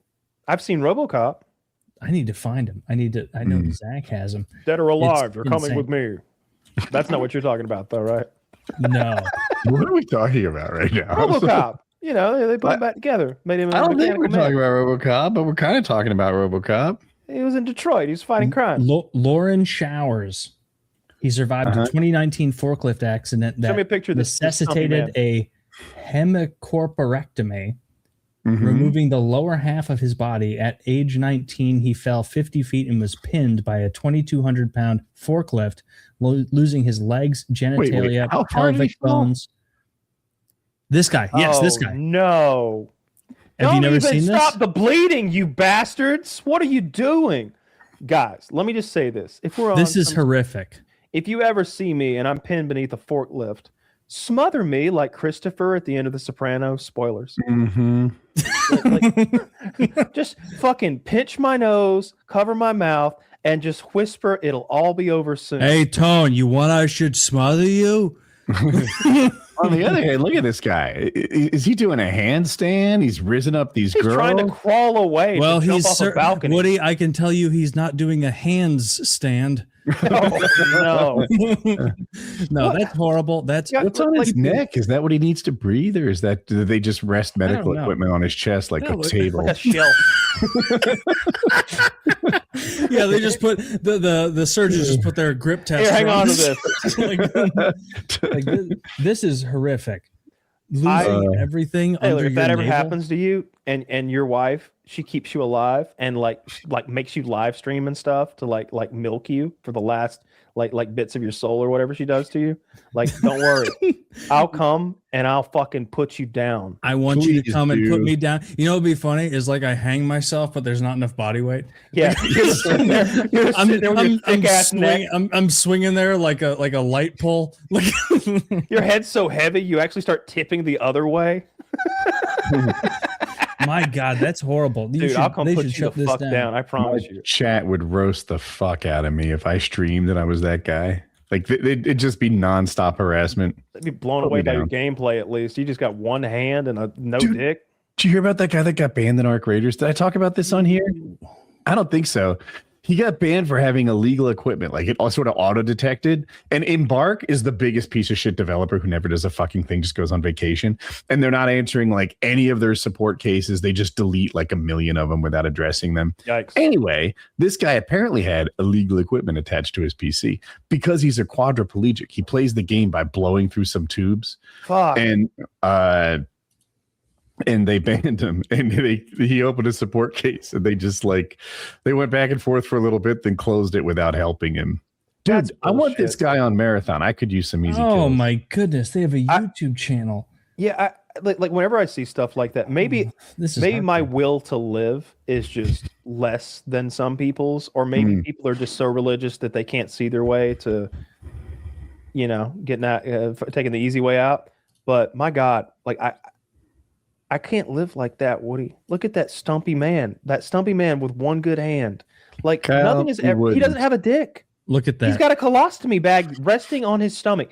He lives his life with a bag of shit resting on his belly button. He does not. He also does not have a bladder. He's just filling that pee bag that rests on his belly all the time. And he's got his left arm is gone. I mean, his right arm is like basically gone, and his left arm is all that's left, and he has to strap himself in like some sort of like dog toy or something. I couldn't go on. That is so awful. This makes me want to cry, dude. This is horrible. Go put him down, Taylor.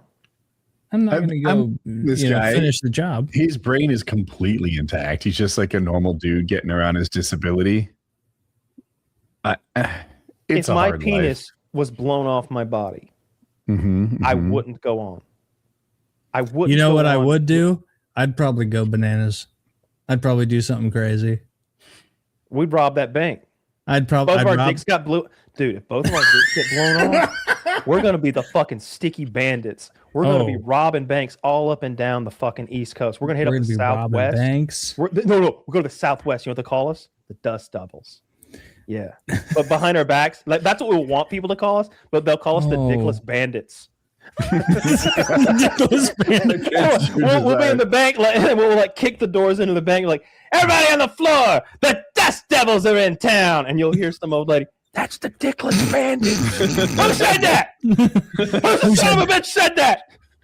Oh, dude, I'm watching his most viewed video. He has to put like a whole body sock on, which isn't even a big sock because of how little he is now. How little of him is left. There was more of RoboCop left. There was more of RoboCop left. I'm not even kidding. This is hellish. This is so sad.